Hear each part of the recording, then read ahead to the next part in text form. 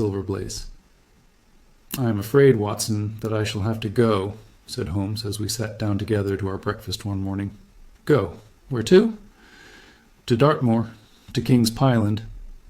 I was not surprised. Indeed, my only wonder was that he had not already been mixed upon this extraordinary case, which was the one topic of conversation through the length and breadth of England. For a whole day my companion had rambled about the room with his chin upon his chest and his brows knitted, charging and recharging his pipe with the strongest black tobacco, and absolutely deaf to any of my questions or remarks. Fresh editions of every paper had been sent up by our newsagent, only to be glanced over and tossed down into a corner. Yet, silent as he was, I knew perfectly well what it was over which he was brooding. There was but one problem before the public which could challenge his powers of analysis, and that was the singular disappearance of the favourite for the Wessex Cup, and the tragic murder of its trainer. When, therefore, he suddenly announced his intention of setting out for the scene of the drama, it was only what I had both expected and hoped for. "I should be most happy to go down with you if I should not be in the way," said I.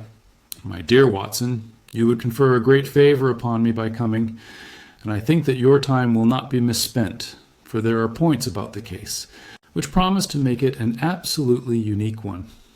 We have, I think, just time to catch our train at Paddington, and I will go further into the matter upon our journey. You would oblige me by bringing with you your very excellent field-glass." And so it happened that an hour or so later I found myself in the corner of a first-class carriage flying along en route for Exeter, while Sherlock Holmes, with his sharp, eager face framed in his ear-flap travelling cap, dipped rapidly into the bundle of fresh papers which he had procured at Paddington. We had left Reading far behind us before he thrust the last one of them under the seat and offered me his cigar case. "We are going well," said he, looking out the window and glancing at his watch. "Our rate at present is 53½ miles an hour." "I have not observed the quarter-mile posts," said I. "Nor have I, but the telegraph posts upon this line are 60 yards apart. The calculation is a simple one. I presume that you have looked into this matter of the murder of John Straker and the disappearance of Silver Blaze? I have seen what the Telegraph and the Chronicle have to say. It is one of those cases where the art of the reasoner should be used rather for the sifting of details than for the acquiring of fresh evidence. The tragedy has been so uncommon, so complete, and of such personal importance to so many people that we are suffering from a plethora of surmise, conjecture, and hypothesis. The difficulty is to detach the framework of fact, of absolute undeniable fact, from the embellishments of theorists and reporters. Then, having established ourselves upon this sound basis, it is our duty to see what inferences may be drawn and what are the special points upon which the whole mystery turns. On Tuesday evening I received telegrams from both Colonel Ross, the owner of the horse, and from Inspector Gregory, who was looking after the case, inviting my cooperation. "Tuesday evening?" I exclaimed. "And this is Thursday morning? Why didn't you go down yesterday?" "Because I made a blunder, my dear Watson, which is, I am afraid, a more common occurrence than anyone would think who only knew me through your memoirs. The fact is that I could not believe it possible that the most remarkable horse in England could long remain concealed, especially in so sparsely inhabited a place as the north of Dartmoor. From hour to hour yesterday I expected to hear that he had been found, and that his abductor was the murderer of John Straker. When, however, another morning had come, and I found that beyond the arrest of young Fitzroy Simpson nothing had been done, I felt that it was time for me to take action. Yet in some ways I feel that yesterday has not been wasted." "You have formed a theory, then?" "At least I have got a grip of the essential facts of the case. I shall enumerate them to you, for nothing clears up a case so much as stating it to another person, and I can hardly expect your cooperation if I do not show you the position from which we start." I lay back against the cushions, puffing at my cigar, while Holmes, leaning forward with his long, thin forefinger checking off the points upon the palm of his left hand, gave me a sketch of the events which had led to our journey. "Silver Blaze," said he, "is from the Somami stock, and holds as brilliant a record as his famous ancestor. He is now in his 5th year and has brought in turn each of the prizes of the turf to Colonel Ross, his fortunate owner. Up to the time of the catastrophe, he was the first favourite for the Wessex Cup, the betting being 3-1 on him. He has always, however, been a prime favourite with the racing public, and has never yet disappointed them, so that even at those odds enormous sums of money have been laid upon him. It is obvious, therefore, that there were many people who had the strongest interest in preventing Silver Blaze from being there at the fall of the flag next Tuesday. The fact was, of course, appreciated at King's Pyland, where the Colonel's training stable is situated. Every precaution was taken to guard the favourite. The trainer, John Straker, is a retired jockey who rode in Colonel Ross's colours before he became too heavy for the weighing chair.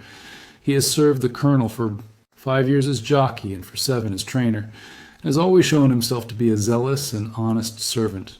Under him were 3 lads, for the establishment was a small one, containing only 4 horses in all.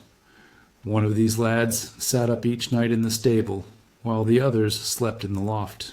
All 3 bore excellent characters. John Straker, who is a married man, lived in a small villa about 200 yards from the stables. He has no children, keeps 1 maidservant, and is comfortably off. The country round is very lonely, but about half a mile to the north there is a small cluster of villas which have been built by a Tavistock contractor for the use of invalids and others who may wish to enjoy the pure Dartmoor air. Tavistock itself lies 2 miles to the west, while across the moor, also about 2 miles distant, is the larger training establishment of Mapleton, which belongs to Lord Backwater, and is managed by Silas Brown. In every other direction the moor is a complete wilderness, inhabited only by a few roaming gypsies. Such was the general situation last Monday night when the catastrophe occurred. On that evening the horses had been exercised and watered as usual, and the stables were locked up at 9 o'clock. 2 of the lads walked up to the trainer's house, where they had supper in the kitchen, while the third, Ned Hunter, remained on guard. At a few minutes after 9, the maid, Edith Baxter, carried down to the stables his supper, which consisted of a dish of curried mutton. She took no liquid, as there was a water tap in the stables, and it was the rule that the lad on duty should drink nothing else. The maid carried a lantern with her, as it was very dark and the path ran across the open moor. Edith Baxter was within 30 yards of the stables when a man appeared out of the darkness and called to her to stop. As he stepped into the circle of yellow light thrown by the lantern, she saw that he was a person of gentlemanly bearing, dressed in a grey suit of tweeds with a cloth cap. He wore gaiters and carried a heavy stick with a knob to it. She was most impressed, however, by the extreme pallor of his face and by the nervousness of his manner. His age, she thought, would be rather over 30 than under it. "Can you tell me where I am?" he asked. "I had almost made up my mind to sleep on the moor when I saw the light of your lantern." "You are close to the King's Pyland training stables," said she. "Oh, indeed! What a stroke of luck!" he cried. "I understand that a stable boy sleeps there alone every night. Perhaps that is his supper which you are carrying to him. Now I am sure that you would not be too proud to earn the price of a new dress, would you?" He took a piece of white paper folded up out of his waistcoat pocket. "See that the boy has this tonight, and you shall have the prettiest frock that money can buy." She was frightened by the earnestness of his manner, and ran past him to the window through which she was accustomed to hand the meals. It was already opened, and Hunter was seated at the small table inside. She had begun to tell him of what had happened when the stranger came up again. "Good evening," said he, looking through the window. "I wanted to have a word with you." The girl has sworn that as he spoke she noticed the corner of the little paper packet protruding from his closed hand. "What business have you here?" asked the lad. "It's business that may put something into your pocket," said the other. "You've 2 horses in for the Wessex Cup, silver. Blaze and Bayard, let me have the straight tip and you won't be a loser. Is it a fact that at the weights Bayard could give the other 100 yards in 5 furlongs, and that the stable have put their money on him?" "So you're one of those damned touts," cried the lad. I'll show you how we serve. Them in King's Pyland." He sprang up and rushed across the stable to unloose the dog. The girl fled away to the house, but as she ran, she looked back and saw that the stranger was leaning through the window. A minute later, however, when Hunter rushed out with the hound, he was gone, and though he ran all round the buildings, he failed to find any trace of him. "One moment," I asked.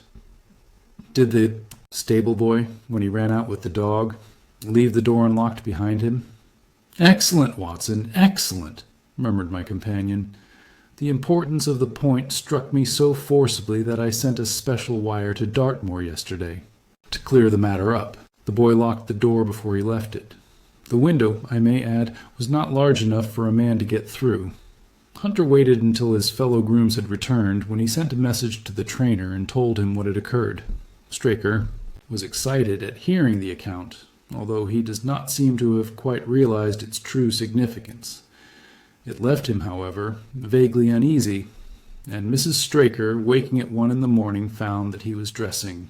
In reply to her inquiries, he said that he could not sleep on account of his anxiety about the horses, and that he intended to walk down to the stables to see that all was well. She begged him to remain at home, as she could hear the rain pattering against the window, but in spite of her entreaties, he pulled on his large mackintosh and left the house. Mrs. Straker awoke at 7 in the morning to find that her husband had not yet returned. She dressed herself hastily, called the maid, and set off for the stables. The door was open. Inside, huddled together upon a chair, Hunter was sunk in a state of absolute stupor. The favourite's stall was empty, and there were no signs of his trainer. The 2 lads who slept in the chaff-cutting loft above the harness room were quickly aroused. They had heard nothing during the night, for they are both sound sleepers. Hunter was obviously under the influence of some powerful drug, and as no sense could be got out of him, he was left to sleep it off, while the 2 lads and the 2 women ran out in search of the absentees. They still had hopes that the trainer had, for some reason, taken out the horse for early exercise, but on ascending the knoll near the house, from which all the neighboring moors were visible, they not only could see no signs of the missing favorite, but they perceived something which warned them that they were in the presence of a tragedy. About a quarter of a mile from the stables, John Straker's overcoat was flapping from a furze bush. Immediately beyond, there was a bowl-shaped depression in the moor, and at the bottom of this was found the dead body of the unfortunate trainer. His head had been shattered by a savage blow from some heavy weapon, and he was wounded on the thigh, where there was a long, clean cut, inflicted evidently by some very sharp instrument. It was clear, however, that Straker had defended himself vigorously against his assailants, for in his right hand he held a small knife, which was clotted with blood up to the handle, while in his left he clasped a red and black silk cravat, which was recognized by the maid as having been worn on the preceding evening by the stranger who had visited the stables. Hunter, on recovering from his stupor, was also quite positive as to the ownership of the cravat. He was equally certain that the same stranger had, while standing at the window, drugged his curried mutton and so deprived the stables of their watchman. As to the missing horse, there were abundant proofs in the mud which lay at the bottom of the fatal hollow that he had been there at the time of the struggle. But from that morning he has disappeared, and although a large reward has been offered, and all the gypsies of Dartmoor are on the alert, no news has come of him. Finally, an analysis has shown that the remains of his supper left by the stable lad contain an appreciable quantity of powdered opium, while the people at the house partook of the same dish on the same night without any ill effect. Those are the main facts of the case, stripped of all surmise and stated as baldly as possible. I shall now recapitulate what the police have done in the matter.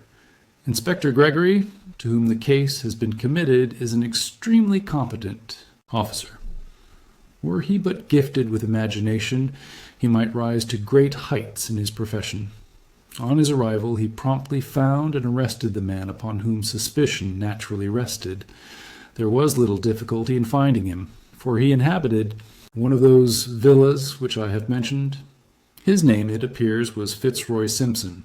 He was a man of excellent birth and education, who had squandered a fortune upon the turf, and who lived now by doing a little quiet and genteel bookmaking in the sporting clubs of London.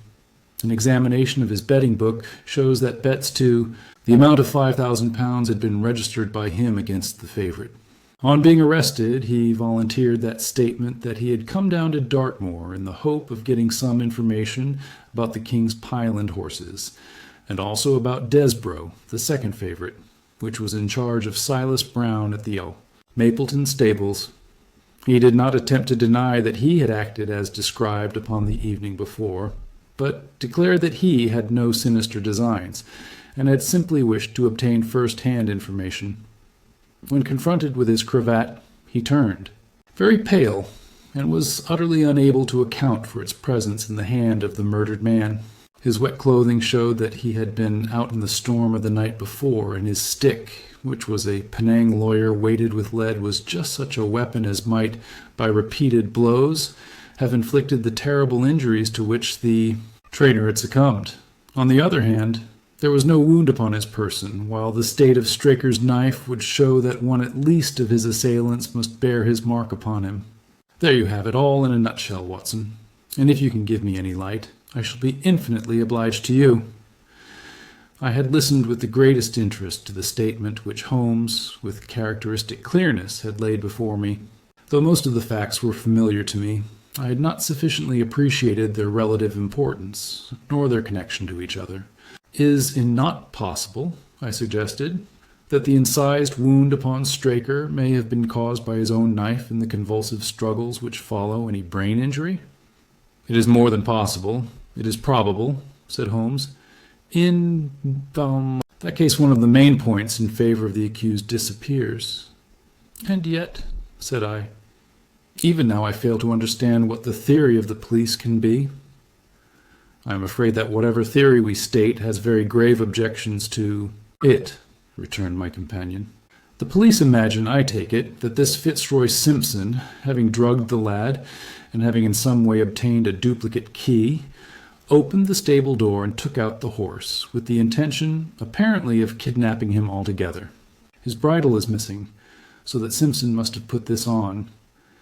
Then, having left the door open behind him, he was leading the horse away over the moor, when he was either met or overtaken by the trainer. A row naturally ensued.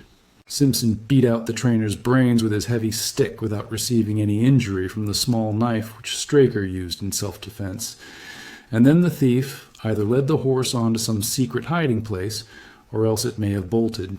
During the struggle, and be now wandering out on the moors, that is the case as it appears to the police, and improbable as it is, all other explanations are more improbable still. However, I shall very quickly test the matter when I am once upon the spot, and until then I cannot really see how we can get much further than our present position. It was evening before we reached the little town of Tavistock, which lies, like the boss of a shield, in the middle of the huge circle of Dartmoor. 2 gentlemen were awaiting us in the station, the one a tall, fair man with lion-like hair and beard and curiously penetrating light blue eyes, the other a small, alert person, very neat and dapper in a frock coat and gaiters, with trim little side whiskers and an eyeglass. The latter was Colonel Ross, the well-known sportsman, the other Inspector Gregory, a man who was rapidly making his name in the English detective service. "I am delighted that you have come down, Mr. Holmes," said the colonel. "The inspector here has done all that could possibly be suggested, but I wish to leave no stone unturned in trying to avenge poor Straker and in recovering my horse." "Have there been any fresh developments?" asked Holmes. "I am sorry to say that we have made very little progress," said the inspector. "We have an open carriage outside, and as you would no doubt like to see the place before the light fails, we might talk it over as we drive." A minute later we were all seated in a comfortable landau, and were rattling through the quaint old Devonshire city. Inspector Gregory was full of his case and poured out a stream of remarks, while Holmes threw in an occasional question or interjection. Colonel Ross leaned back with his arms folded and his hat tilted over his eyes, while I listened with interest to the dialogue of the 2 detectives. Gregory was formulating his theory, which was almost exactly what Holmes had foretold in the train. "The net is drawn pretty close round Fitzroy Simpson," he remarked, "and I believe myself that he is our man. At the same time, I recognize that the evidence is purely circumstantial, and that some new development may upset it. How about Straker's knife? We have quite come to the conclusion that he wounded himself in his fall. My friend Dr. Watson made that suggestion to me as we came down. If so, it would tell against this man Simpson. Undoubtedly, he has neither a knife nor any sign of a wound. The evidence against him is certainly very strong. He had a great interest in the disappearance of the favorite. He lies under suspicion of having poisoned the stable boy. He was undoubtedly out in the storm. He was armed with a heavy stick, and his cravat was found in the dead man's hand. I really think we have enough to go before a jury." Holmes shook his head. "A clever counsel would tear it all to rags," said he. "Why should he take the horse out of the stable? If he wished to injure it, why could he not do it there? Has a duplicate key been found in his possession? What chemist sold him the powdered opium? Above all, where could he, a stranger to the district, hide a horse, and such a horse as this? What is his own explanation as to the paper which he wished the maid to give to the stable boy? He says that it was a 10-pound note. One was found in his purse. But your other difficulties are not so formidable as they seem. He is not a stranger to the district. He has twice lodged at Tavistock in the summer. The opium was probably brought from London. The key, having served its purpose, would be hurled away.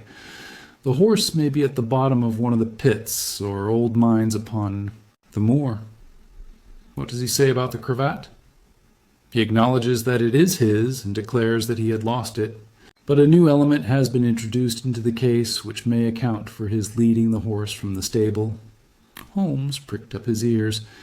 "We have found traces which show that a party of gypsies encamped on Monday night within a mile of the spot where the murder took place. On Tuesday they were gone. Now, presuming that there was some understanding between Simpson and these gypsies, might he not have been leading the horse to them when he was overtaken? And may they not have him now? It is certainly possible. The moor is being scoured for these gypsies. I have also examined every stable and outhouse in Tavistock, and for a radius of 10 miles. There is another training stable quite close, I understand." "Yes, and that is a factor which we must certainly not neglect. As Desborough, their horse, was second in the betting, they had an interest in the disappearance of the favorite. Silas Brown, the trainer, is known to have had large bets upon the event, and he was no friend to poor Straker. We have, however, examined the stables, and there is nothing to connect him with the affair, and nothing to connect this man Simpson with the interests of the Mapleton stables." "Nothing at all." Holmes leaned back in the carriage, and the conversation ceased. A few minutes later, our driver pulled up at a neat little red-brick villa with overhanging eaves which stood by the road. Some distance off, across a paddock, lay a long grey-tiled outbuilding. In every other direction the low curves of the moor, bronze-colored from the fading ferns, stretched away to the skyline, broken only by the steeples of Tavistock, and by a cluster of houses away to the westward which marked the Mapleton stables. We all sprang out with the exception of Holmes, who continued to lean back with his eyes fixed upon the sky in front of him, entirely absorbed in his own thoughts. It was only when I touched his arm that he roused himself with a violent start, and stepped out of the carriage. "Excuse me," said he, turning to Colonel Ross, who had looked at him in some surprise. "I was daydreaming." There was a gleam in his eyes and a suppressed excitement in his manner which convinced me, used as I was to his ways, that his hand was upon a clue, though I could not imagine where he had found it. "Perhaps you would prefer at once to go on to the scene of the crime, Mr. Holmes," said Gregory. "I think that I should prefer to stay here a little and go into one or two questions of detail. Straker was brought back here, I presume?" "Yes, he lies upstairs. The inquest is tomorrow." "He has been in your service some years, Colonel Ross. I have always found him an excellent servant.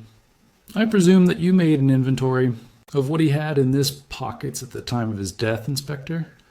I have the things themselves in the sitting-room, if you would care to see them." "I should be very glad." We all filed into the front room and sat round the central table, while the inspector unlocked a square tin box and laid a small heap of things before us. There was a box of Vestas, 2 inches of tallow candle, an ADP briar root pipe, a pouch of sealskin with half an ounce of long-cut Cavendish, a silver watch with a gold chain, 5 sovereigns in gold, an aluminum pencil case, a few papers, and an ivory-handled knife with a very delicate, inflexible blade, marked Weiss & Coder's, London. "This is a very singular knife," said Holmes, lifting it up and examining it minutely. "I presume, as I see bloodstains upon it, that it is the one which was found in the dead man's grasp. Watson, this knife is surely in your line?" "It is what we call a cataract knife," said I. "I thought so. A very delicate blade devised for very delicate work. A strange thing for a man to carry with him upon a rough expedition, especially as it would not shut in his pocket. The tip was guarded by a disc of cork, which we found beside his body," said the inspector. "His wife tells us that the knife had lain upon the dressing-table, and that he had picked it up as he left the room. It was a poor weapon, but perhaps the best that he could lay his hands on at the moment." "Very possible. How about these papers?" 3 of them are receipted hay dealers' accounts. On one of them is a letter of instructions from Colonel Ross. This other is a milliner's account for £37, 15 made out by Madame Le Sourier of Bond Street to William Derbyshire. Mrs. Straker tells us that Derbyshire was a friend of her husband's, and that occasionally his letters were addressed here. "Madame Derbyshire had somewhat expensive tastes," remarked Holmes, glancing down the account. 22 guineas is rather heavy for a single costume. However, there appears to be nothing more to learn, and we may now go down to the scene of the crime." As we emerged from the sitting-room, a woman who had been waiting in the passage took a step forward and laid her hand upon the inspector's sleeve. Her face was haggard and thin and eager, stamped with the print of a recent horror. "Have you got them? Have you found them?" she panted. "No, Mrs. Straker. But Mr. Holmes here has come from London to help us, and we shall do all that is possible." "Surely I met you in Plymouth at a garden party some little time ago, Mrs. Straker," said Holmes. "No, sir, you are mistaken." "Dear me! Why, I could have sworn to it. You wore a costume of dove-colored silk with ostrich feather trimming." "I never had such a dress, sir," answered the lady. "Ah, that quite settles it," said Holmes. And with an apology he followed the inspector outside. A short walk across the moor took us to the hollow in which the body had been found. At the brink of it was the furze bush upon which the coat had been hung. "There was no wind that night, I understand," said Holmes. "None, but very heavy rain." "In that case, the overcoat was not blown against the furze bush, but placed there." "Yes, it was laid across the bush." "You fill me with interest. I perceive that the ground has been trampled up a good deal. No doubt many feet have been here since Monday night. A piece of matting has been laid here at the side, and we have all stood upon that." "Excellent! In this bag I have one of the boots which Straker wore, one of Fitzroy Simpson's shoes, and a cast horseshoe of silver blaze." "My dear Inspector, you surpass yourself." Holmes took the bag, and descending into the hollow, he pushed the matting into a more central position. Then, stretching himself upon his face and leaning his chin upon his hands, he made a careful study of the trampled mud in front of him. "Hullo," said he suddenly. "What's this?" It was a wax vesta half burned, which was so coated with mud that it looked at first like a little chip of wood. "I cannot think how I came to overlook it," said the inspector with an expression of annoyance. "It was invisible, buried in the mud. I only saw it because I was looking for it." "What? You expected to find it?" "I thought it not unlikely." He took the boots from the bag and compared the impressions of each of them with marks upon the ground. Then he clambered up to the rim of the hollow and crawled about among the ferns and bushes. "I am afraid that there are no more tracks," said the inspector. "I have examined the ground very carefully for 100 yards in each direction." "Indeed," said Holmes, rising. "I should not have the impertinence to do it again, after what you say. But I should like to take a little walk over the moor before it grows dark. that I may know my ground tomorrow, and I think that I shall put this horseshoe into my pocket for luck." Colonel Ross, who had shown some signs of impatience at my companion's quiet and systematic method of work, glanced at his watch. "I wish you would come back with me, Inspector," said he. "There are several points on which I should like your advice, and especially as to whether we do not owe it to the public to remove our horse's name from the entries for the cup." "Certainly not," cried Holmes with decision. "I should let the name stand." The colonel bowed. "I am very glad to have had your opinion, sir," said he. "You will find us at poor Straker's house when you have finished your walk, and we can drive together into Tavistock." He turned back with the inspector, while Holmes and I walked slowly across the moor. The sun was beginning to sink behind. The stables of Mapleton and the long, sloping plain in front of us was tinged with gold, deepening into rich, ruddy browns where the faded ferns and brambles caught the evening light.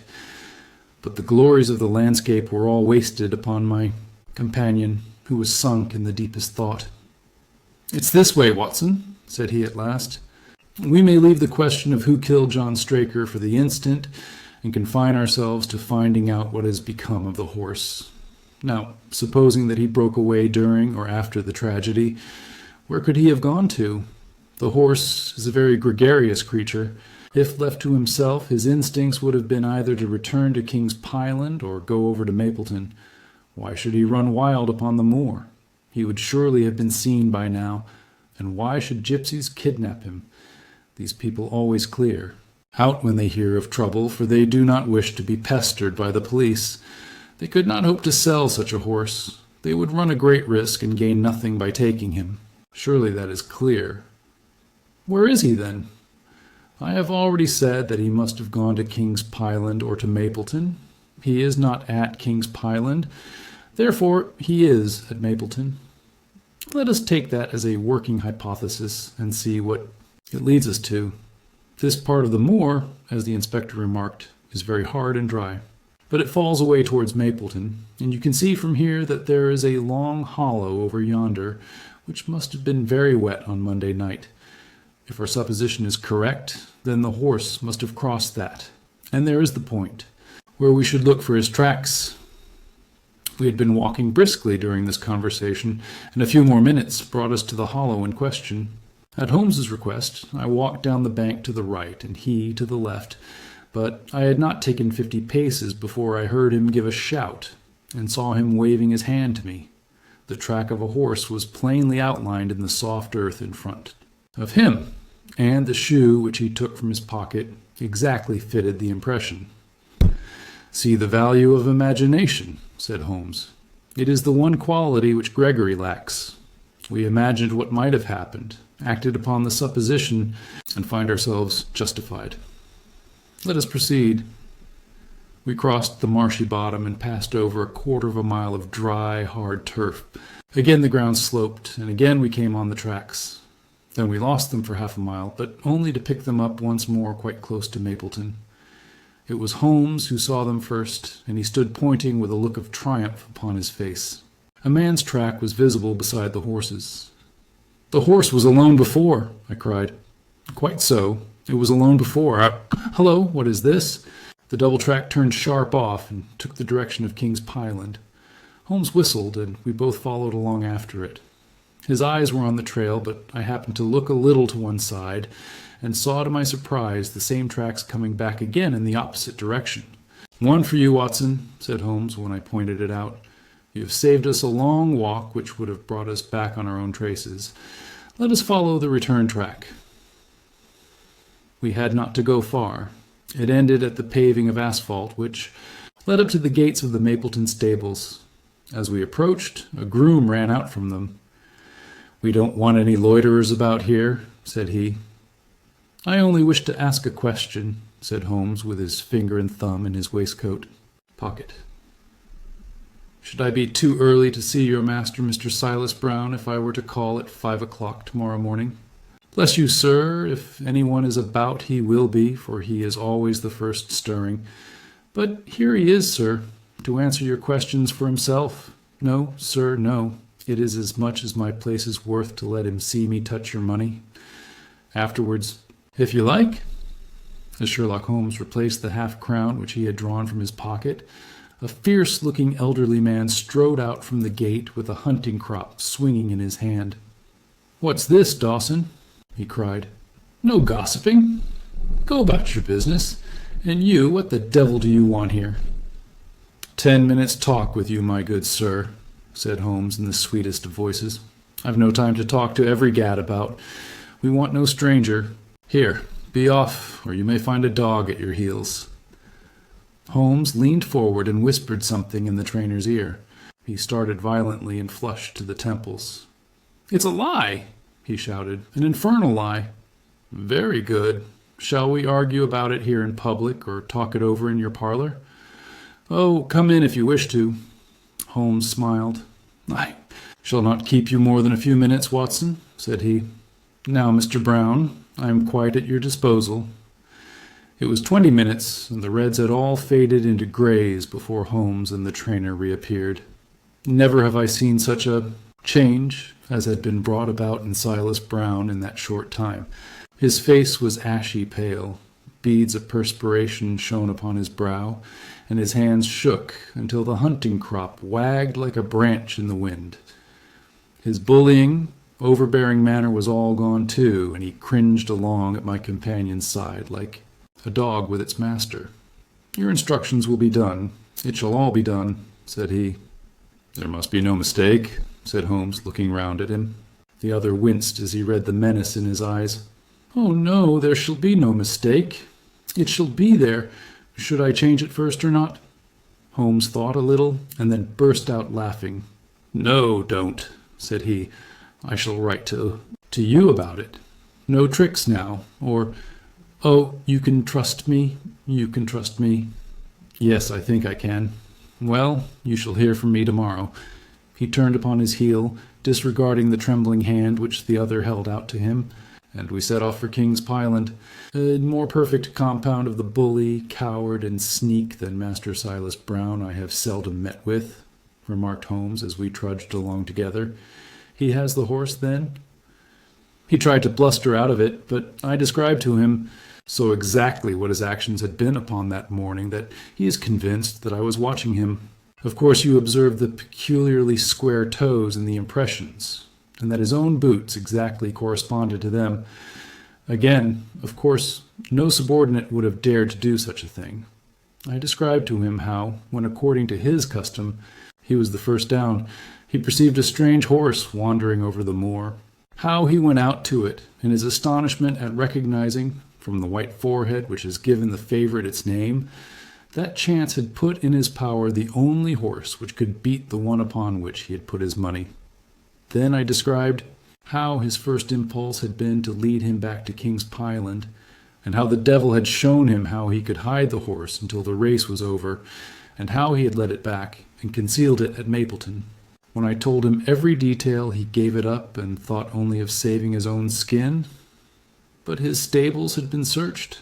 Oh, an old horse-fakir like him has many a dodge. But are you not afraid to leave the horse in his power now, since he has every interest in injuring it? My dear fellow, he will guard it as the apple of his eye. He knows that his only hope of mercy is to produce it safe. Colonel Ross did not impress me as a man who would be likely to show much mercy in any case. The matter does not rest with Colonel Ross. I follow my own methods and tell as much or as little as I choose. That is the advantage of being unofficial. I don't know whether you observed it, Watson, but the Colonel's manner has been just a trifle cavalier to me. I am inclined now to have a little amusement at his expense. Say nothing to him about the horse. Certainly not without your permission. And of course, this is all quite a minor point compared to the question of who killed John Straker. And you will devote yourself to that? On the contrary, we both go back to London by the night train. I was thunderstruck by my friend's words. We had only been a few hours in Devonshire, and that he should give up an investigation which he had begun so brilliantly was quite incomprehensible to me. Not a word more could I draw from him until we were back at the trainer's house. The colonel and the inspector were awaiting us in the parlor. "My friend and I returned to town by the night express," said Holmes. "We have had a charming little breath of your beautiful Dartmoor air." The inspector opened his eyes, and the colonel's lip curled in a sneer. "So you despair of arresting the murderer of poor Straker?" said he. Holmes shrugged his shoulders. "There are certainly grave difficulties in the way," said he. "I have every hope, however, that your horse will start upon Tuesday, and I beg that you will have your jockey in readiness. Might I ask for a photograph of Mr. John Straker?" The inspector took one from an envelope and handed it to him. "My dear Gregory, you anticipate all my wants. If I might ask you to wait here for an instant, and I have a question which I should like to put to the maid." "I must say that I am rather disappointed in our London consultant," said Colonel Ross bluntly as my friend left the room. "I do not see that we are any further than when he came." "At least you have his assurance that your horse will run," said I. "Yes, I have his assurance," said the colonel with a shrug of his shoulders. "I should prefer to have the horse." I was about to make some reply in defense of my friend when he entered the room again. "Now, gentlemen," said he, "I'm quite ready for Tavistock." As we stepped into the carriage, one of the stable lads held the door open for us. A sudden idea seemed to occur to Holmes, for he leaned forward and touched the lad upon the sleeve. "You have a few sheep in the paddock," he said. "Who attends to them?" "I do, sir." "Have you noticed anything amiss with them of late?" "Well, sir, not of much account, but 3 of them have gone lame, sir." I could see that Holmes was extremely pleased, for he chuckled and rubbed his hands together. "A long shot, Watson, a very long shot," said he, pinching my arm. "Gregory, let me recommend to your attention this singular epidemic among the sheep. Drive on, coachman." Colonel Ross still wore an expression which showed the poor opinion which he had formed of my companion's ability, but I saw by the inspector's face that his attention had been keenly aroused. "You consider that to be important?" he asked. "Exceedingly so." "Is there any point to which you would wish to draw my attention?" "To the curious incident of the dog in the night time." "The dog did nothing in the night time." "That was the curious incident," remarked Sherlock Holmes. 4 days later, Holmes and I were again in the train, bound for Winchester to see the race for the Wessex Cup. Colonel Ross met us by appointment outside the station, and we drove in his drag to the course beyond the town. His face was grave, and his manner was cold in the extreme. "I have seen nothing of my horse," said he. "I suppose that you would know him when you saw him?" asked Holmes. The colonel was very angry.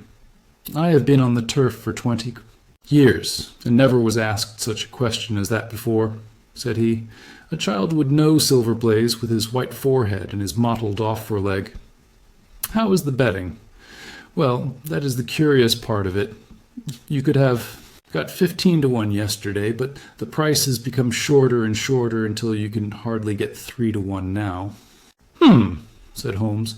"Somebody knows something, that is clear." As the drag drew up in the enclosure near the grandstand, I glanced at the card to see the entries. Wessex Plate, it ran 50 sovs. Each HFT with 1,000 sovs. Added for 4 and 5-year-olds. Second, $300. Third, $200. New course 1 mile and 5 furlongs. 1. Mr. Heath Newton's The Negro. Red cap, cinnamon jacket. 2. Colonel Wardlaw's Pugilist. Pink cap, blue and black jacket. 3. Lord Backwater's Desborough. Yellow cap and sleeves. 4. Colonel Ross's Silver Blaze. Black cap, red jacket. 5. Duke of Balmoral's Iris. Yellow and black stripes. 6. Lord Singleford's Rasper. Purple cap, black sleeves. "We scratched our other one and put all hopes on your word," said the colonel. "Why, what is that? Silver Blaze favorite?" 5 to 4 against Silver Blaze, roared the ring. 5 to 4 against Silver Blaze, 5 to 15 against Desborough, 5 to 4 on the field. "There are the numbers up," I cried. "They are all 6 there." "All 6 there? Then my horse is running," cried the colonel in great agitation. "But I don't see him. My colors have not passed." "Only 5 have passed. This must be he." As I spoke, a powerful bay horse swept out from the waiting enclosure and cantered past us, bearing on its back the well-known black and red of the colonel. "Well, that's not my horse," cried the owner. "That beast has not a white hair upon its body. What is this that you have done, Mr. Holmes?" "Well, well, let us see how he gets on," said my friend imperturbably. For a few minutes he gazed through my field glass. "Capital! An excellent start!" he cried suddenly. "And there they are, coming round the curve." From our drag we had a superb view as they came up the straight. The 6 horses were so close together that a carpet could have covered them, but halfway up the yellow of the Mapleton stable showed to the front. Before they reached us, however, Desborough's bolt was shot, and the colonel's horse, coming away with a rush, passed the post a good 6 lengths before its rival, the Duke of Balmoral's Iris making a bad third. "It's my race, anyhow," gasped the colonel, passing his hand over his eyes. "I confess that I can make neither head nor tail of it. Don't you think that you have kept up your mystery long enough, Mr. Holmes?"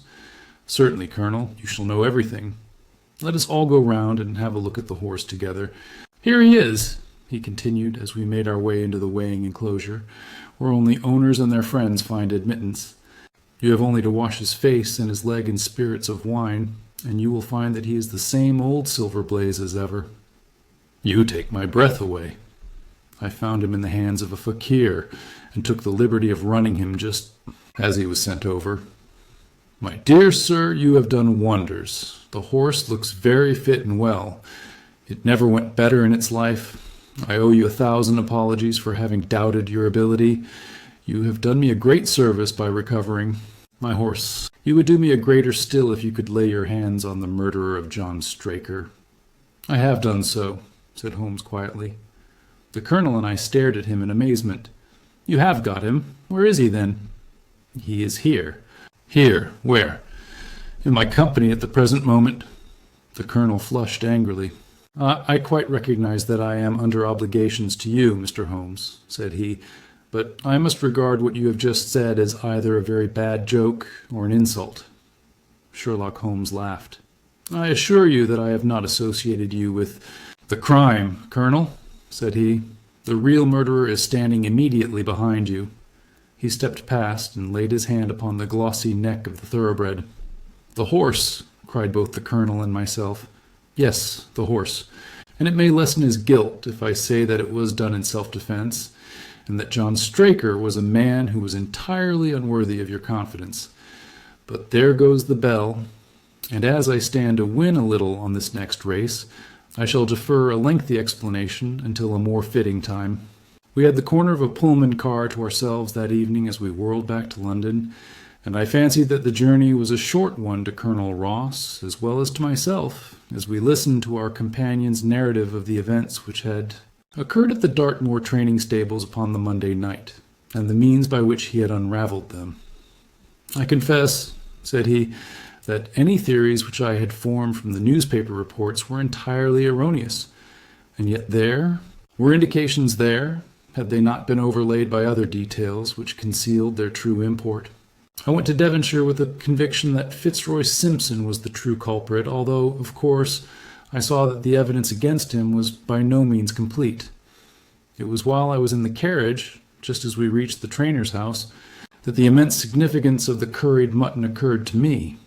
You may remember that I was distrait and remained sitting after you had all alighted. I was marveling in my own mind how I could possibly have overlooked so obvious a clue. "I confess," said the colonel, "that even now I cannot see how it helps us. It was the first link in my chain of reasoning. Powdered opium is by no means tasteless. The flavor is not disagreeable, but it is perceptible. Were it mixed with any ordinary dish, the eater would undoubtedly detect it and would probably eat no more. A curry was exactly the medium which would disguise this taste. By no possible supposition could this stranger, Fitzroy Simpson, have caused curry to be served in the trainer's family that night, and it is surely too monstrous a coincidence to suppose that he happened to come along with powdered opium upon the very night when a dish happened to be served which would disguise the flavor. That is unthinkable. Therefore Simpson becomes eliminated from the case, and our attention centers upon Straker and his wife. the only two people who could have chosen curried mutton for supper that night. The opium was added after the dish was set aside for the stable boy, for the others had the same for supper with no ill effects. Which of them, then, had access to that dish without the maid seeing them? Before deciding that question, I had grasped the significance of the silence of the dog, for one true inference invariably suggests others. The Simpson incident had shown me that a dog was kept in the stables, and yet, though someone had been in and had fetched out a horse, he had not barked enough to arouse the two lads in the loft. Obviously, the midnight visitor was someone whom the dog knew well. I was already convinced, or almost convinced, that John Straker went down to the stables in the dead of the night and took out Silver Blaze. For what purpose? For a dishonest one, obviously, or why should he drug his own stable boy? And yet I was at a loss to know why. There have been cases before now where trainers have made sure of great sums of money by laying against their own horses through agents, and then preventing them from winning by fraud. Sometimes it is a pulling jockey. Sometimes it is some surer and subtler means. What was it here? I hoped that the contents of his pockets might help me to form a conclusion. And they did so. You cannot have forgotten the singular knife which was found in the dead man's hand, a knife which certainly no sane man would choose for a weapon. It was, as Dr. Watson told us, a form of knife which is used for the most delicate operations known in surgery, and it was to be used for a delicate operation that night. You must know, with your wide experience of turf matters, Colonel Ross, that it is possible to make a slight nick upon the tendons of a horse's ham, and to do it subcutaneously so as to leave absolutely no trace. A horse so treated would develop a slight lameness, which would be put down to a strain in exercise or a touch of rheumatism, but never to foul play. "Villain! Scoundrel!" cried the colonel. "We have here the explanation of why John Straker wished to take the horse out onto the moor. So spirited a creature would have certainly roused the soundest of sleepers when it felt the prick of the knife. It was absolutely necessary to do it in the open air." "I have been blind," cried the colonel. Of course that was why he needed the candle and struck the match. "Undoubtedly. But in examining his belongings, I was fortunate enough to discover not only the method of the crime, but even its motives. As a man of the world, Colonel, you know that men do not carry other people's bills about in their pockets. We have most of us quite enough to do to settle our own. I at once concluded that Straker was leading a double life and keeping a second establishment. The nature of the bill showed that there was a lady in the case, and one who had expensive tastes. Liberal as you are with your servants, one can hardly expect that they can buy 20 guinea walking dresses for their ladies. I questioned Mrs. Straker as to the dress without her knowing it, and having satisfied myself that it had never reached her, I made a note of the milliner's address, and felt that by calling there with Straker's photograph I could easily dispose of the mythical Derbyshire. From that time on, all was plain. Straker had led out the horse to a hollow where his light would be invisible. Simpson, in his flight, had dropped his cravat, and Straker had picked it up, with some idea, perhaps, that he might use it in securing the horse's leg. Once, in the hollow, he had got behind the horse and had struck a light. But the creature, frightened at the sudden glare, and with the strange instinct of animals feeling that some mischief was intended, had lashed out, and the steel shoe had struck Straker full on the forehead.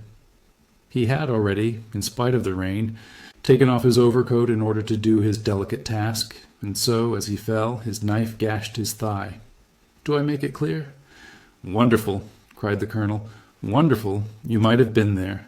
My final shot was, I confess, a very long one. It struck me that so astute a man as Straker would not undertake this delicate tendon-nicking without a little practice. What could he practice on? My eyes fell upon the sheep, and I asked a question which, rather to my surprise, showed that my surmise was correct.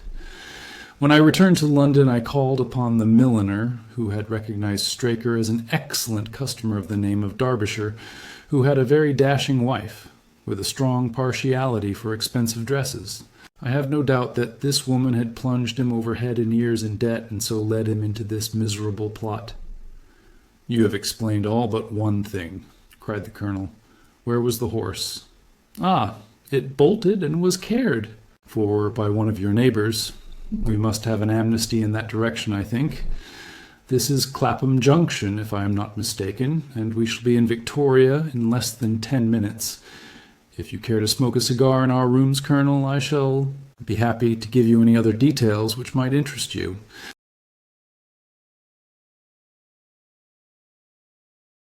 The Yellow Face. Sherlock Holmes was a man who seldom took exercise for exercise's sake. Few men were capable of greater muscular effort, and he was undoubtedly one of the finest boxers of his weight that I have ever seen. But he looked upon aimless bodily exertion as a waste of energy, and he seldom bestirred himself, save when there was some professional object to be served. Then he was absolutely untiring and indefatigable. That he should have kept himself in training under such circumstances is remarkable, but his diet was usually of the sparest, and his habits were simple to the verge of austerity. Save for the occasional use of cocaine, he had no vices, and he only turned to the drug as a protest against the monotony of existence when cases were scanty and the papers uninteresting. One day in early spring, he had so far relaxed as to go for a walk with me in the park, where the first faint shoots of green were breaking out upon the elms, and the sticky spearheads of the chestnuts were just beginning to burst into their fivefold leaves. For 2 hours we rambled about together, in silence for the most part, as befits two men who know each other intimately. It was nearly 5 before we were back in Baker Street once more. "Beg pardon, sir," said our page boy as he opened the door. "There's been a gentleman here asking for you, sir." Holmes glanced reproachfully at me. "So much for afternoon walks," said he. "Has this gentleman gone, then?" "Oh, yes, sir." "Didn't you ask him in?" "Yes, sir. He came in." "How long did he wait?" "Half an hour, sir. He was a very restless gentleman, sir, walking and a-stamping all the time he was here. I was waiting outside the door, sir, and I could hear him. At last he outs into the passage, and he cries, 'Is that man never going to come?' Those were his very words, sir. 'You'll only need to wait a little longer,' says I. 'Then I'll wait in the open air, for I feel half choked,' says he. 'I'll be back before long.' And with that he ups and he outs, and all I could say wouldn't hold him back." "Well, well, you did your best," said Holmes as we walked into our room. "It's very annoying, though, Watson.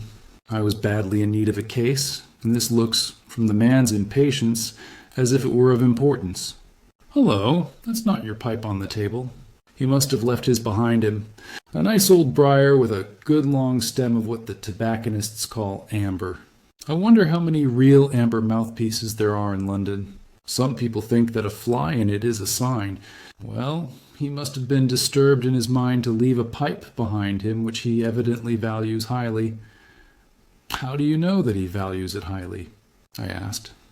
"Well, I should put the original cost of the pipe at 7 and 6pence. Now it has, you see, been twice mended, once in the wooden stem and once in the amber. Each of these mends, done, as you observe, with silver bands, must have cost more than the pipe did originally.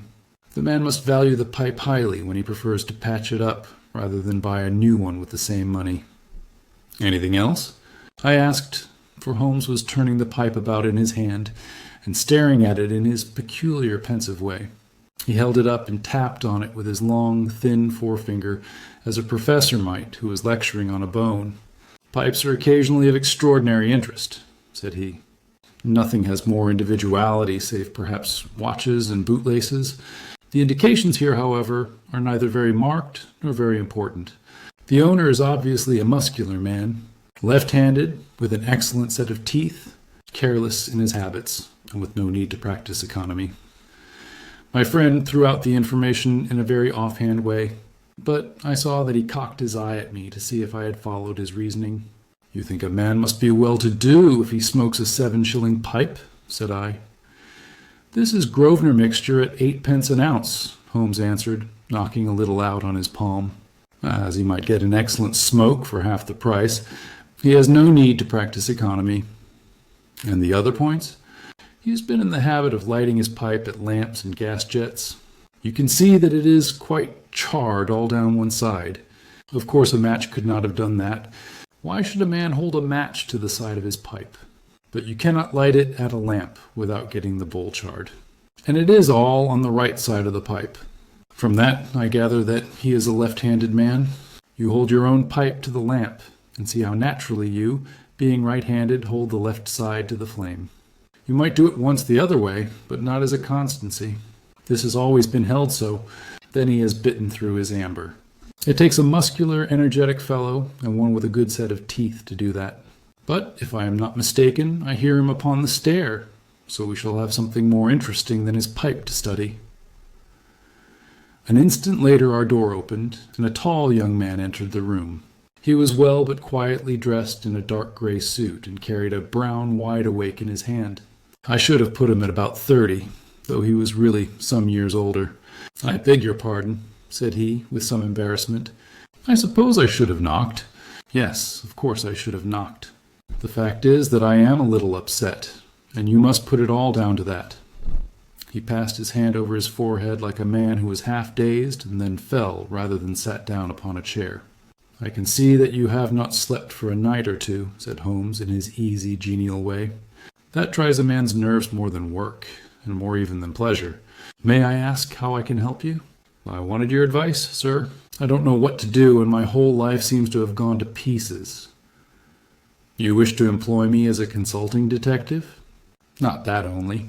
I want your opinion as a judicious man, as a man of the world. I want to know what I ought to do next. I hope to God you'll be able to tell me." He spoke in little, sharp, jerky outbursts, and it seemed to me that to speak at all was very painful to him, and that his will all through was overriding his inclinations. "It's a very delicate thing," said he. "One does not like to speak of one's domestic affairs to strangers. It seems dreadful to discuss the conduct of one's wife with two men whom I have never seen before. It's horrible to have to do it. But I've got to the end of my tether, and I must have advice." "My dear Mr. Grant Munro," began Holmes. Our visitor sprang from his chair. "What?" he cried. "You know my main?" "If you wish to preserve your incognito," said Holmes, smiling, "I would suggest that you cease to write your name upon the lining of your hat, or else that you turn the crown towards the person whom you are addressing. I was about to say that my friend and I have listened to a good many strange secrets in this room, and that we have had the good fortune to bring peace to many troubled souls. I trust that we may do as much for you. Might I beg you, as time may prove to be of importance, to furnish me with the facts of your case without further delay?" Our visitor again passed his hand over his forehead, as if he found it bitterly hard. From every gesture and expression I could see that he was a reserved, self-contained man, with a dash of pride in his nature, more likely to hide his wounds than to expose them. Then suddenly, with a fierce gesture of his closed hand, like one who throws reserve to the winds, he began. "The facts are these, Mr. Holmes," said he. "I'm a married man, and have been so for 3 years. During that time my wife and I have loved each other as fondly and lived as happily as any two that ever were joined.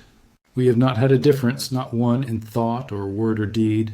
And now, since last Monday, there has suddenly sprung up a barrier between us, and I find that there is something in her life and in her thought of which I know as little as if she were the woman who brushes by me in the street. We are estranged, and I want to know why. And now there is one thing that I want to impress upon you before I go any further, Mr. Holmes. Effie loves me. Don't let there be any mistake about that. She loves me with her whole heart and soul, and never more than now. I know it. I feel it. I don't want to argue about that. A man can tell easily enough when a woman loves him. But there's this secret between us, and we can never be the same until it is cleared. Kindly let me have the facts, Mr. Munro," said Holmes with some impatience. "I'll tell you what I know about Effie's history. She was a widow when I first met her, though quite young, only 25. Her name then was Mrs. Hebron. She went out to America when she was young and lived in the town of Atlanta, where she married this Hebron, who was a lawyer with a good practice. They had one child, but the yellow fever broke out badly in the place, and both husband and child died of it. I have seen his death certificate. This sickened her of America, and she came back to live with a maiden aunt at Pinner, in Middlesex. I may mention that her husband had left her comfortably off, and that she had a capital of about £4,500. which had been so well invested by him that it returned an average of 7%. She had only been 6 months at Pinner when I met her. We fell in love with each other, and we married a few weeks afterwards.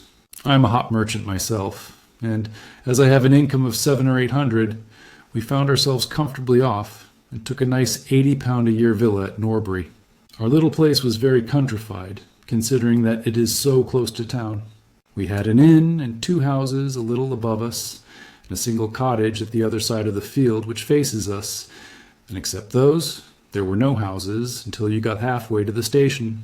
My business took me into town at certain seasons, but in summer I had less to do, and then in our country home my wife and I were just as happy as could be wished.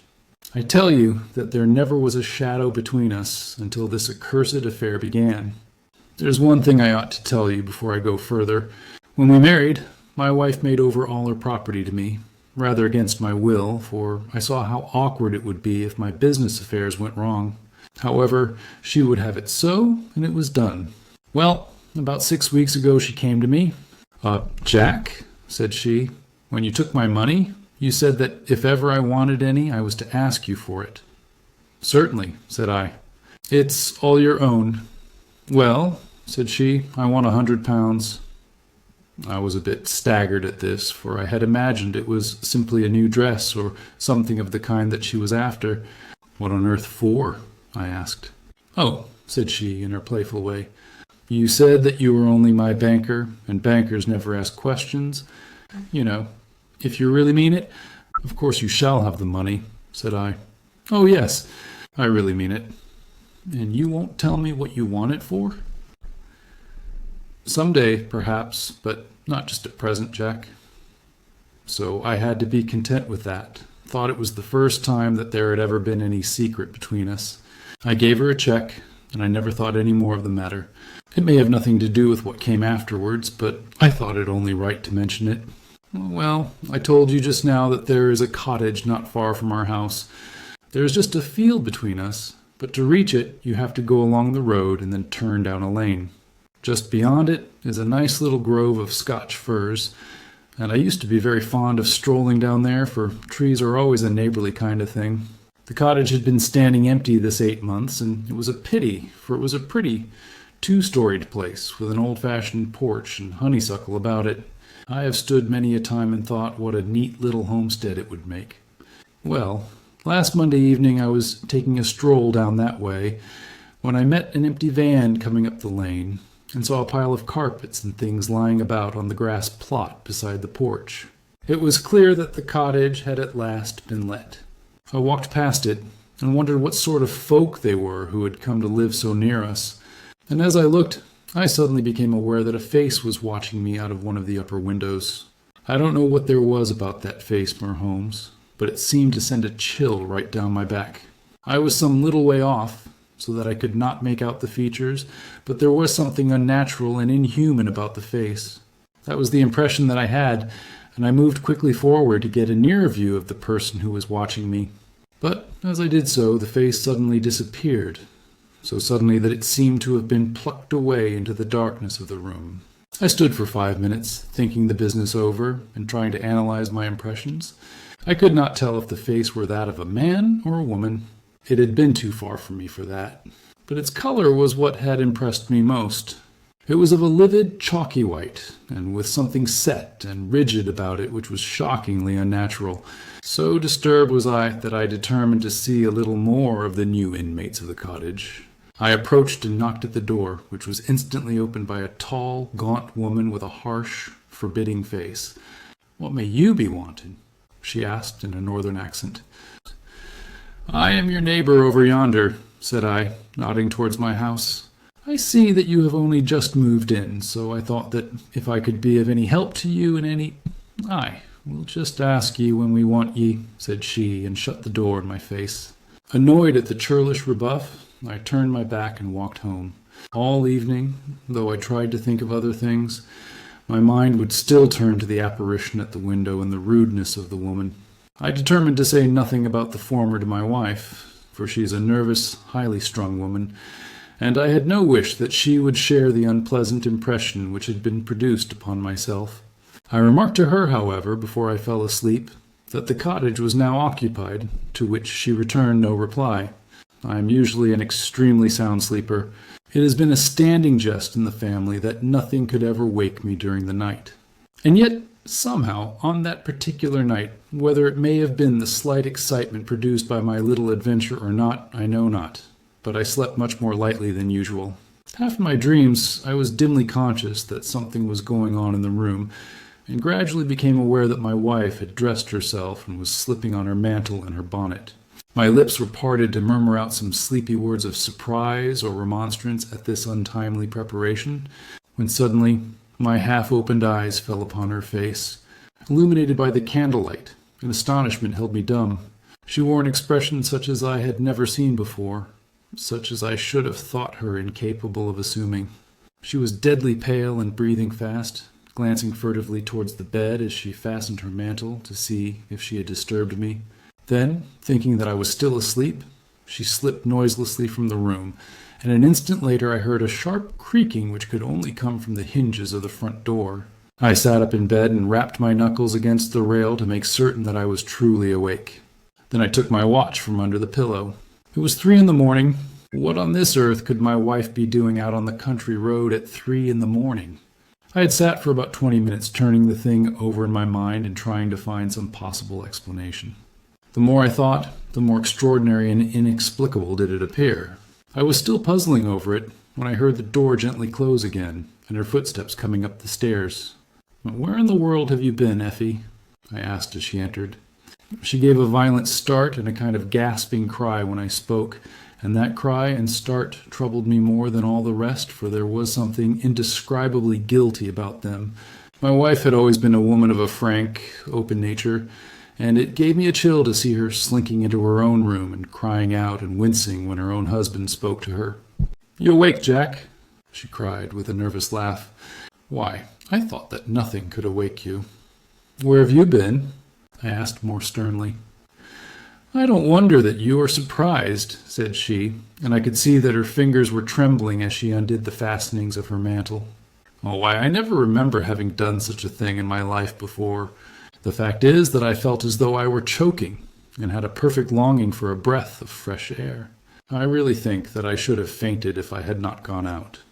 I stood at the door for a few minutes, and now I am quite myself again." All the time that she was telling me this story, she never once looked in my direction, and her voice was quite unlike her usual tones. It was evident to me that she was saying what was false. I said nothing in reply, but turned my face to the wall, sick at heart, with my mind filled with 1,000 venomous doubts and suspicions. What was it that my wife was concealing from me? Where had she been during that strange expedition?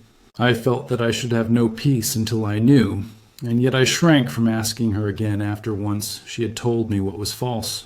All the rest of the night I tossed and tumbled, framing theory after theory, each more unlikely than the last. Well, I should have gone to the city that day, but I was too disturbed in my mind to be able to pay attention to business matters.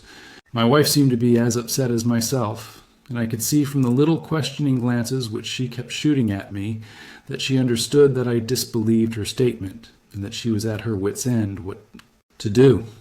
We hardly exchanged a word during breakfast, and immediately afterwards I went out for a walk, that I might think the matter out in the fresh morning air. I went as far as the Crystal Palace, spent an hour in the grounds, and was back in Norbury by 1 o'clock. It happened that my way took me past the cottage, and I stopped for an instant to look at the windows, and to see if I could catch a glimpse of the strange face which had looked out at me on the day before. As I stood there, imagine my surprise, Mr. Holmes, when the door suddenly opened and my wife walked out. I was struck dumb with astonishment at the sight of her, but my emotions were nothing to those which showed themselves upon her face when our eyes met. She seemed for an instant to wish to shrink back inside the house again, and then, seeing how useless all concealment must be, she came forward, with the very white face and frightened eyes which belied the smile upon her lips. "Ah, Jack," she said, "I have just been in to see if I can be of any assistance to our new neighbors. Why do you look at me like that, Jack? You're not angry with me?" "So," said I, "this is where you went during the night." "What do you mean?" she cried. "You came here, I am sure of it. Who are these people, that you should visit them at such an hour? I have not been here before. How can you tell me what you know is false? I cried.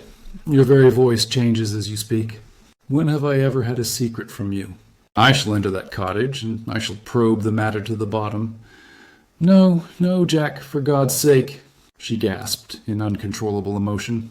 Then, as I approached the door, she seized my sleeve and pulled me back with convulsive strength. "Oh, I implore you not to do this, Jack," she cried. "I swear that I will tell you everything some day, but nothing but misery can come of it if you enter that cottage."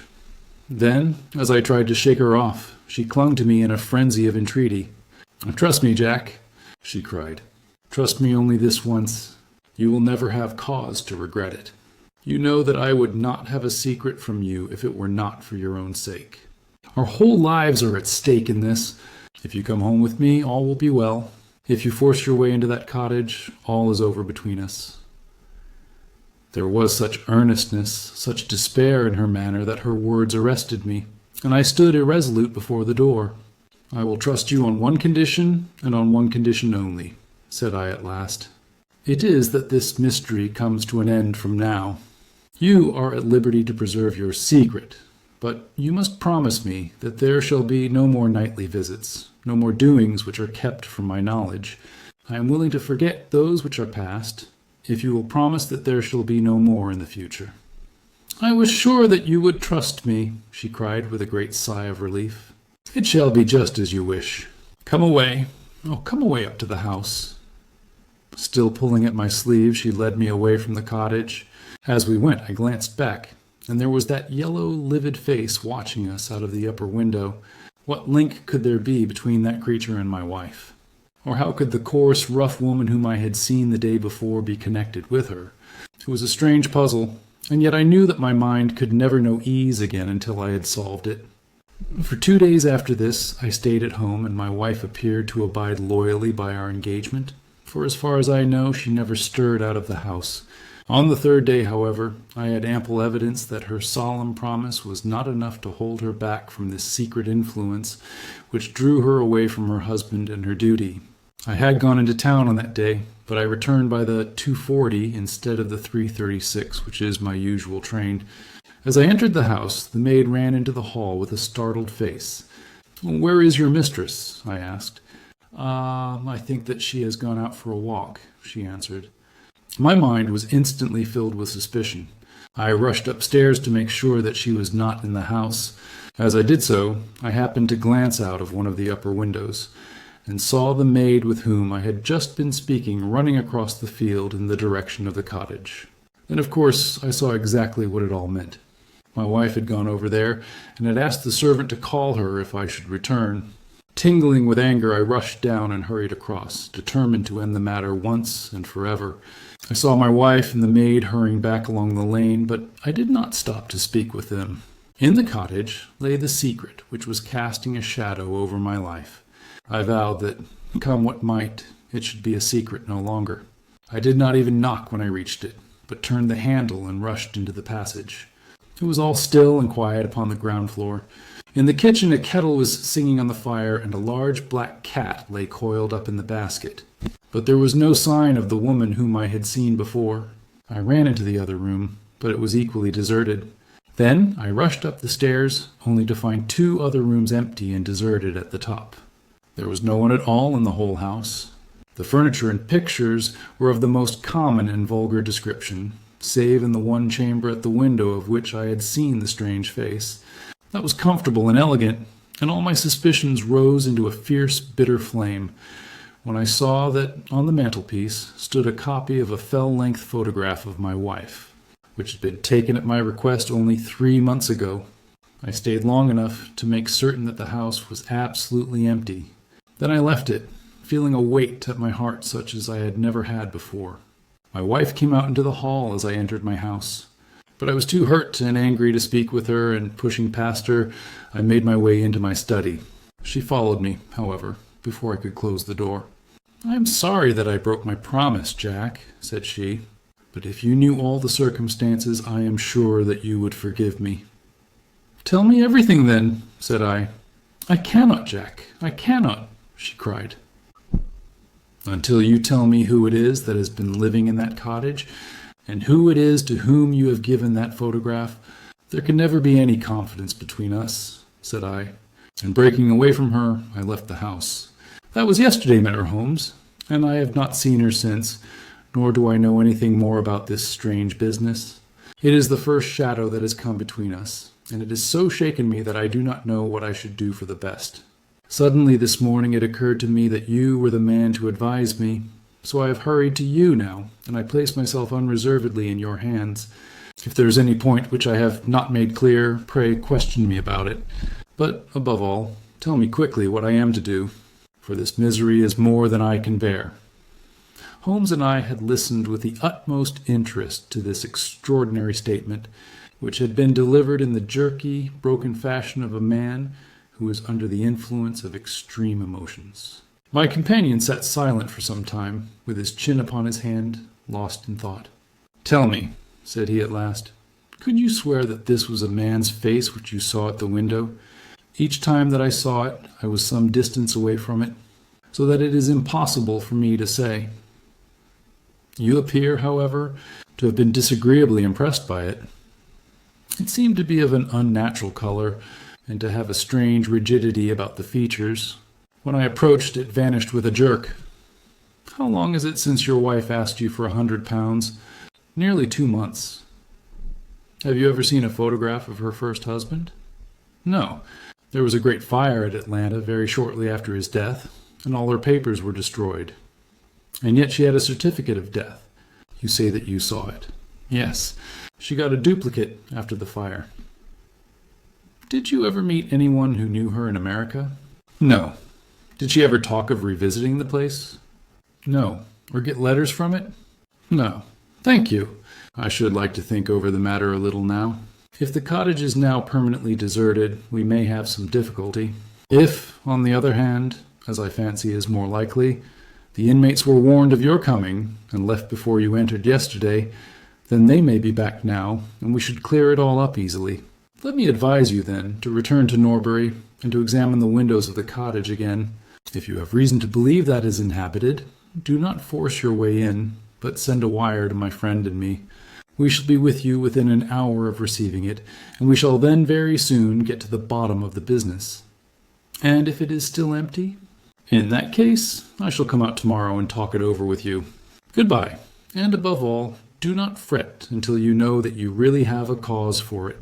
I am afraid that this is a bad business, Watson, said my companion, as he returned after accompanying Mr. Grant Munro to the door. What do you make of it? It had an ugly sound, I answered. Yes, there's blackmail in it, or I am much mistaken. And who is the blackmailer? Well, it must be the creature who lives in the only comfortable room in the place, and has her photograph above his fireplace. Upon my word, Watson, there is something very attractive about that livid face at the window, and I would not have missed the case for worlds. You have a theory? Yes, a provisional one, but I shall be surprised if it does not turn out to be correct. This woman's first husband is in that cottage. Why do you think so? How else can we explain her frenzied anxiety that her second one should not enter it? The facts as I read them are something like this. This woman was married in America. Her husband developed some hateful qualities. Or shall we say that he contracted some loathsome disease and became a leper or an imbecile? She flies from him at last, returns to England, changes her name, and starts her life, as she thinks, afresh. She has been married 3 years, and believes that her position is quite secure, having shown her husband the death certificate of some man whose name she has assumed, when suddenly her whereabouts is discovered by her first husband, or we may suppose, by some unscrupulous woman who has attached herself to the invalid. They write to the wife and threaten to come and expose her. She asks for £100 and endeavors to buy them off. They come in spite of it, and when the husband mentions casually to the wife that there are newcomers in the cottage, she knows in some way that they are her pursuers. She waits until her husband is asleep, and then she rushes down to endeavor to persuade them to leave her in peace. Having no success, she goes again next morning, and her husband meets her, as he has told us, as she comes out. She promises him then not to go there again. But 2 days afterwards, the hope of getting rid of those dreadful neighbors was too strong for her, and she made another attempt, taking down with her the photograph which had probably been demanded from her. In the midst of this interview, the maid rushed in to say that the master had come home, on which the wife, knowing that he would come straight down to the cottage, hurried the inmates out at the back door, into the grove of fir trees, probably, which was mentioned as standing near. In this way he found the place deserted. I shall be very much surprised, however, if it's still so when he reconnoiters it this evening. What do you think of my theory? It is all surmise, but at least it covers all the facts. When new facts come to our knowledge, which cannot be covered by it, it will be time enough to reconsider it. We can do nothing more until we have a message from our friend at Norbury. But we had not a very long time to wait for that. It came just as we had finished our tea. The cottage is still tenanted, it said. I have seen the face again at the window. We'll meet the 7 o'clock train, and we'll take no steps until you arrive. He was waiting on the platform when we stepped out, and we could see in the light of the station lamps that he was very pale and quivering with agitation. "They are still there, Mr. Holmes," said he, laying his hand hard upon my friend's sleeve. "I saw lights in the cottage as I came down. We shall settle it now, once and for all." "What is your plan, then?" asked Holmes, as he walked down the dark, tree-lined road. "I am going to force my way in and see for myself who is in the house. I wish you both to be there as witnesses." "You are quite determined to do this, in spite of your wife's warning that it is better that you should not solve the mystery?" "Yes, I am determined." "Well, I think that you are in the right. Any truth is better than indefinite doubt. We had better go up at once. Of course, legally we are putting ourselves hopelessly in the wrong, but I think that it is worth it." It was a very dark night, and a thin rain began to fall as we turned from the high road into a narrow lane, deeply rutted, with hedges on either side. Mr. Grant Munro pushed impatiently forward, however, and we stumbled after him as best we could. "There are the lights of my house," he murmured, pointing to a glimmer among the trees. "And here is the cottage which I am going to enter." We turned a corner in the lane as he spoke, and there was the building close beside us. A yellow bar falling across the black foreground showed that the door was not quite closed, and one window in the upper story was brightly illuminated. As we looked, we saw a dark blur moving across the blind. "There is that creature," cried Grant Munro. "You can see for yourselves that someone is there. Now follow me, and we shall soon know all." We approached the door, but suddenly a woman appeared out of the shadow and stood in the golden track of the lamplight. I could not see her face in the heat darkness, but her arms were thrown out in an attitude of entreaty. "For God's sake, don't, Jack!" she cried. "Oh, I had a presentiment that you would come this evening. Think better of it, dear. Trust me again, and you will never have cause to regret it." "I have trusted you too long, Effie," he cried sternly. "Leave go of me. I must pass you. My friends and I are going to settle this matter once and forever." He pushed her to one side, and we followed closely after him. As he threw the door open, an old woman ran out in front of him and tried to bar his passage, but he thrust her back, and an instant afterwards we were all upon the stairs. Grant Munro rushed into the lighted room at the top, and we entered at his heels. It was a cozy, well-furnished apartment, with 2 candles burning upon the table and 2 upon the mantelpiece. In the corner, stooping over a desk, there sat what appeared to be a little girl. Her face was turned away as we entered, but we could see that she was dressed in a red frock, and that she had long white gloves on. As she whisked round to us, I gave a cry of surprise and horror. The face which she turned towards us was of the strangest livid tint, and the features were absolutely devoid of any expression. An instant later the mystery was explained. Holmes, with a laugh, passed his hand behind the child's ear.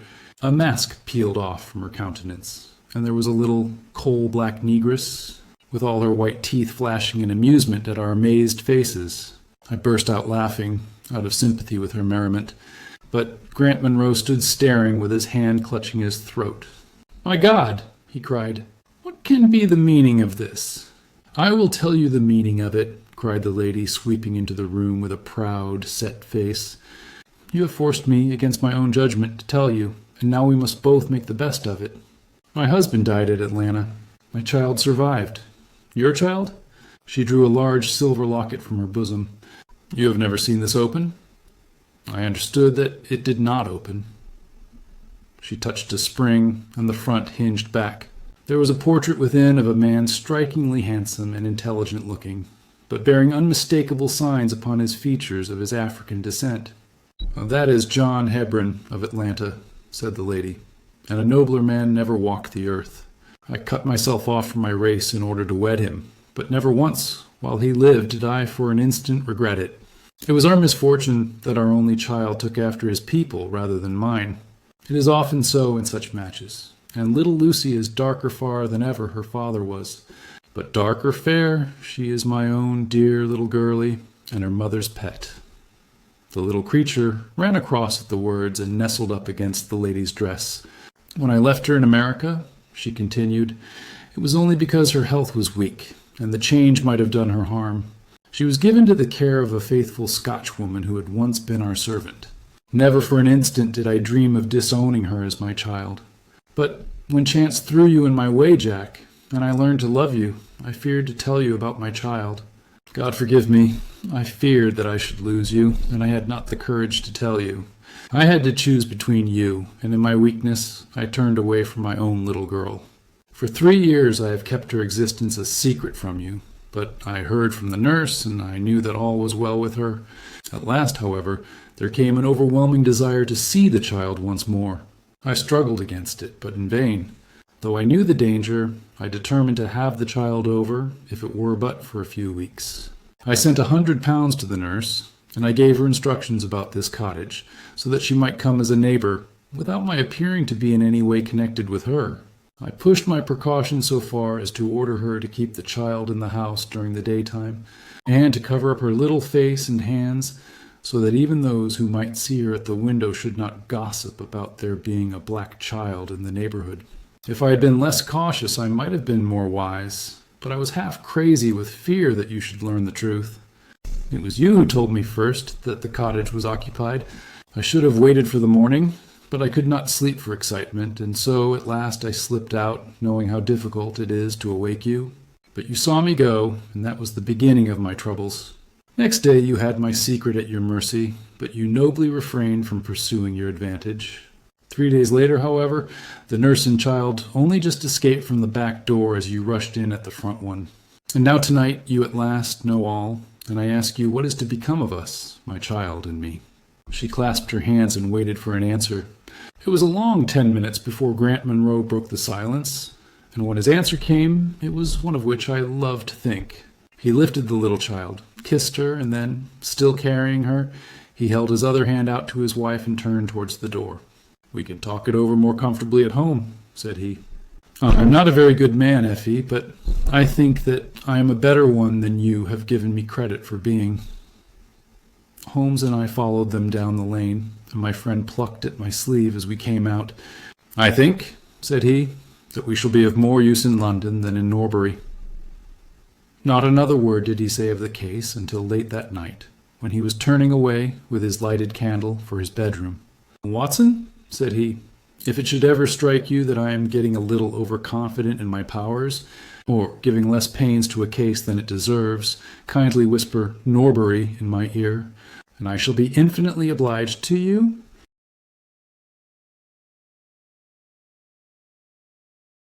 The stockbroker's clerk. Shortly after my marriage, I had bought a connection in the Paddington district. Old Mr. Farquhar, from whom I purchased it, had at one time an excellent general practice, but his age, and an affliction of the nature of St. Vitus's dance from which he suffered, had very much thinned it. The public not unnaturally goes on the principle that he who would heal others must himself be whole, and looks askance at the curative powers of the man whose own case is beyond the reach of his drugs. Thus, as my predecessor weakened, his practice declined until, when I purchased it from him, it had sunk from 1,200 to little more than 300 a year. I had confidence, however, in my own youth and energy, and was convinced that in a very few years the concern would be as flourishing as ever. For 3 months after taking over the practice, I was kept very closely at work, and saw little of my friend Sherlock Holmes, for I was too busy to visit Baker Street, and he seldom went anywhere himself save upon professional business. I was surprised, therefore, when, one morning in June, As I sat reading the British Medical Journal after breakfast, I heard a ring at the bell, followed by the high, somewhat strident tones of my old companion's voice. "Ah, my dear Watson," said he, striding into the room. "I'm very delighted to see you. I trust that Mrs. Watson has entirely recovered from all the little excitements connected with our adventure of the Sign of Four." "Thank you, we are both very well," said I, shaking him warmly by the hand.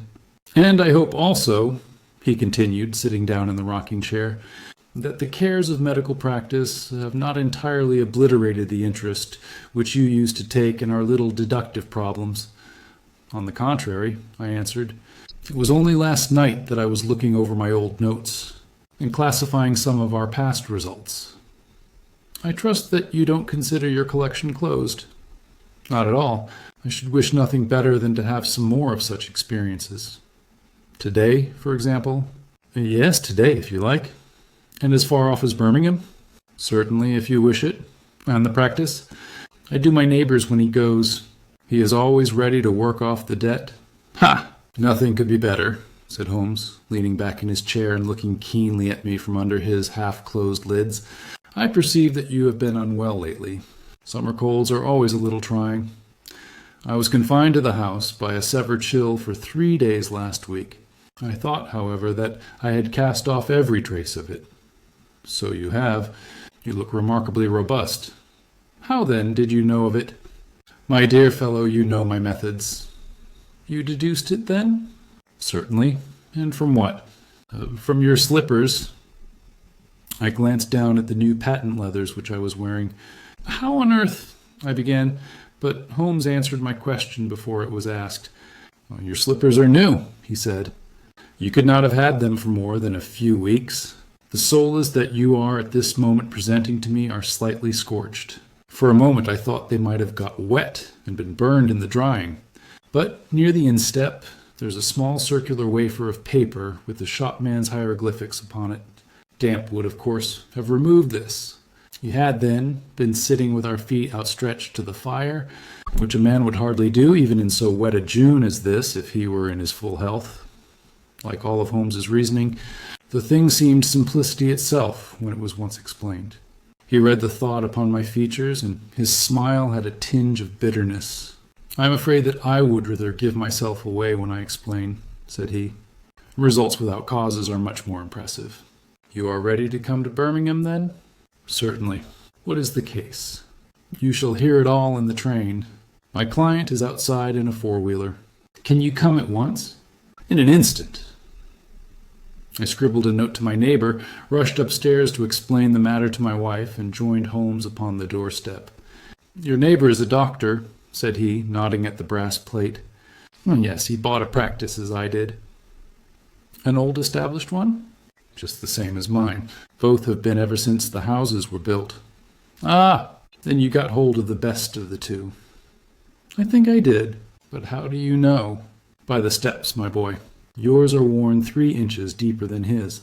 But this gentleman in the cab is my client, Mr. Hall Pycroft. Allow me to introduce you to him. Whip your horse up, cabby, for we have only just time to catch our train." The man whom I found myself facing was all-well built. Fresh-complexioned young fellow, with a frank, honest face and a slight, crisp yellow mustache. He wore a very shiny top hat and a neat suit of sober black, which made him look what he was, a smart young city man, of the class who have been labeled cockneys, but who give us our crack volunteer regiments, and who turn out more fine athletes and sportsmen than anybody of men in these islands. His round, ruddy face was naturally full of cheeriness, but the corners of his mouth seemed to me to be pulled down in a half-comical distress. It was not, however, until we were all in a first-class carriage and well started upon our journey to Birmingham, that I was able to learn what the trouble was which had driven him to Sherlock Holmes. "We have a clear run here of 70 minutes, Holmes remarked. "I want you, Mr. Hall Pycroft, to tell my friend your very interesting experience exactly as you have told it to me, or with more detail if possible. It will be of use to me to hear the succession of events again. It is a case, Watson, which may prove to have something in it, or may prove to have nothing, but which, at least, presents those unusual and outer features which are as dear or to you as they are to me. Now, Mr. Pycroft, I shall not interrupt you again." Our young companion looked at me with a twinkle in his eye. "The worst of the story is," said he, "that I show myself up as such a confounded fool. Of course, it may work out all right, and I don't see that I could have done otherwise. But if I have lost my crib and get nothing in exchange, I shall feel what a soft Johnny I have been. I'm not very good at telling a story, Dr. Watson, but it is like this with me. I used to have a billet at Coxon and Woodhouse's of Draper's Gardens, but they were let in early in the spring through the Venezuelan loan, as no doubt you remember, and came a nasty cropper. I had been with them 5 years, and old Coxon gave me a ripping good testimonial when the smash came, but of course we clerks were all turned adrift, the 27 of us. I tried here and tried there, but there were lots of other chaps in the same lay as myself, and it was a perfect frost for a long time.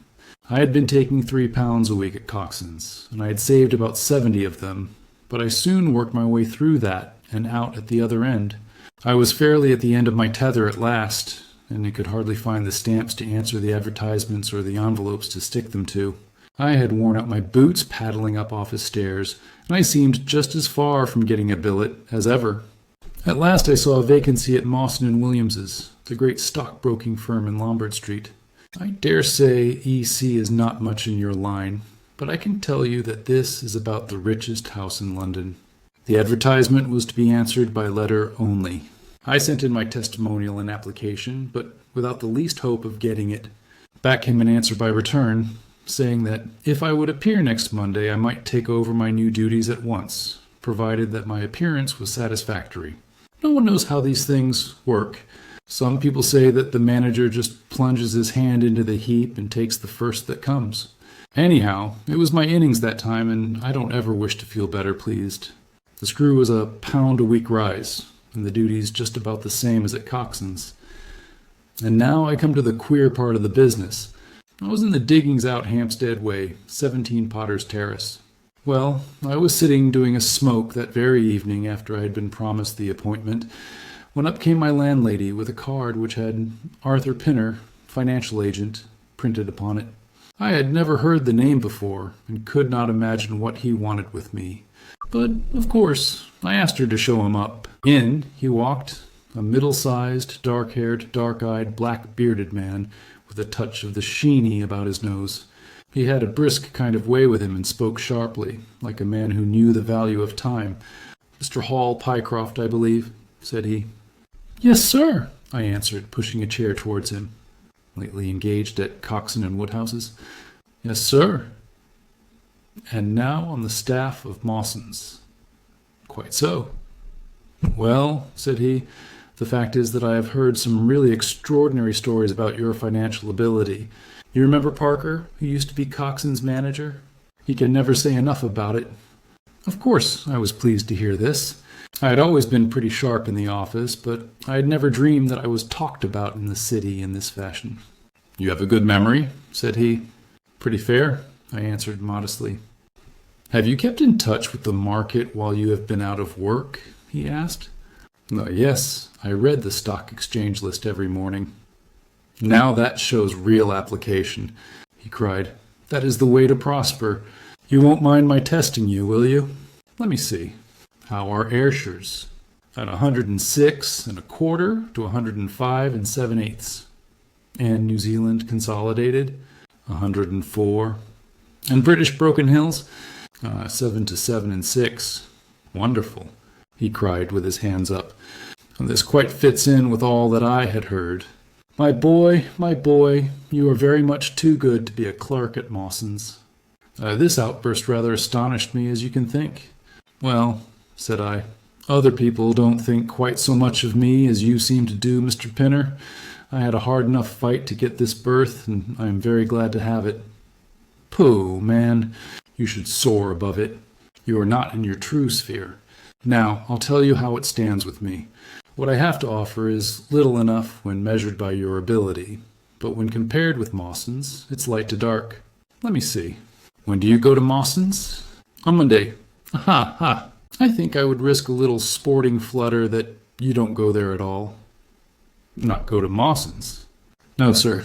By that day, you will be the business manager of the Franco-Midland Hardware Company, Limited, with 134 branches in the towns and villages of France, not counting one in Brussels and one in San Remo. This took my breath away. I never heard of it, said I. Very likely not. It has been kept very quiet, for the capital was all privately subscribed, and it's too good a thing to let the public into. My brother, Harry Pinner, is promoter and joins the board after allotment as managing director. He knew I was in the swim down here and asked me to pick up a good man cheap. A young, pushing man with plenty of snap about him. Parker spoke of you, and that brought me here tonight. We can only offer you a beggarly 500 to start with. 500 a year, I shouted. And only that at the beginning? But you are to have an overriding commission of 1% on all business done by your agents, and you may take my word for it that this will come to more than your salary. But I know nothing about hardware. Tut, my boy, you know about figures. My head buzzed, and I could hardly sit still in my chair, but suddenly a little chill of doubt came upon me. I must be frank with you, said I. Mawson only gives me 200, but Mawson is safe. Now, really, I know so little about your company that— Ah, smart, smart, he cried in a kind of ecstasy of delight. You are the very man for us. You are not to be talked over, and quite right, too. Now, here's a note for £100, and if you think that we can do business, you may just slip it into your pocket as an advance upon your salary. That is very handsome, said I. When should I take over my new duties? Be in Birmingham tomorrow at 1, said he. I have a note in my pocket here which you will take to my brother. You will find him at 126B Corporation Street, where the temporary offices of the company are situated. Of course he must confirm your engagement, but between ourselves it will be all right. Really, I hardly know how to express my gratitude, Mr. Pinner, said I. Not at all, my boy. You have only got your deserts. There are one or two small things, mere formalities, which I must arrange with you. You have a bit of paper beside you there. Kindly write upon it, I'm perfectly willing to act as business manager to the Franco-Midland Hardware Company, Limited, at a minimum salary of $500. I did, as he asked, and he put the paper in his pocket. There is one other detail, said he. What do you intend to do about Mawson's? I had forgotten all about Mawson's in my joy. I'll write and resign, said I. Precisely what I don't want you to do. I had a row over you with Mawson's manager. I had gone up to ask him about you, and he was very offensive. Accused me of coaxing you away from the service of the firm and that sort of thing. At last, I fairly lost my temper. If you want good men, you should pay them a good price, said I. He would rather have our small price than your big one, said he. Well, I'll lay you a $5, said I. That when he has my offer, you'll never so much as hear from him again. Well done, said he. We picked him out of the gutter, and he won't leave us so easily. Those were his very words. The impudent scoundrel, I cried. I've never so much as seen him in my life. Why should I consider him in any way? I shall certainly not write if you would rather I didn't. Good. That's a promise, said he, rising from his chair. Well, I'm delighted to have got so good a man for my brother. Here's your advance of £100, and here's the letter. Make a note of the address, 126B Corporation Street, and remember that 1 o'clock tomorrow is your appointment. Good night, and may you have all the fortune that you deserve. That's just about all that passed between us, as near as I can remember. You can imagine, Dr. Watson, how pleased I was at such an extraordinary bit of good fortune.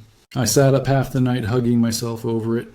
The next day I was off to Birmingham in a train that would take me in plenty time for my appointment. I took my things to a hotel in New Street, and then I made my way to the address which had been given me. It was a quarter of an hour before my time, but I thought that would make no difference. 126B was a passage between two large shops, which led to a winding stone stair from which there were many flats, let as offices to companies or professional men. The names of the occupants were painted at the bottom on the wall, but there was no such name as the Franco-Midland Hardware Company, Limited. I stood for a few minutes with my heart in my boots, wondering whether the whole thing was an elaborate hoax or not. when up came a man and addressed me. He was very like the chap I had seen the night before. The same figure and voice, but he was clean-shaven and his hair was lighter. "Are you Mr. Hall, Pycroft?" he asked. "Yes," said I. "Oh, I was expecting you, but you are a trifle before your time.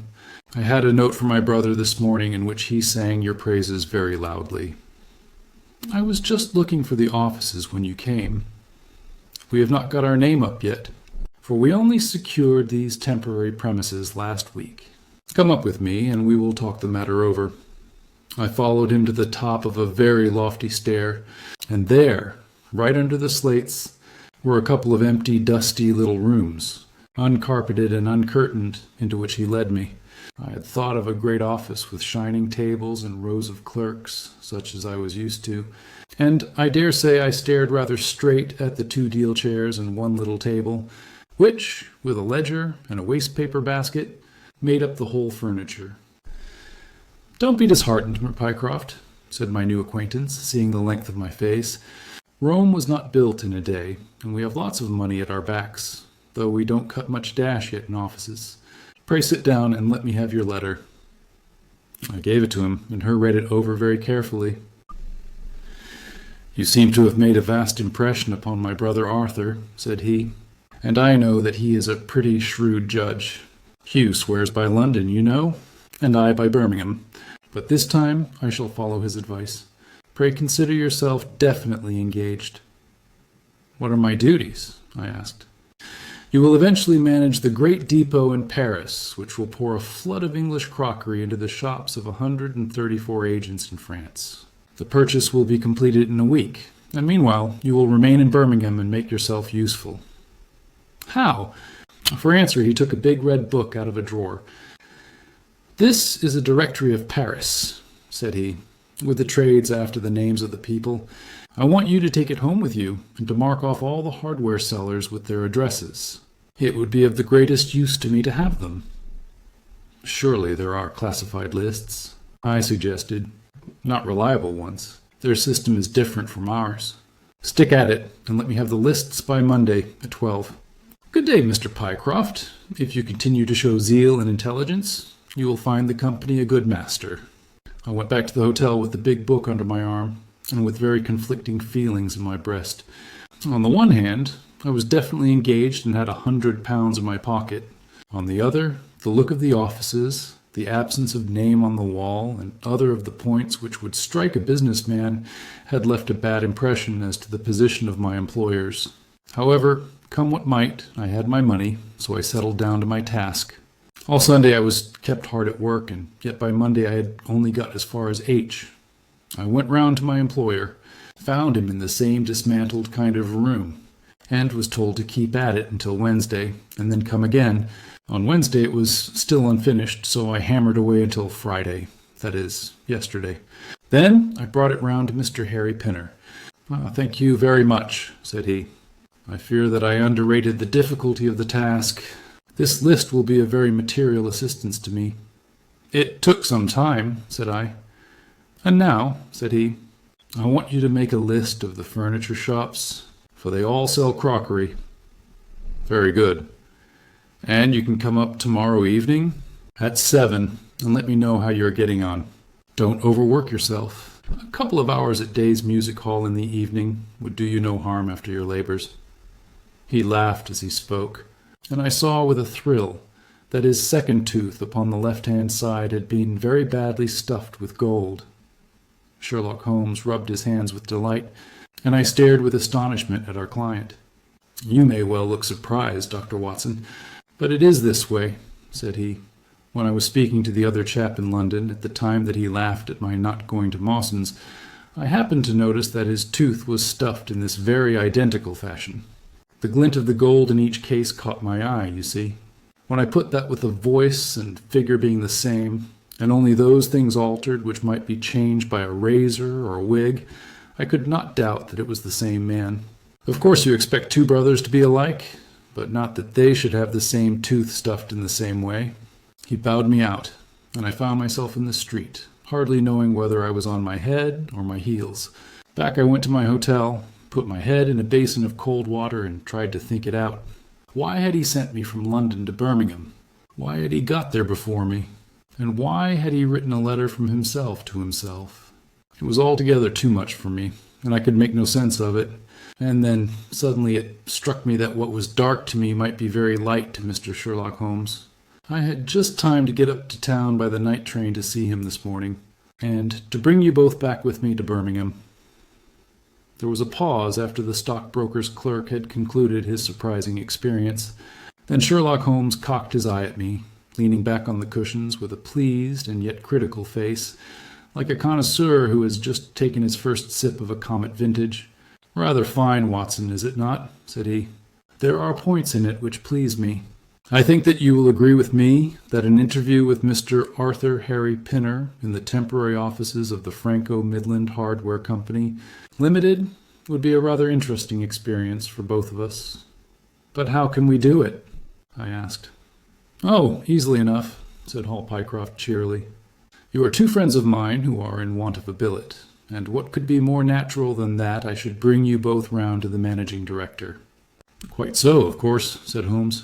"I should like to have a look at the gentleman and see if I can make anything of his little game. What qualities have you, my friend, which would make your services so valuable? Or is it possible that—" He began biting his nails and staring blankly out of the window, and we hardly drew another word from him until we were in New Street. At 7 o'clock that evening we were walking, the three of us, down Corporation Street to the company's offices. "It is no use our being at all before our time," said our client. "He only comes there to see me, apparently, for the place is deserted up to the very hour he names." "That is suggestive," remarked Holmes. "By Jove, I told you so," cried the clerk. "That's he walking ahead of us there."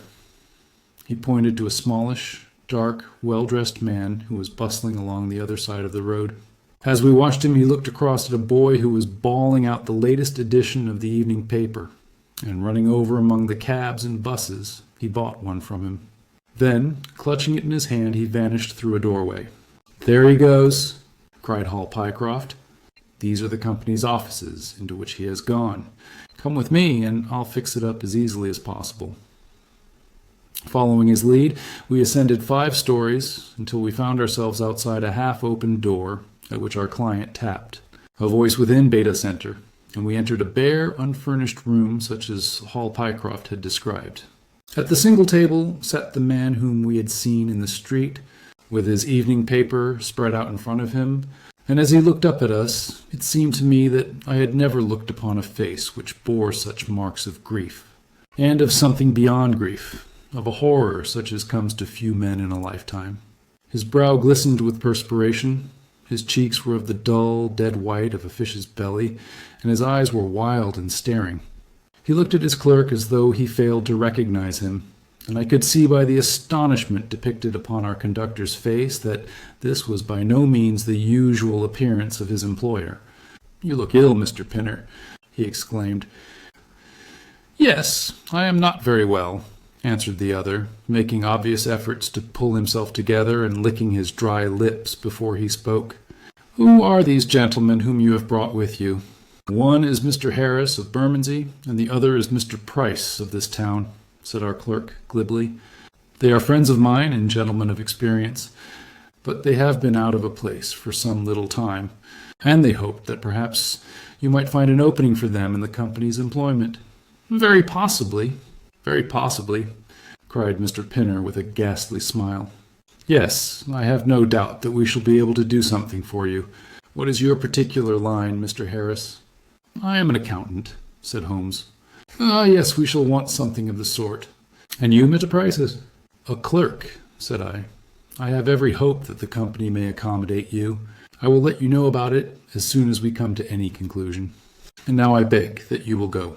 For God's sake, leave me to myself." These last words were shot out of him, as though the constraint which he was evidently setting upon himself had suddenly and utterly burst asunder. Holmes and I glanced at each other, and Hall Pycroft took a step towards the table. "You forget, Mr. Pinner, that I am here by appointment to receive some directions from you," said he. "Certainly, Mr. Pycroft, certainly," the other resumed in a calmer tone. "You may wait here a moment, and there is no reason why your friends should not wait with you. I will be entirely at your service in 3 minutes. if I might trespass upon your patience so far." He rose with a very courteous air, and, bowing to us, he passed out through a door at the farther end of the room, which he closed behind him. "What now?" whispered Holmes. "Is he giving us the slip?" "Impossible," answered Pycroft. "Why so?" "Why, that door leads into an inner room." "There is no exit?" "None." "Is it furnished?" "It was empty yesterday." "Then what on earth can he be doing?" "There is something which I don't understand in his manner. If ever a man was 3 parts mad with terror, that man's name is Pinner. What can have put the shivers on him?" "He suspects that we are detectives," I suggested. "That's it!" cried Pycroft. Holmes shook his head. He did not turn pale.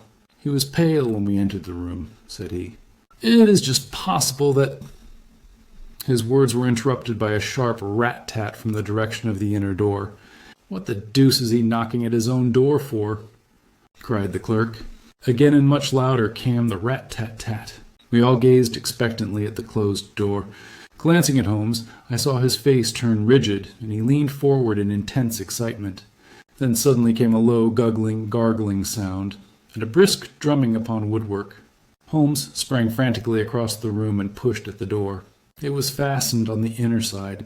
Following his example, we threw ourselves upon it with all our weight. One hinge snapped, then the other, and down came the door with a crash. Rushing over it, we found ourselves in the inner room. It was empty, but it was only for a moment that we were at fault. At one corner, the corner nearest the room which we had left, there was a second door. Holmes sprang to it and pulled it open. A coat and waistcoat were lying on the floor, and from a hook behind the door, with his own braces round his neck, was hanging the managing director of the Franco-Midland Hardware Company. His knees were drawn up, his head hung at a dreadful angle to his body, and the clatter of his heels against the door made the noise which had broken in upon our conversation. In an instant I had caught him round the waist and held him up, while Holmes and Pycroft untied the elastic bands which had disappeared between the livid creases of skin. Then we carried him into the other room, where he lay with a clay-colored face, puffing his purple lips in and out with every breath, a dreadful wreck of all that he had been but 5 minutes before. "What do you think of him, Watson?" asked Holmes. I stooped over him and examined him. His pulse was feeble and intermittent, but his breathing grew longer, and there was a little shivering of his eyelids which showed a thin white slit of ball beneath. "It has been touch and go with him," said I, "but he'll live now. Just open that window and hand me the water carafe." I undid his collar, poured the cold water over his face, and raised and sank his arms until he drew a long, natural breath. "It's only a question of time now," said I, as I turned away from him. Holmes stood by the table with his hands deep in his trousers pockets and his chin upon his breast. "I suppose we ought to call the police in now," said he. "And yet I confess that I'd like to give them a complete case when they come." "It's a blessed mystery to me," cried Pycroft, scratching his head. "Whatever they wanted to bring me all the way up here for, and then— Pooh! All that is clear enough," said Holmes impatiently. It is this last sudden move." "You understand the rest, then?" "I think that it is fairly obvious. What do you say, Watson?" I shrugged my shoulders. "I must confess that I am out of my depths," said I. "Oh, surely, if you consider the events at first, they can only point to one conclusion." "What do you make of them?" "Well, the whole thing hinges upon 2 points. The first is the making of Pycroft write a declaration by which he entered the service of this preposterous company. Do you not see how very suggestive that is?" "I'm afraid I missed the point." "Well, why did they want him to do it? Not as a business matter, for these arrangements are usually verbal, and there was no earthly business reason why this should be an exception. Don't you see, my young friend, that they were very anxious to obtain a specimen of your handwriting, and had no other way of doing it?" "And why?" "Quite so. Why? When we answer that, we have made some progress with our little problem. Why, there can be only one adequate reason. Someone wanted to learn to imitate your writing, and had to procure a specimen of it first. And now, if we pass on to the second point, we find that each throws light upon the other. That point is the request made by Pinner that you should not resign your place, but should leave the manager of this important business in the full expectation that a Mr. Hall Pycroft, whom he had never seen, was about to enter the office upon the Monday morning. "My God!" cried our client. "What a blind beetle I have been! Now you see the point about the handwriting. Suppose that someone turned up in your place who wrote a completely different hand from that in which you had applied for the vacancy. Of course, the game would have been up. But in the interval, the rogue had learned to imitate you, and his position was therefore secure, as I presume that nobody in the office had ever set eyes upon you." "Not a soul," groaned Hall Pycroft. "Very good. Of course, it was of the utmost importance to prevent you from thinking better of it, and also to keep you from coming into contact with anyone who might tell you that your double was at work in Mawson's office.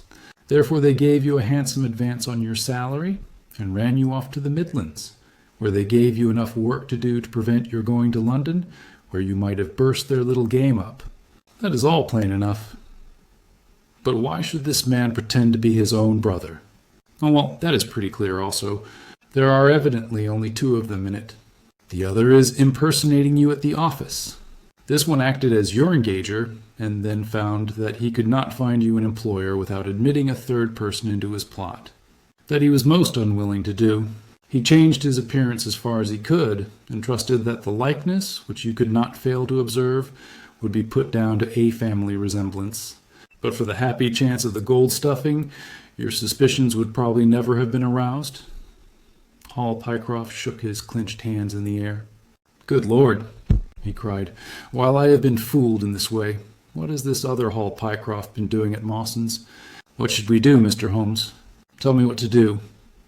"We must wire to Mawson's. They shut at 12 on Saturdays." "Never mind. There may be some doorkeeper or attendant." "Ah, yes. They keep a permanent guard there on account of the value of the securities that they hold. I remember hearing it talked of in the city." "Very good. We shall wire to him and see if all is well, and if a clerk of your name is working there." "That is clear enough. But what is not so clear is why at sight of us one of the rogues should instantly walk out of the room and hang himself." "The paper," croaked a voice behind us. The man was sitting up, blanched and ghastly, with returning reason in his eyes, and hands which rubbed nervously at the broad red band which still encircled his throat. "The paper, of course," yelled Holmes, in a paroxysm of excitement. "Idiot that I was! I thought so must of our visit that the paper never entered my head for an instant. To be sure, the secret must be there." He flattened it out upon the table, and a cry of triumph burst from his lips. "Look at this, Watson!" he cried. "It is a London paper, an early edition of the Evening Standard. Here is what we want. Look at the headlines. Crime in the City. Murder at Mawson and Williams. Gigantic attempted robbery. Capture of the criminal. Here, Watson, we are all equally anxious to hear it, so kindly read it aloud to us." It appeared from its position in the paper to have been the one event of importance in town, and the account of it ran in this way. A desperate attempt at robbery, culminating in the death of one man and the capture of the criminal, occurred this afternoon in the city. For some time back, Mawson and Williams, the famous financial house, have been the guardians of securities which amount in the aggregate to a sum of considerably over £1,000,000. So conscious was the manager of the responsibility which devolved upon him in consequence of the great interests at stake that safes of the very latest construction have been employed, and an armed watchman has been left day and night in the building. It appears that last week a new clerk named Hall Pycroft was engaged by the firm. This person appears to have been none other than Beddington, the famous forger and cracksman who, with his brother, had only recently emerged from a 5 years' spell of penal servitude. By some means, which are not yet clear, he succeeded in winning, under a false name, this official position in the office, which he utilized in order to obtain molding of various locks, and a thorough knowledge of the position of the strong room and the safes. It is customary at Mawson's for the clerks to leave at midday on Saturday. Sergeant Toussaint, of the city police, was somewhat surprised, therefore, to see a gentleman with a carpet-bag come down the steps at 20 minutes past 1. His suspicions being aroused, the sergeant followed the man, and, with the aid of Constable Pollock, succeeded, after a most desperate resistance, in arresting him. It was at once clear that a daring and gigantic robbery had been committed. Nearly £100,000 worth of American railway bonds, with a large amount of scrip in mines and other companies, was discovered in the bag. On examining the premises, the body of the unfortunate watchman was found doubled up and thrust into the largest of the safes, where it would not have been discovered until Monday morning had it not been for the prompt action of Sergeant Tucson. The man's skull had been shattered by a blow from a poker delivered from behind. There could be no doubt that Beddington had obtained entrance by pretending that he had left something behind him, and having murdered the watchman, rapidly rifled the large safe, and then made off with his booty. His brother, who usually works with him, has not appeared in this job as far as can at present be ascertained, although the police are making energetic inquiries as to his whereabouts. Well, we may save the police some little trouble in that direction, said Holmes, glancing at the haggard figure huddled up by the window. Human nature is a strange mixture, Watson. You see that even a villain and murderer can inspire such affection that his brother turns to suicide when he learns that his neck is forfeited. However, we have no choice as to our action. The doctor and I will remain on guard, Mr. Pycroft, if you will have the kindness to step out for the police.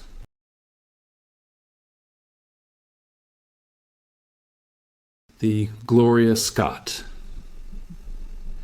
I have some papers here, said my friend Sherlock Holmes, as we sat one winter's night on either side of the fire, which I really think, Watson, that it would be worth your while to glance over. These are the documents in the extraordinary case of the Gloria Scott, and this is the message which struck Justice of the Peace Trevor dead with horror when he read it. He had picked from a drawer a little tarnished cylinder, and, undoing the tape, he handed me a short note scrawled upon a half-sheet of slate grey paper. "The supply of game for London is going steadily up," it ran. Headkeeper Hudson, we believe, had been now told to receive all orders for flypaper and for preservation of your hen pheasant's life. As I glanced up from reading this enigmatical message, I saw Holmes chuckling at the expression upon my face. "You look a little bewildered," said he. "I cannot see how such a message as this could inspire horror. It seems to me to be rather grotesque than otherwise." "Very likely. Yet the fact remains that the reader, who was a fine, robust old man, was knocked clean down by it as if it had been the butt end of a pistol." "You arouse my curiosity," said I. "But why did you say just now that there were very particular reasons why I should study this case?" "Because it was the first in which I was ever engaged." I had often endeavored to elicit from my companion what had first turned his mind in the direction of criminal research, but had never caught him before in a communicative humor. Now he sat forward in this armchair and spread out the documents upon his knees. Then he lit his pipe and sat for some time smoking and turning them over. "You never heard me talk of Victor Trevor?" he asked. "He was the only friend I made during the 2 years I was at college. I was never a very sociable fellow, Watson, always rather fond of moping in my rooms and working out my own little methods of thought, so that I never mixed much with the men of my year.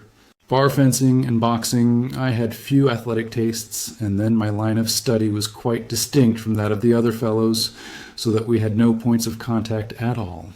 Trevor was the only man I knew, and that only through the accident of his bull terrier freezing onto my ankle one morning as I went down to chapel.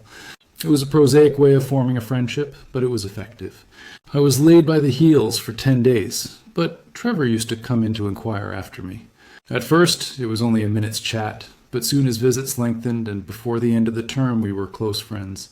He was a hearty, full-blooded fellow, full of spirits and energy, the very opposite to me in most respects, but we had some subjects in common, and it was a bond of union when I found that he was as friendless as I.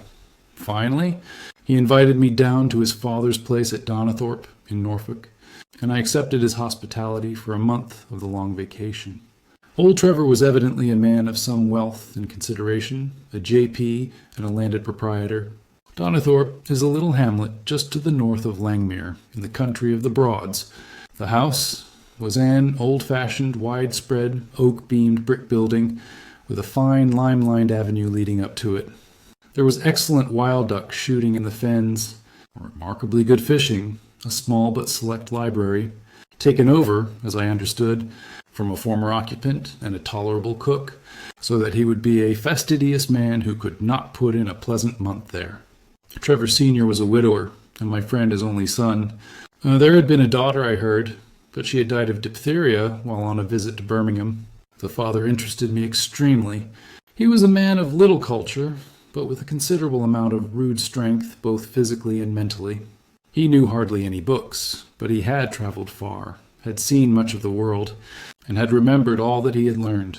In person, he was a thick-set, burly man with a shock of grizzled hair, a brown, weather-beaten face, and blue eyes which were keen to the verge of fierceness. Yet he had a reputation for kindness and charity on the countryside, and was noted for the leniency of his sentences from the bench.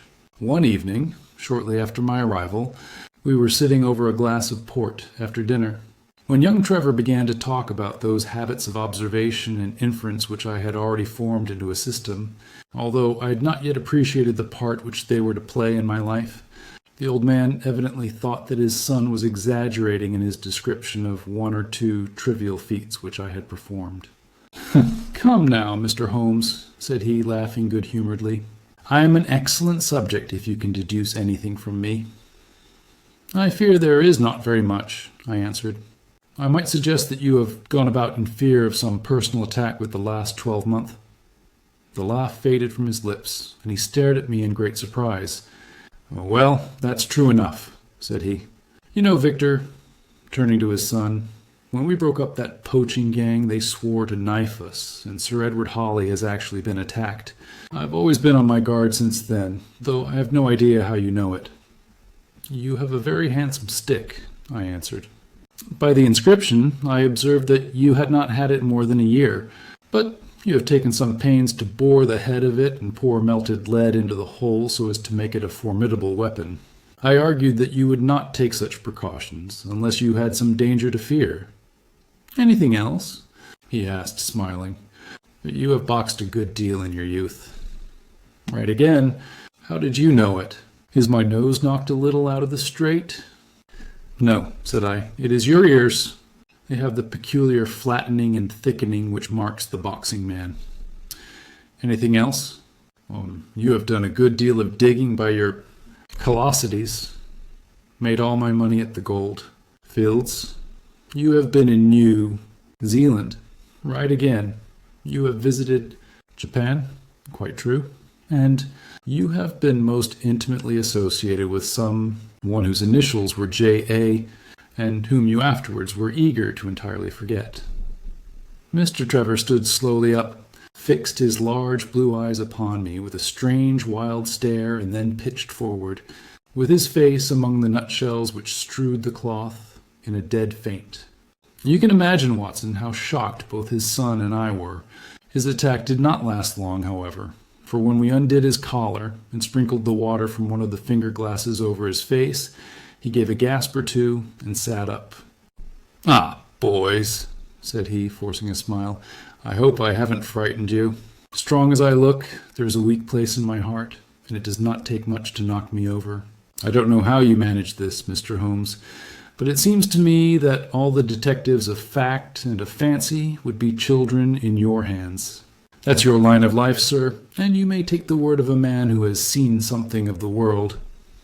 And that recommendation, with the exaggerated estimate of my ability with which he prefaced it, was, if you will believe me, Watson, the very first thing which ever made me feel that a profession might be made out of what had up to that time been the merest hobby. At the moment, however, I was too much concerned at the sudden illness of my host to think of anything else. "I hope that I have said nothing to pain you," said I. "Well, you certainly touched upon rather a tender point. Might I ask how you know, and how much you know?" He spoke now in a half-jesting fashion, but a look of terror still lurked at the back of his eyes. "It is simplicity itself," said I. "When you bared your arm to draw that fish into the boat, I saw that J.A. had been tattooed in the bend of the elbow. The letters were still legible, but it was perfectly clear from their blurred appearance and from the staining of the skin around them that efforts had been made to obliterate them. It was obvious, then, that those initials had once been very familiar to you, and that you had afterwards wished to forget them." What an eye you have!" he cried with a sigh of relief. "It is just as you say, but we won't talk of it. Of all ghosts, the ghosts of our old lovers are the worst. Come into the billiard room and have a quiet cigar." From that day, amid all his cordiality, there was always a touch of suspicion in Mr. Trevor's manner towards me. Even his son remarked it. "You've given the governor such a turn," said he, "that he'll never be sure again of what you know and what you don't know." He did not mean to show it, I am sure, but it was so strongly in his mind that it peeped out at every action. At last I became so convinced that I was causing him uneasiness that I drew my visit to a close. On the very day, however, before I left, an incident occurred which proved in the sequel to be of importance. We were sitting out upon the lawn on garden chairs, the three of us, basking in the sun and admiring the view across the Broads, when a maid came out to say that there was a man at the door who wanted to see Mr. Trevor. "What is his name?" asked my host. "He would not give any? What does he want, then?" "He says that you know him, and that he only wants a moment's conversation." "Show him round here." An instant afterwards there appeared a little wizened fellow with a cringing manner and a shambling style of walking. He wore an open jacket, with a splotch of tar on the sleeve, a red and black check shirt, dungaree trousers, and heavy boots badly worn. His face was thin and brown and crafty, with a perpetual smile upon it, which showed an irregular line of yellow teeth, and his crinkled hands were half closed in a way that is distinctive of sailors. As he came slouching across the lawn, I heard Mr. Trevor make a sort of hiccoughing noise in his throat, and jumping out of his chair, he ran into the house. He was back in a moment, and I smelt a strong reek of brandy as he passed me. "Well, my man," said he, "what can I do for you?" The sailor stood looking at him with puckered eyes, and with the same loose-lipped smile upon his face. "You don't know me?" he asked. "Why, dear me, it is surely Hudson," said Mr. Trevor in a tone of surprise. "Hudson it is, sir," said the seaman. "Why, it's 30 year and more since I saw you last. Here you are in your house, and me still picking my salt meat out of the harness cask." "Tut! You will find that I have not forgotten old times," cried Mr. Trevor, and, walking towards the sailor, he said something in a low voice. "Go into the kitchen," he continued out loud, "and you will get food and drink. I have no doubt that I shall find you a situation." "Thank you, sir," said the seaman, touching his forelock. "I'm just off a 2-yearer in an 8-knot tramp, short-handed at that, and I wants a rest. I thought I'd get it either with Mr. Beddoes or with you." "Ah," cried Trevor, "you know where Mr. Beddoes is?" "Ah, bless you, sir, I know where all my old friends are," said the fellow with a sinister smile, and he slouched off after the maid to the kitchen. Mr. Trevor mumbled something to us about having been shipmate with the man when he was going back to the diggings, and then, leaving us on the lawn, he went indoors. An hour later, when we entered the house, we found him stretched dead drunk upon the dining-room sofa. The whole incident left a most ugly impression upon my mind, and I was not sorry next day to leave Donnithorpe behind me, for I felt that my presence must be a source of embarrassment to my friend. All this occurred during the first month of the long vacation. I went up to my London rooms, where I spent 7 weeks working out a few experiments in organic chemistry. One day, however, when the autumn was far advanced and the vacation drawing to a close, I received a telegram from my friend imploring me to return to Donnithorpe, and saying that he was in great need of my advice and assistance. Of course, I dropped everything and set out for the north once more. He met me with the dog-cart at the station, and I saw at a glance that the last 2 months had been very trying ones for him. He had grown thin and careworn, and had lost the loud, cheery manner for which he had been remarkable.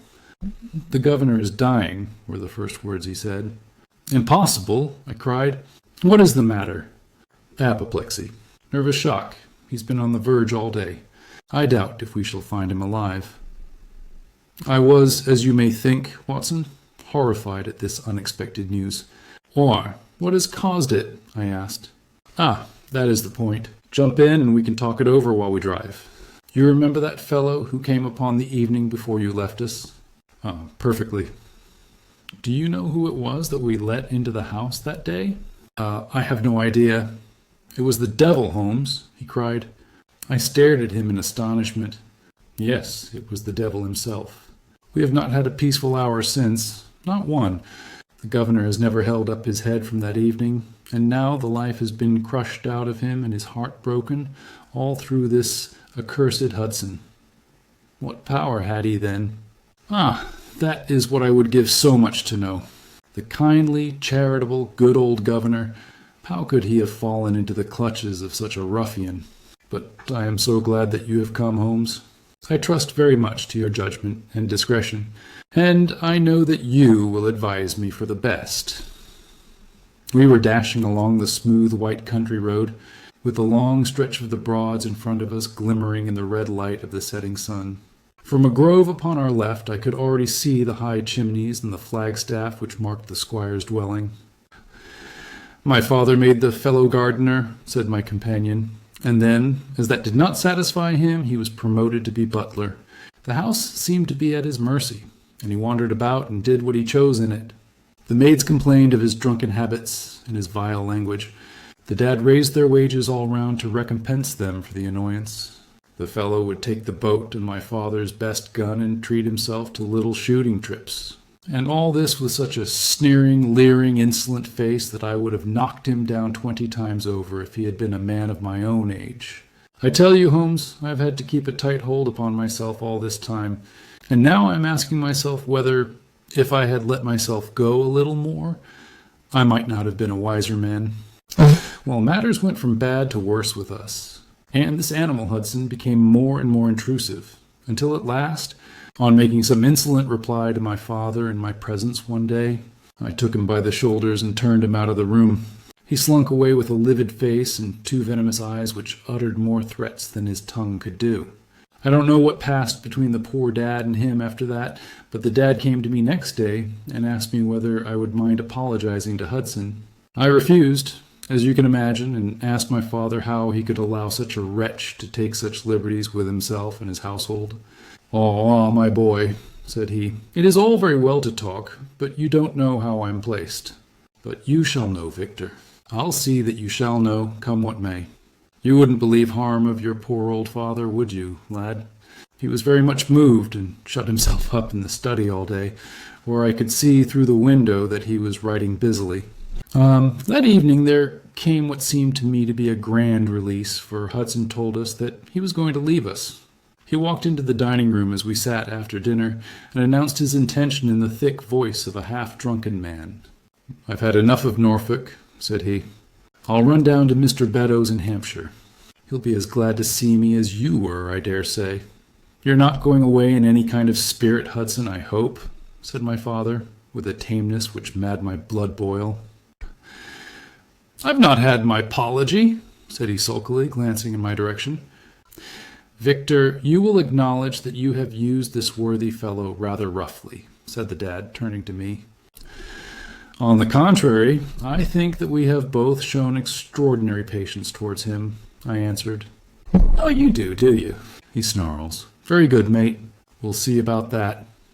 He slouched out of the room, and half an hour afterwards left the house, leaving my father in a state of pitiable nervousness. Night after night I heard him pacing his room, and it was just as he was recovering his confidence that the blow did at last fall. "And how?" I asked eagerly. "In a most extraordinary fashion.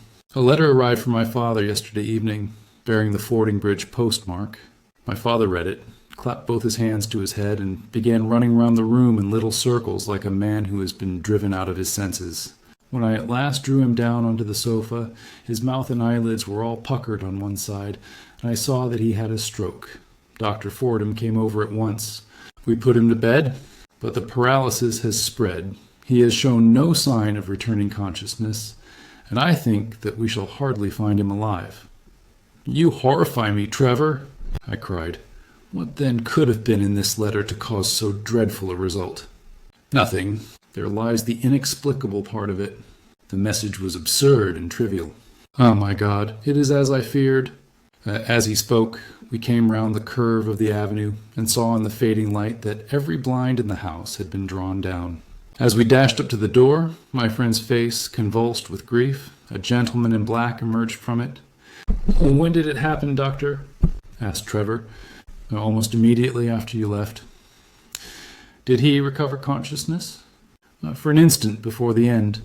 Any message for me? Only that the papers were in the back drawer of the Japanese cabinet. My friend ascended with the doctor to the chamber of death, while I remained in the study, turning the whole matter over and over in my head, and feeling as somber as ever I had done in my life.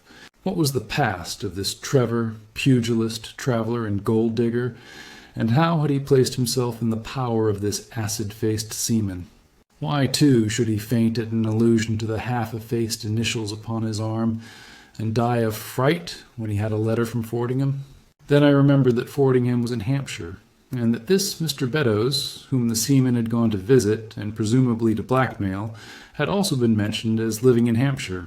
The letter, then, might either come from Hudson, the seaman, saying that he had betrayed the guilty secret which appeared to exist, or it might come from Beddoes, warning an old confederate that such a betrayal was imminent. So far it seemed clear enough. But then, how could this letter be trivial and grotesque, as described by the Sun? He must have misread it. If so, it must have been one of those ingenious secret codes which mean one thing while they seem to mean another. I must see this letter. If there were a hidden meaning in it, I was confident that I could pluck it forth. For an hour I sat pondering over it in the gloom, until at last a weeping maid brought in a lamp, and close at her heels came my friend Trevor, pale but composed, with these very papers which lie upon my knee held in his grasp. He sat down opposite to me, drew the lamp to the edge of the table, and handed me a short note scribbled, as you see, upon a single sheet of grey paper. The supply of game for London is going steadily up, it ran. Headkeeper Hudson, we believe, has been now told to receive all orders for fly paper and for preservation of your hen pheasant's life. I dare say my face looked as bewildered as yours did just now when first I read this message. Then I reread it very carefully. It was evidently as I had thought, and some secret meaning must lie buried in this strange combination of words. Or could it be that there was a prearranged significance to such phrases as fly paper and hen pheasant? Such a meaning would be arbitrary and could not be deduced in any way. And yet I was loath to believe that this was the case, and the presence of the word Hudson seemed to show that the subject of the message was, as I had guessed, and that it was from Beddoes rather than the sailor. I tried it backwards, but the combination life pheasant's hen was not encouraging. Then I tried alternate words, but neither the of four nor supply game London promised to throw any light upon it. And then, in an instant, the key of the riddle was in my hands, and I saw that every third word, beginning with the first, would give a message which might well drive old Trevor to despair. It was short and terse, the warning as I now read it to my companion. The game is up. Hudson has told all. Fly for your life. Victor Trevor sank his face into his shaking hands. It must be that, I suppose, said he. This is worse than death, for it means disgrace as well. But what is the meaning of these headkeepers and hen pheasants? Yes, it means nothing to the message, but it might mean a good deal to us if we had no other means of discovering the sender. You see that he has begun by writing the game is, and so on. Afterwards he had to fulfill the prearranged cipher, to fill in any 2 words in each space.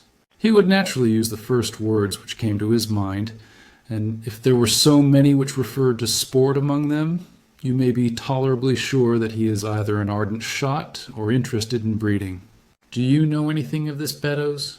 Oh, why, now that you mention it, said he, I remember that my poor father used to have an invitation from him to shoot over his preserves every autumn. Then it is undoubtedly from him that the note comes, said I. It only remains for us to find out what this secret was, which the sailor Hudson seems to have held over the heads of these 2 wealthy and respected men. Alas, Holmes, I fear that it is one of sin and shame, cried my friend. But from you I shall have no secrets. Here is the statement which was drawn up by my father when he knew that the danger from Hudson had become imminent. I found it in the Japanese cabinet, as he told the doctor. Take it and read it to me. for I have neither the strength nor the courage to do it myself. These are the very papers, Watson, which he handed to me, and I will read them to you, as I read them in the old study that night to him.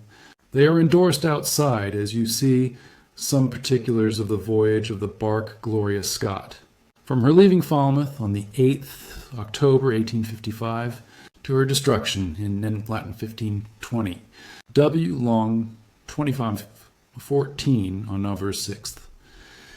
It is in the form of a letter, and runs in this way. My dear, dear son, now that approaching disgrace begins to darken the closing years of my life, I can write with all truth and honesty that it is not the terror of the law, it is not the loss of my position in the county, nor is it my fall in the eyes of all who have known me, which cuts me to the heart. But it is the thought that you should come to blush for me, you who love me and who have seldom, I hope, had reason to do other than respect me.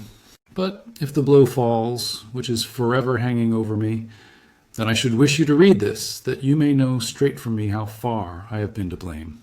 On the other hand, if all should go well, which may kind God Almighty grant, then, if by any chance this paper should be still undestroyed and should fall into your hands, I conjure you by all you hold sacred, by the memory of your dear mother, and by the love which had been between us, to hurl it into the fire, and to never give one thought to it again.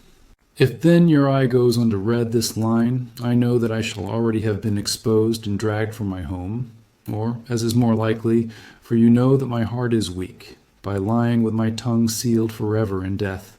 In either case the time for suppression is past, and every word which I tell you is the naked truth, and this I swear as I hope for mercy. My name, dear lad, is not Trevor. I was James Armitage in my younger days, and you can understand now the shock that it was to me a few weeks ago when your college friend addressed me in words which seemed to imply that he had surprised my secret. As Armitage it was that I entered a London banking house, and as Armitage I was convicted of breaking my country's laws and was sentenced to transportation. Do not think very harshly of me, laddie. It was a debt of honor, so called, which I had to pay, and I used money which was not my own to do it, in the certainty that I could replace it before there could be any possibility of its being missed. But the most dreadful ill luck pursued me. The money which I had reckoned upon never came to hand, and a premature examination of accounts exposed my deficit. The case might have been dealt leniently with, but the laws were more harshly administered 30 years ago than now. And on my 23rd birthday, I found myself chained as a felon with 37 other convicts in 'tween decks of the bark Gloria Scott, bound for Australia. It was the year 55 when the Crimean War was at its height, and the old convict ships had been largely used as transports in the Black Sea. The government was compelled, therefore, to use smaller and less suitable vessels for sending out their prisoners. The Gloria Scott had been in the Chinese tea trade, but she was an old-fashioned, heavy-bowed, broad-beamed craft, and the new clippers had cut her out. She was a 500 boat, and besides her 38 jailbirds, she carried 26 of a crew, 18 soldiers, a captain, 3 mates, a doctor, a chaplain, and 4 warders. Nearly 100 souls were in her, all told, when we said from Falmouth. The partitions between the cells of the convicts, instead of being of thick oak, as is usual in convict ships, were quite thin and frail. The man next to me, upon the aft side, was one whom I had particularly noticed when we were led down the quay. He was a young man with a clear, hairless face, a long, thin nose, and rather nutcracker jaws. He carried his head very jauntily in the air, had a swaggering style of walking, and was, above all else, remarkable for his extraordinary height. I don't think any of our heads would have come up to his shoulder, and I am sure that he could not have measured less than 6.5 feet. It was strange among so many sad and weary faces to see one which was full of energy and resolution. The sight of it was to me like a fire in a snowstorm. I was glad, then, to find that he was my neighbor, and gladder still when, in the dead of the night, I heard a whisper close to my ear, and found that he had managed to cut an opening in the board which separated us. "Hello, chummy," said he. "What's your name, and what are you here for?" I answered him, and asked in turn who I was talking with. "I'm Jack Prendergast," said he, "and by God, You'll learn to bless my name before you've done with me." I remembered hearing of his case, for it was one which had made an immense sensation throughout the country some time before my own arrest. He was a man of good family and of great ability, but on incurably vicious habits, who had by an ingenious system of fraud obtained huge sums of money from the leading London merchants. "Ha! Ha! You remember my case?" said he proudly. "Very well indeed." "Then maybe you remember something queer about it?" "What was that, then?" "I'd had nearly $250,000, hadn't I?" "Well, so it was said. But none was recovered, eh?" "No." "Well, where do you suppose the balance is?" he asked. "Oh, I have no idea," said I. "Right between my finger and thumb," he cried. "By God, I've got more pounds to my name than you've hairs on your head. And if you've money, my son, and know how to handle it and spread it, you can do anything. Now, you don't think it likely that a man who could do anything is going to wear his breeches out sitting in the stinking hold of a rat-gutted, beetle-ridden, moldy old coffin of a chin-china coaster? No, sir, such a man will look after himself and will look after his chums. You may lay to that. You hold on to him, and you may kiss the book that he'll haul you through." That was his style of talk, and at first I thought it meant nothing. But after a while, when he had tested me and sworn me in with all possible solemnity, he let me understand that there really was a plot to gain command of the vessel. A dozen of the prisoners had hatched it before they came aboard. Prendergast was the leader, and his money was the motive power. "I'd a partner," said he, "a rare good man, as true as a stock to a barrel. He's got the dibs, he has, and where do you think he is at this moment? Why, he's the chaplain of this ship, the chaplain no less. He came aboard with a black coat and his papers right, and money enough in his box to buy the thing right up from keel to main truck. The crew are his, body and soul. He could buy 'em at so much a gross with a cash discount, and he did it before ever they signed on. He's got 2 of the warders and Maria, the second mate, and he'd get the captain himself if he thought him worth it." "What are we to do, then?" I asked.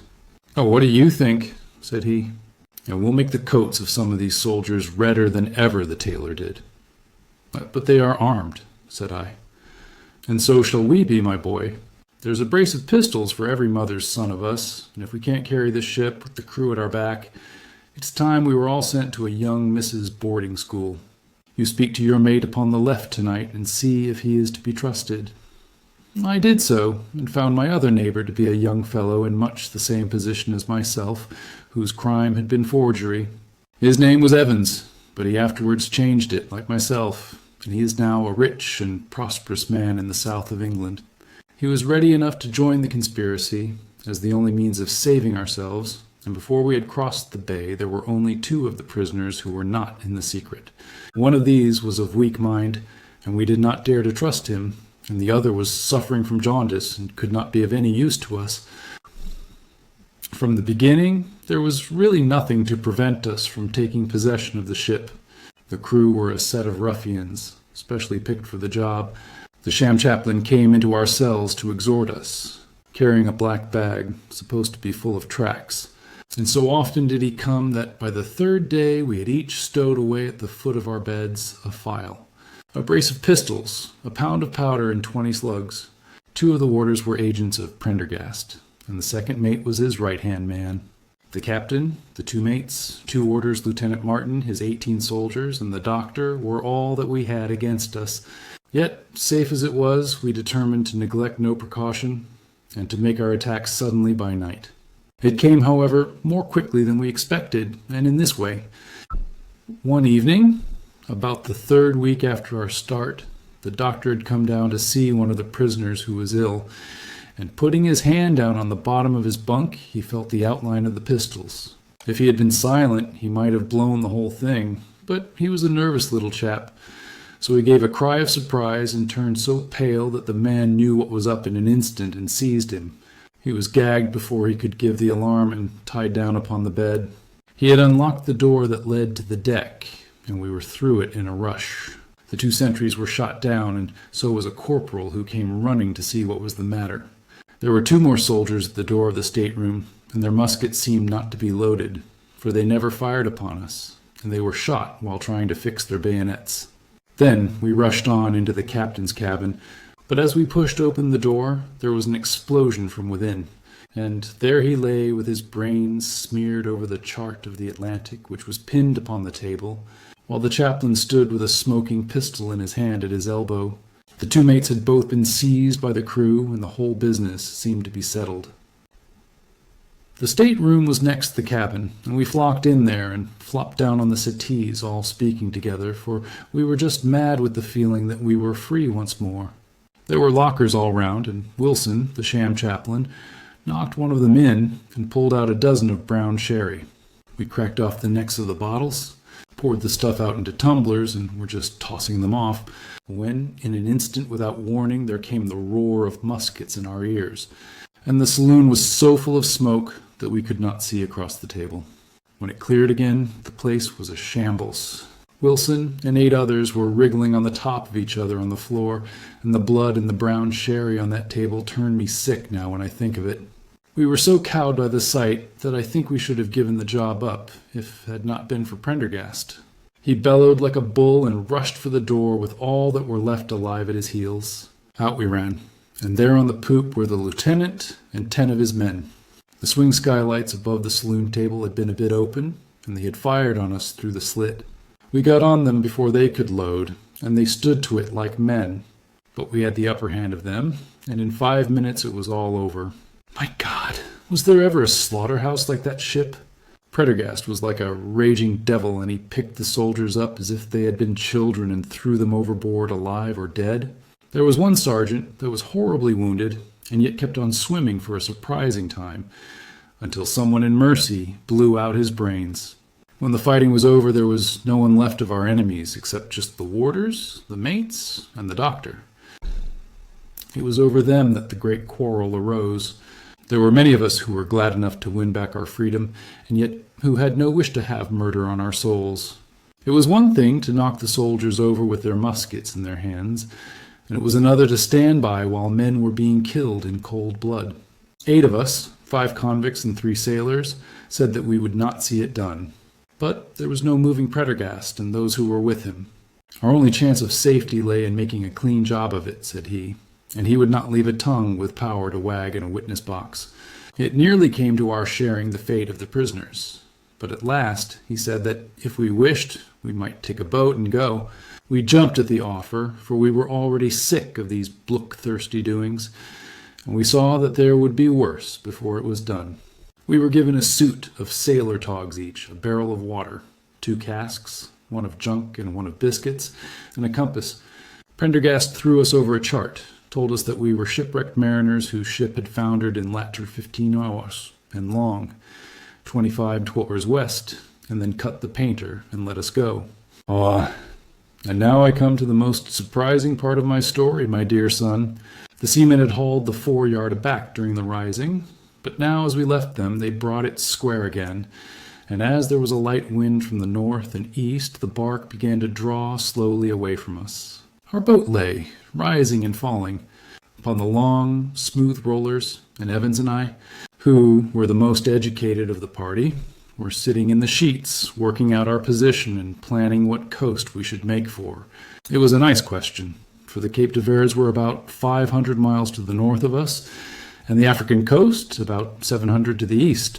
On the whole, as the wind was coming round to the north, we thought that Sierra Leone might be best, and turned our head in that direction, the bark being at that time nearly hull down on our starboard quarter. Suddenly, as we looked at her, we saw a dense black cloud of smoke shoot up from her, which hung like a monstrous tree upon the skyline. A few seconds later, a roar like thunder burst upon our ears, and as the smoke thinned away, there was no sign left of the Gloria Scott.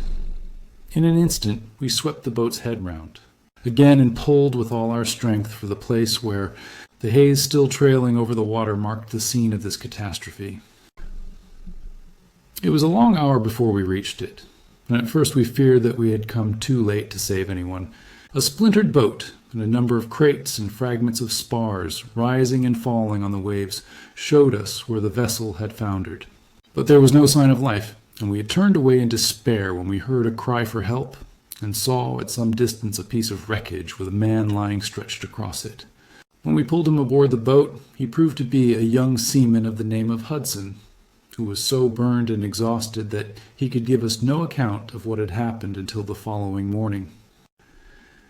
It seemed that after we had left, Prendergast and his gang had proceeded to put to death the 5 remaining prisoners.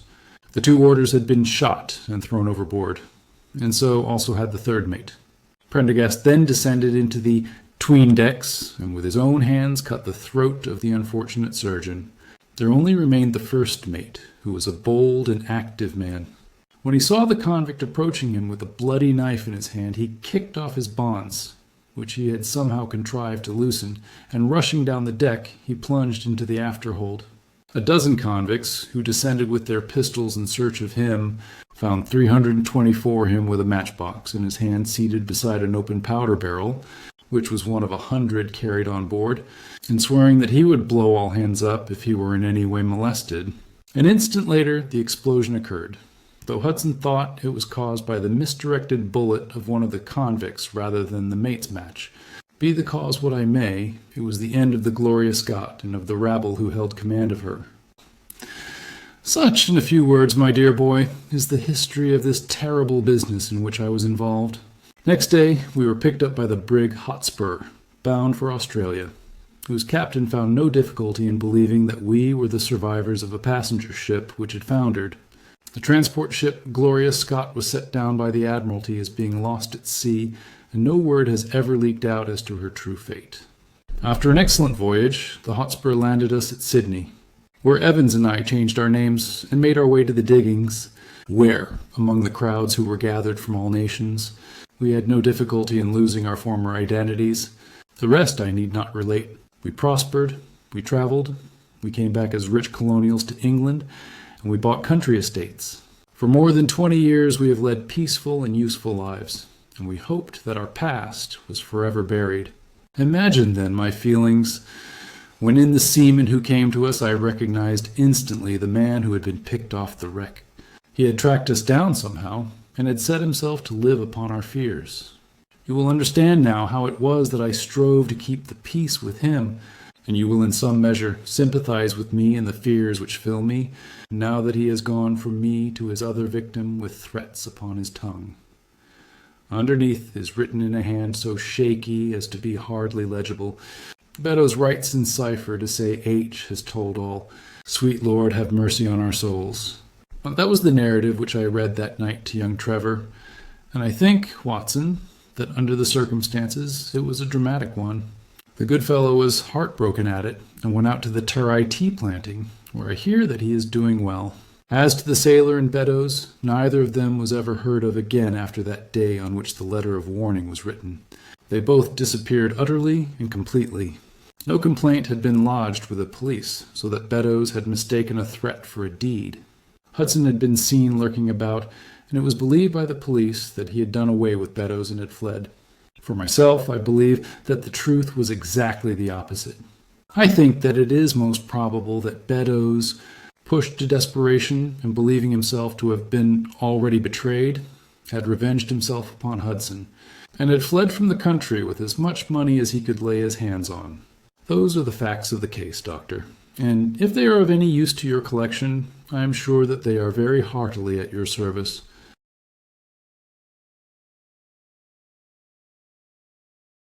The Musgrave Ritual. Anomaly which often struck me in the character of my friend Sherlock Holmes was that, although in his methods of thought he was the neatest and most methodical of mankind, and although also he affected a certain quiet primness of dress, he was none the less in his personal habits one of the most untidy men that ever drove a fellow lodger to distraction. Not that I am in the least conventional in that respect myself.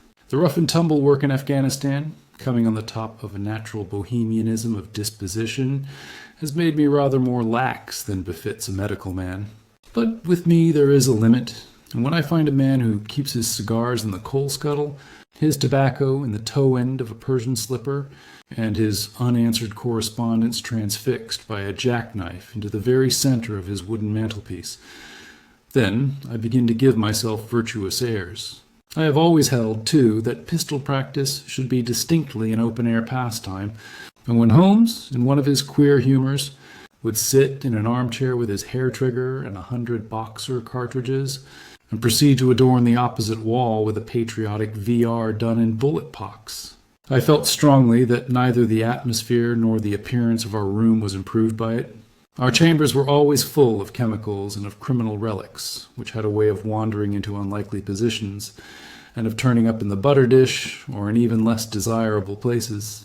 But his papers were my great crux. He had a horror of destroying documents, especially those which were connected with his past cases, and yet it was only once in every year or two that he would muster energy to docket and arrange them. For, as I have mentioned somewhere in these incoherent memoirs, the outbursts of passionate energy when he performed the remarkable feats with which his name is associated were followed by reactions of lethargy, during which he would lie about with his violin and his books, hardly moving save from the sofa to the table. Thus month after month his papers accumulated, until every corner of the room was stacked with bundles of manuscript which were on no account to be burned, and which could not be put away, save by their owner. One winter's night, as we sat together by the fire, I ventured to suggest to him that, as he had finished pasting extracts into his commonplace book, he might employ the next 2 hours in making our room a little more habitable. He could not deny the justice of my request, so with a rather rueful face he went off to his bedroom, from which he returned presently pulling a large tin box behind him. This he placed in the middle of the floor, and squatting down upon a stool in front of it, he threw back the lid. I could see that it was already a third full of bundles of paper tied up with red tape into separate packages. "There are cases enough here, Watson," said he, looking at me with mischievous eyes. "I think that if you knew all that I had in this box, you would ask me to pull some out instead of putting others in." "These are the records of your early work, then?" I asked. "I have often wished that I had notes of those cases." "Yes, my boy. These were all done prematurely before my biographer had come to glorify me." He lifted bundle after bundle in a tender, caressing sort of way. "They are not all successes, Watson," said he, "but there are some pretty little problems among them. Here's the record of the Tarleton murders, and the case of Vanbury, the wine merchant, and the adventure of the old Russian woman, and the singular affair of the aluminium crutch, as well as a full account of Ricoletti of the clubfoot and his abominable wife. And here, now, this really is something a little recherché." He dived his arm down to the bottom of the chest and brought up a small wooden box with a sliding lid, such as children's toys are kept in. From within he produced a crumpled piece of paper, an old-fashioned brass key, a peg of wood with a ball of string attached to it, and 3 rusty old discs of metal. "Well, my boy, what do you make of this lot?" he asked, smiling at my expression. "It is a curious collection." "Very curious, and the story that hangs round it will strike you as being more curious still." "These relics have a history, then?" "So much so that they are history." "What do you mean by that?" Sherlock Holmes picked them up one by one and laid them along the edge of the table. Then he reseated himself in his chair and looked them over with a gleam of satisfaction in his eyes. "These," said he, "are all that I have left to remind me of the adventure of the Musgrave Ritual." I had heard him mention the case more than once, though I had never been able to gather the details. "I should be so glad," said I, "if you would give me an account of it." "And leave the litter as it is?" he cried mischievously. "Your tidiness won't bear much strain after all, Watson. But I should be glad that you should add this case to your annals, for there are points in it which make it quite unique in the criminal records of this, or, I believe, of any other country. A collection of my trifling achievements would certainly be incomplete, which contained no account of this very singular business. You may remember how the affair of the Gloria Scott, and my conversation with the unhappy man whose fate I told you of, first turned my attention in the direction of the profession which has become my life's work. You see me now when my name has become known far and wide, and when I am generally recognized both by the public and by the official force as being a final court of appeal in doubtful cases. Even when you knew me first, at the time of the affair which you have commemorated in A Study in Scarlet, I had already established a considerable, though not a very lucrative, connection. You can hardly realize, then, how difficult I found it at first, and how long I had to wait before I succeeded in making any headway. When I first came up to London, I had rooms in Montague Street, just round the corner from the British Museum, and there I waited, filling in my too abundant leisure time by studying all those branches of science which might make me more efficient. Now and again, cases came in my way, principally through the introduction of old fellow students, for during my last years at the university, there was a good deal of talk there about myself and my methods. The third of these cases was that of the Musgrave Ritual, and it is to the interest which was aroused by that singular chain of events, and the large issues which proved to be at stake, that I traced my first stride towards to the position which I now hold. Reginald Musgrave had been in the same college as myself, and I had some slight acquaintance with him. He was not generally popular among the undergraduates, though it always seemed to me that what was set down as pride was really an attempt to cover extreme natural diffidence. In appearance, he was a man of exceedingly aristocratic type, thin, high-nosed, and large-eyed, with languid and yet courtly manners. He was indeed a scion of one of the very oldest families in the kingdom, though his branch was a cadet, one which had separated from the northern Musgraves sometime in the 16th century, and had established itself in western Sussex, where the manor house of Hurlstone is perhaps the oldest inhabited building in the county. Something of his birthplace seemed to cling to the man, and I never looked at his pale, keen face or the poise of his head without associating him with grey archways and mullioned windows and all the venerable wreckage of a feudal keep. Once or twice we drifted into talk, and I can remember that more than once he expressed a keen interest in my methods of observation and inference. For 4 years I'd seen nothing of him until one morning he walked into my room in Montague Street. He had changed little, was dressed like a young man of fashion. He was always a bit of a dandy, and preserved the same quiet, suave manner which had formerly distinguished him. "How has all gone with you, Musgrave?" I asked, after we had cordially shaken hands. "You probably heard of my poor father's death," said he. "He was carried off about 2 years ago. Since then I have, of course, had the Hurlstone estates to manage, and as I am member for my district as well, my life has been a busy one. But I understand, Holmes, that you are turning to practical ends those powers with which you used to amaze us?" "Yes," said I have taken to living by my wits." "I am delighted to hear it, for your advice at present would be exceedingly valuable to me. We have had some very strange doings at Hurlstone, and the police have been able to throw no light upon the matter. It is really the most extraordinary and inexplicable business. You can imagine with what eagerness I listened to him, Watson, for the very chance for which I had been panting during all those months of inaction seemed to have come within my reach. In my inmost heart I believed that I could succeed where others failed, and now I had the opportunity to test myself. "Pray, let me have the details," I cried. Reginald Musgrave sat down opposite to me and lit the cigarette which I had pushed towards him. "For you must know," said he, "that though I am a bachelor, I have to keep up a considerable staff of servants at Hurlstone, for it is a rambling old place, and takes a good deal of looking after. I preserve, too, and in the pheasant months I usually have a house party, so that it would not do to be short-handed. Altogether, there are 8 maids, the cook, the butler, 2 footmen, and a boy. The garden and the stables, of course, have a separate staff. Of these servants, the one who had been longest in our service was Brunton the butler. He was a young schoolmaster, out of place when he was first taken up by my father, but he was a man of great energy and character, and he soon became quite invaluable in the household.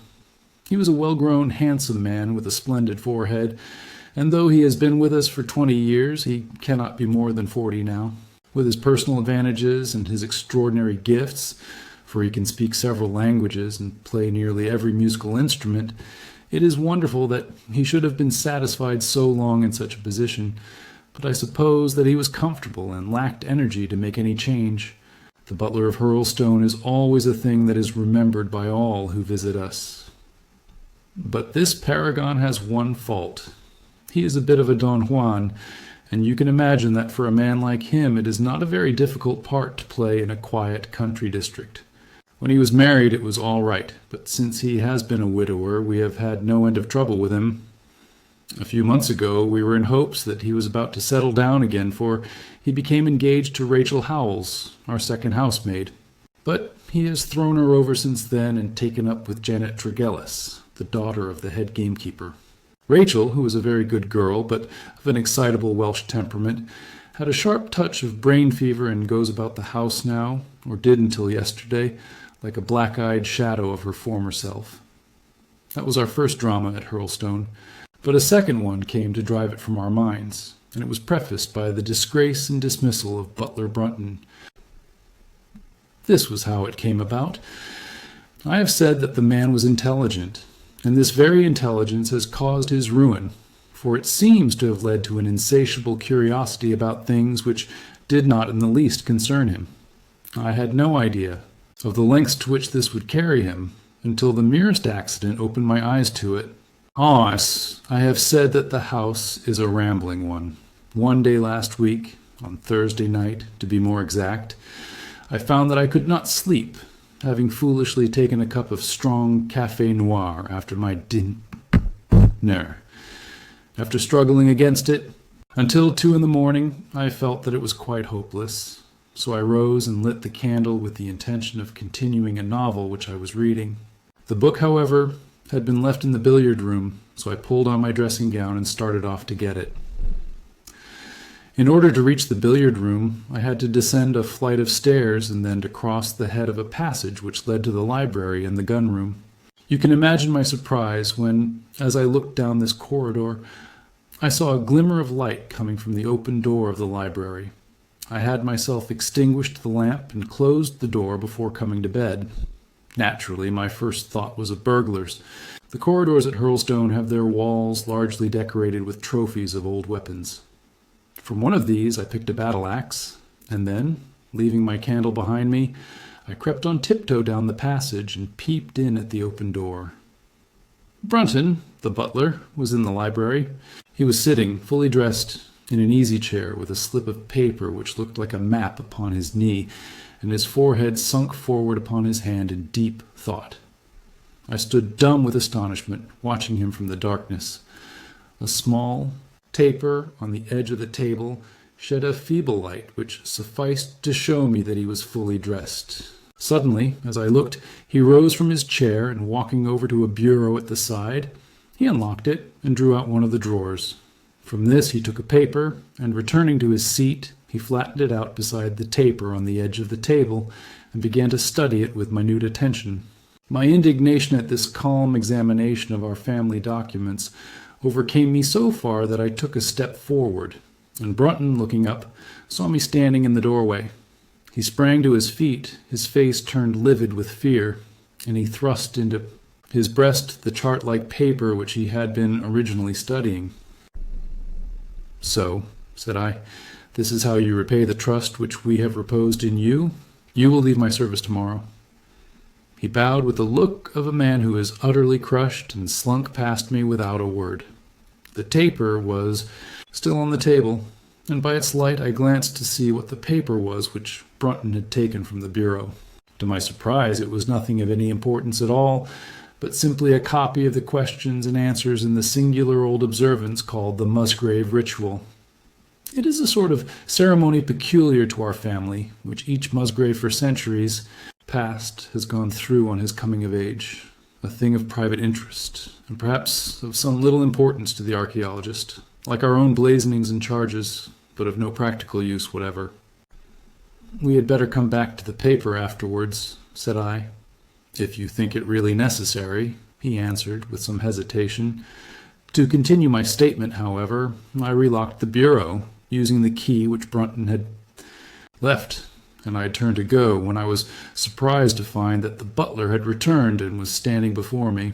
"For Mr. Musgrave, sir," he cried, in a voice which was hoarse with emotion. "I can't bear disgrace, sir. I've always been proud above my station in life, and disgrace would kill me. My blood will be on your head, sir. It will, indeed, if you drive me to despair. If you cannot keep me after what has passed, then for God's sake, let me give you notice and leave in a month, as if of my own free will. I could stand that, Mr. Musgrave, but not to be cast out before all the folk that I know so well." "You don't deserve much consideration, Brunton," I answered. "Your conduct has been most infamous.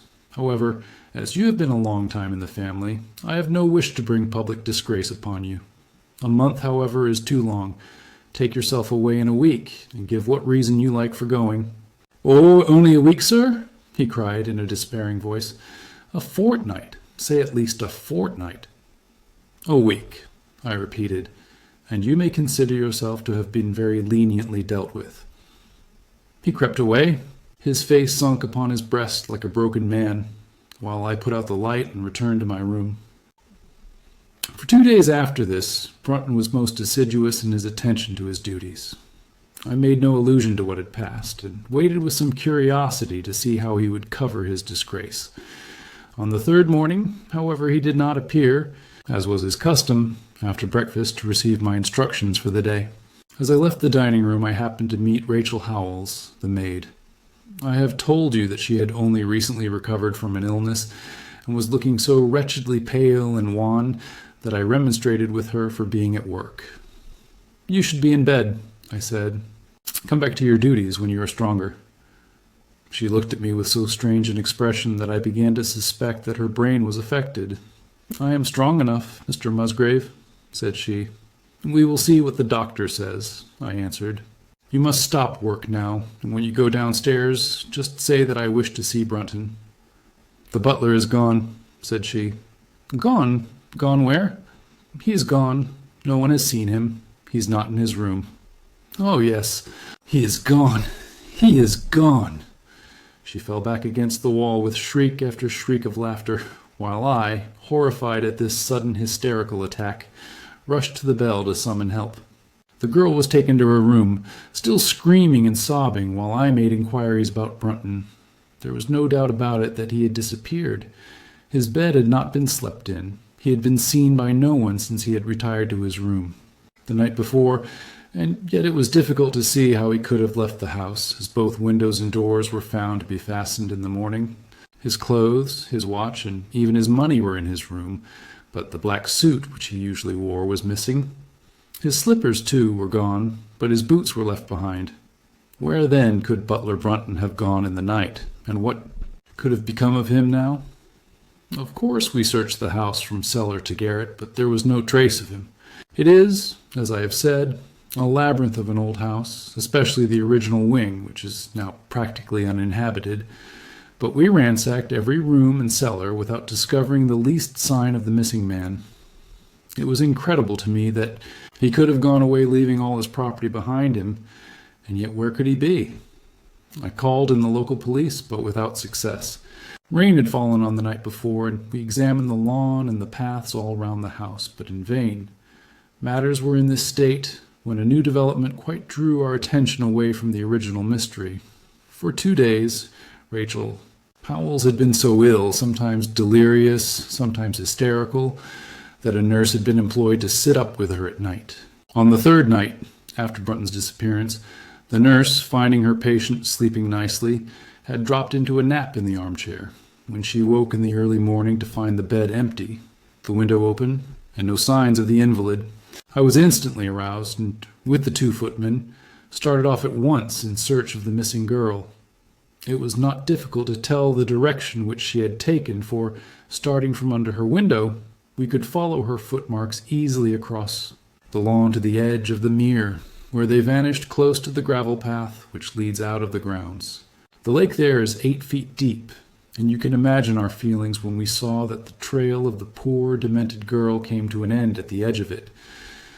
Of course, we had the drags at once, and set to work to recover the remains, but no trace of the body could we find. On the other hand, we brought to the surface an object of a most unexpected kind. It was a linen bag which contained within it a mass of old rusted and discolored metal and several dull-colored pieces of pebble or glass.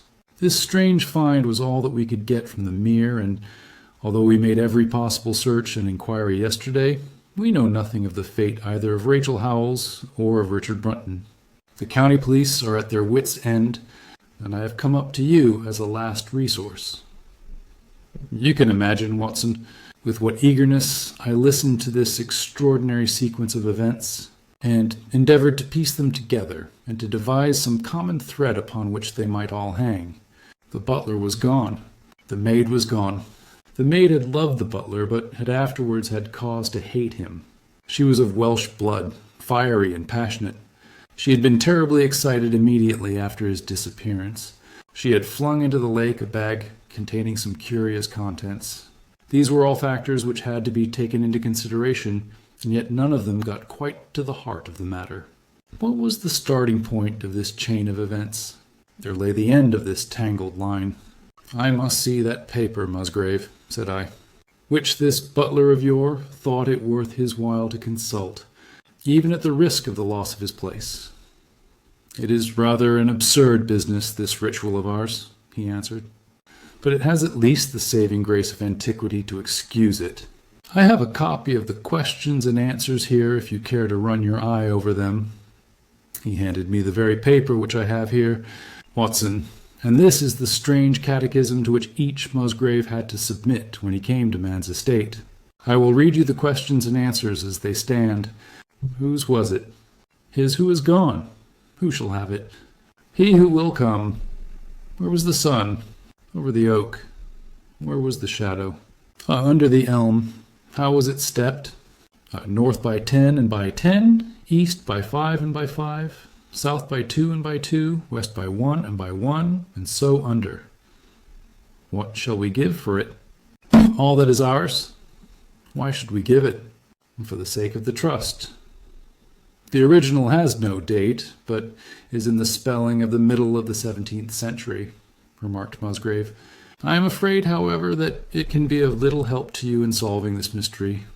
At least, said I, it gives us another mystery, and one which is even more interesting than the first. It may be that the solution of the one may prove to be the solution of the other. You will excuse me, Musgrave, if I say that your butler appears to me to have been a very clever man, and to have had a clearer insight than 10 generations of his masters. I hardly follow you, said Musgrave.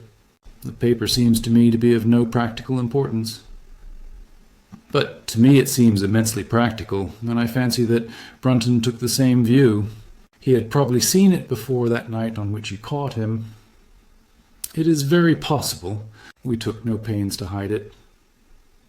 He simply wished, I should imagine, to refresh his memory upon that last occasion.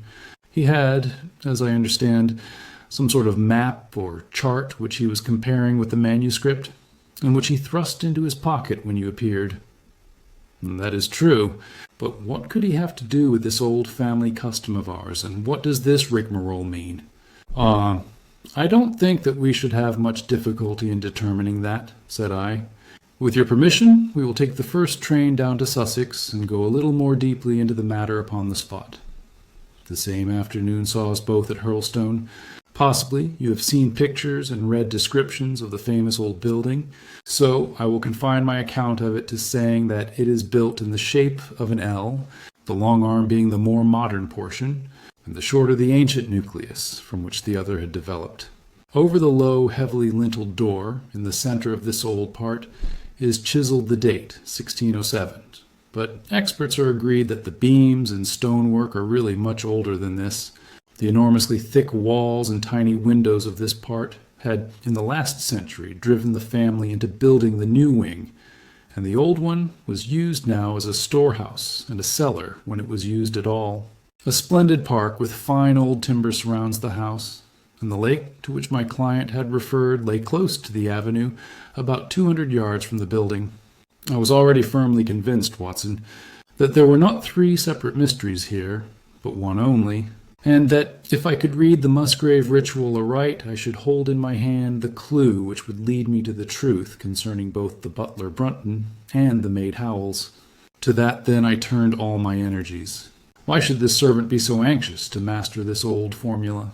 Evidently because he saw something in it which had escaped all those generations of country squires, and from which he expected some personal advantage. What was it, then, and how had it affected his fate? It was perfectly obvious to me, on reading the ritual, that the measurements must refer to some spot to which the rest of the document alluded, and that if we could find that spot, We should be in a fair way towards finding what the secret was, which the old Musgraves had thought it necessary to embalm in so curious a fashion. There were 2 guides given us to start with, an oak and an elm. As to the oak, there could be no question at all. Right in front of the house, upon the left-hand side of the drive, there stood a patriarch among oaks, one of the most magnificent trees that I have ever seen. "That was there when your ritual was drawn up," said I as we drove past it. "It was there at the Norman Conquest, in all probability," he answered. "It has a girth of 23 feet.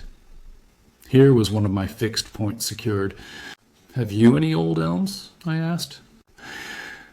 "There used to be a very old one over yonder, but it was struck by lightning 10 years ago, and we cut down the stump." "You can see where it used to be?" "Oh, yes. There are no other elms?" "No old ones, but plenty of beeches." "I should like to see where it grew." We had driven up in a dog cart, and my client led me away at once, without our entering the house, to the scar on the lawn where the elm had stood. It was nearly midway between the oak and the house. My investigation seemed to be progressing. "I suppose it is impossible to find out how high the elm was?" I asked. "I can give you it at once. It was 64 feet. "How do you come to know it?" I asked in surprise. "When my old tutor used to give me an exercise in trigonometry, it always took the shape of measuring heights. When I was a lad, I worked out every tree and building in the estate." This was an unexpected piece of luck. My data were coming more quickly than I could have reasonably hoped.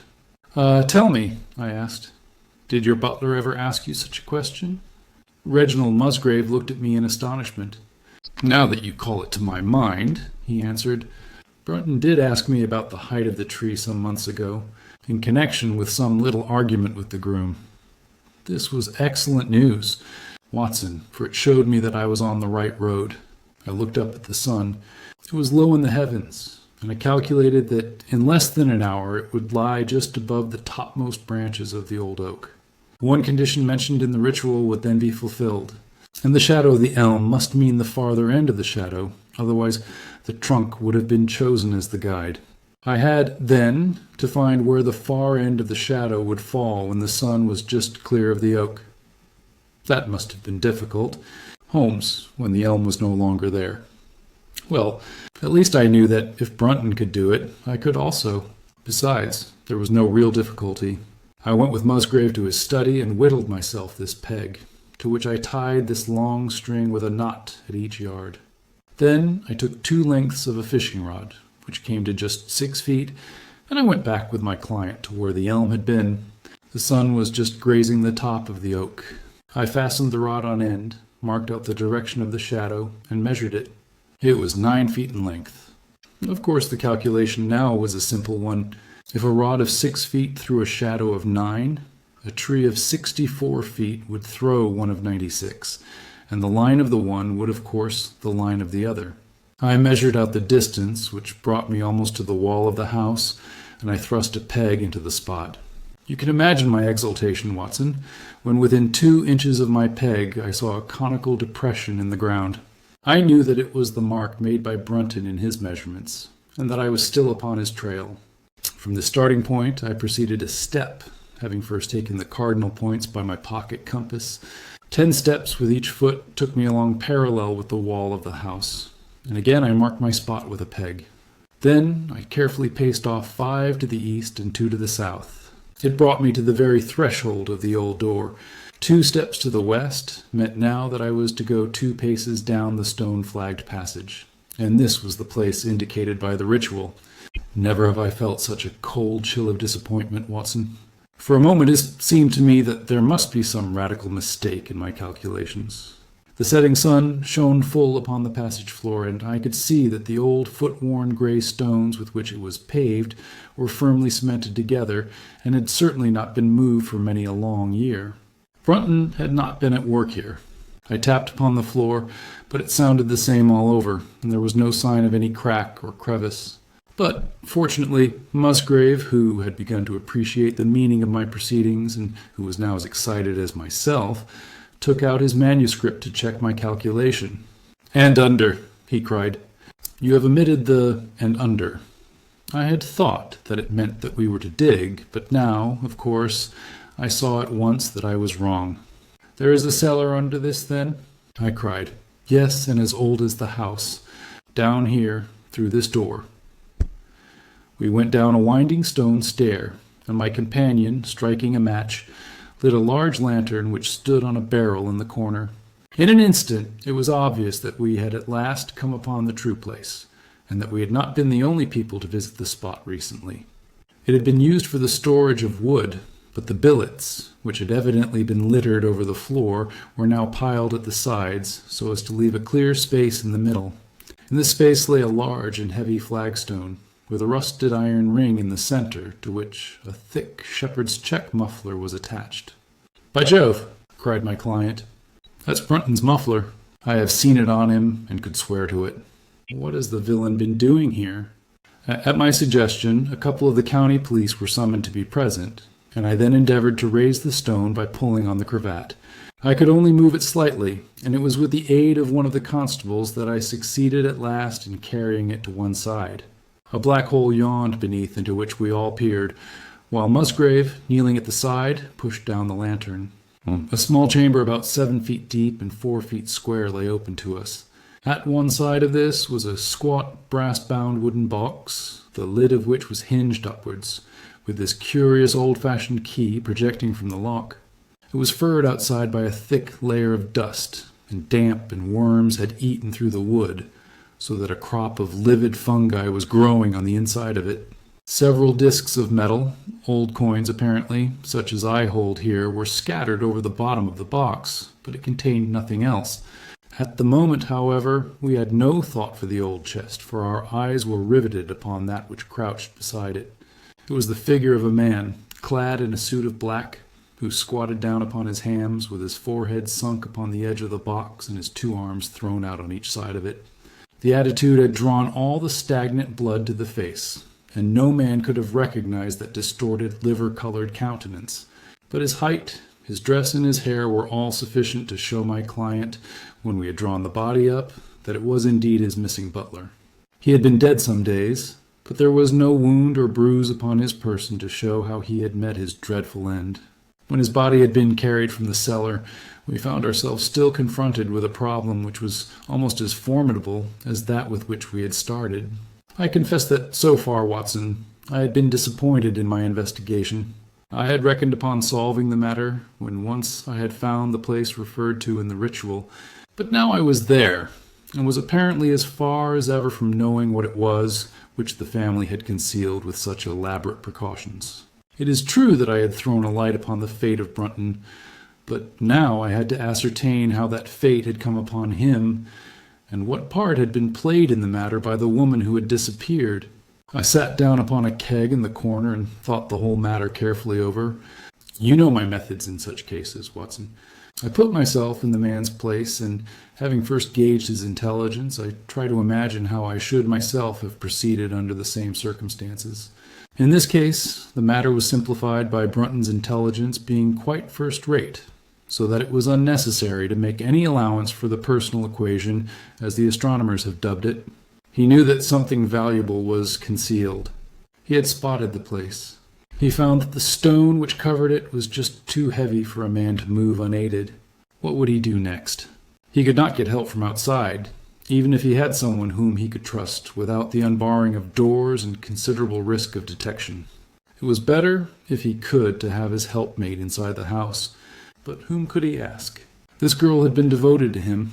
A man always finds it hard to realize that he may have finally lost a woman's love, however badly he may have treated her.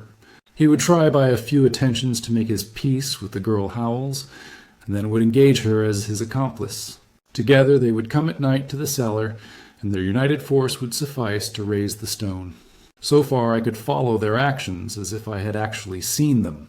But for 2 of them, and 1 a woman, it must have been heavy work the raising of that stone. A burly Sussex policeman and I had found it no light job. What would they do to assist them? Probably what I should have done myself. I rose and examined carefully the different billets of wood which were scattered round the floor. Almost at once I came upon what I expected. One piece, about 3 feet in length, had a very marked indentation at one end, while several were flattened at the sides as if they had been compressed by some considerable weight. Evidently, as they had dragged the stone up, they had thrust the chunks of wood into the chink, until at last, when the opening was large enough to crawl through, they would hold it open by a billet placed lengthwise, which might very well become indented at the lower end, since the whole weight of the stone would press it down onto the edge of this other slab. So far I was still on safe ground. And now, how was I to proceed to reconstruct this midnight drama?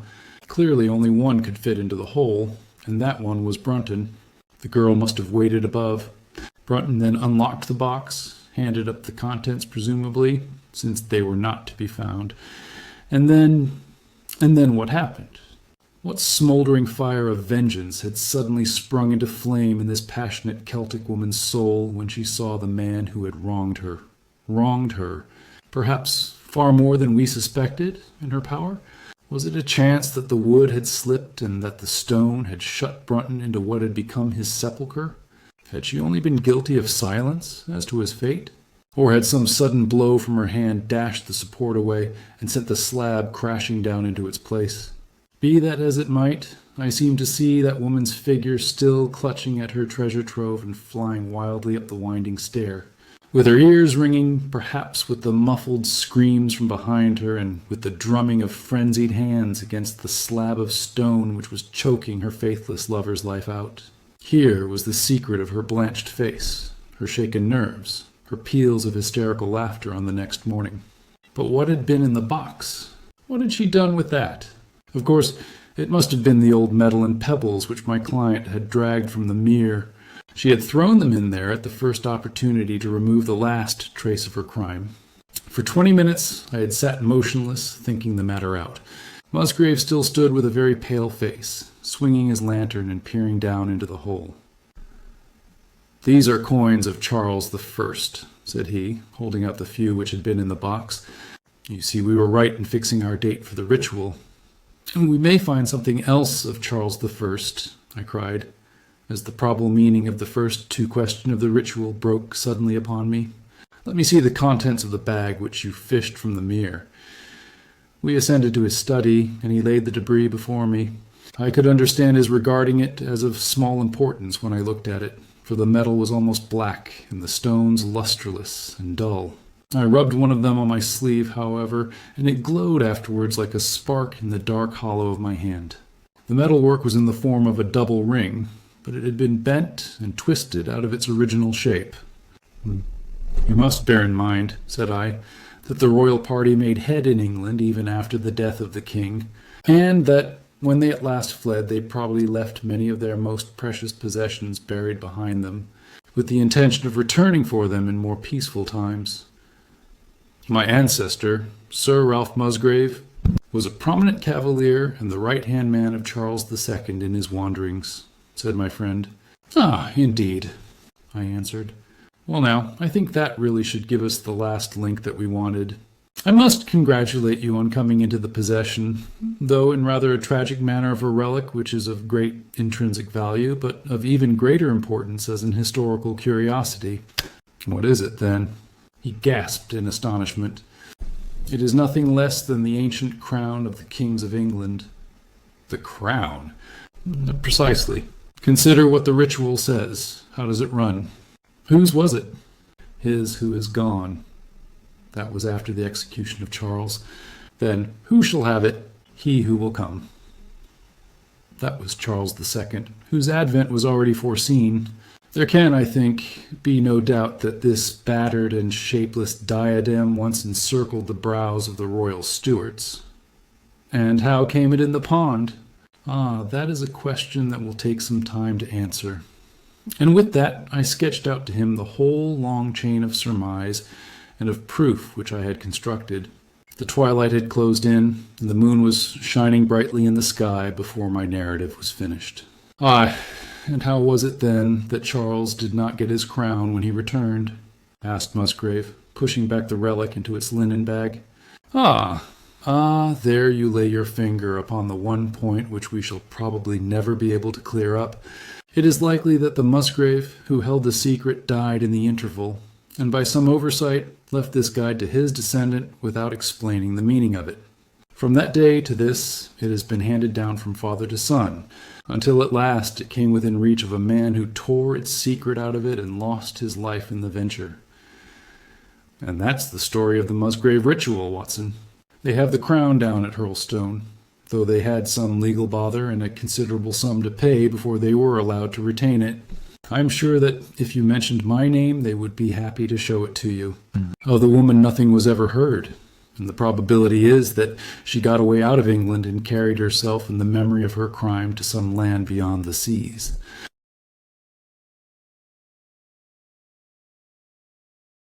The Reigate puzzle. It was some time before the health of my friend Mr. Sherlock Holmes recovered from the strain caused by his immense exertions in the spring of '87. The whole question of the Netherlands Sumatra Company and of the colossal schemes of Baron Maupertuis are too recent in the minds of the public, and are too intimately concerned with politics and finance to be fitting subjects for this series of sketches. They led, however, in an indirect fashion to a singular and complex problem which gave my friend an opportunity of demonstrating the value of a fresh weapon among the many with which he waged his lifelong battle against crime. On referring to my notes, I see that it was upon the 14th of April that I received a telegram from Lyons, which informed me that Holmes was lying ill in the Hotel Dulong. Within 24 hours I was in his sick room, and was relieved to find that there was nothing formidable in his symptoms. Even his iron constitution, however, had broken down under the strain of an investigation which had extended over 2 months, during which period he had never worked less than 15 hours a day, and had more than once, as he assured me, kept to his task for 5 days at a stretch. Even the triumphant issue of his labors could not save him from reaction after so terrible an exertion. And at a time when Europe was ringing with his name, and when his room was literally ankle-deep with congratulatory telegrams, I found him a prey to the blackest depression. Even the knowledge that he had succeeded where the police of 3 countries had failed, and that he had outmaneuvered at every point the most accomplished swindler in Europe, was insufficient to rouse him from his nervous prostration. 3 days later, we were back in Baker Street together. But it was evident that my friend would be much the better for a change, and the thought of a week of springtime in the country was full of attractions to me also. My old friend, Colonel Hayter, who had come under my professional care in Afghanistan, had now taken a house near Reigate in Surrey, and had frequently asked me to come down to him upon a visit. On the last occasion, he had remarked that if my friend would only come with me, he would be glad to extend his hospitality to him also. A little diplomacy was needed, but when Holmes understood that the establishment was a bachelor one, and that he would be allowed the fullest freedom, he fell in with my plans, and a week after our return from Lyons, we were under the colonel's roof. Hayter was a fine old soldier who had seen much of the world, and he soon found, as I had expected, that Holmes and he had much in common. On the evening of our arrival, we were sitting in the colonel's gun-room after dinner, Holmes stretched upon the sofa, while Hayter and I looked over his little armory of Eastern weapons. "Oh, by the way," said he suddenly, "I think I'll take one of these pistols upstairs with me in case we have an alarm." "An alarm?" said I. "Yes, we've had a scare in this part lately. Old Acton, who is one of our county magnates, had his house broken into last Monday. No great damage done, but the fellows are still at large." "No clue?"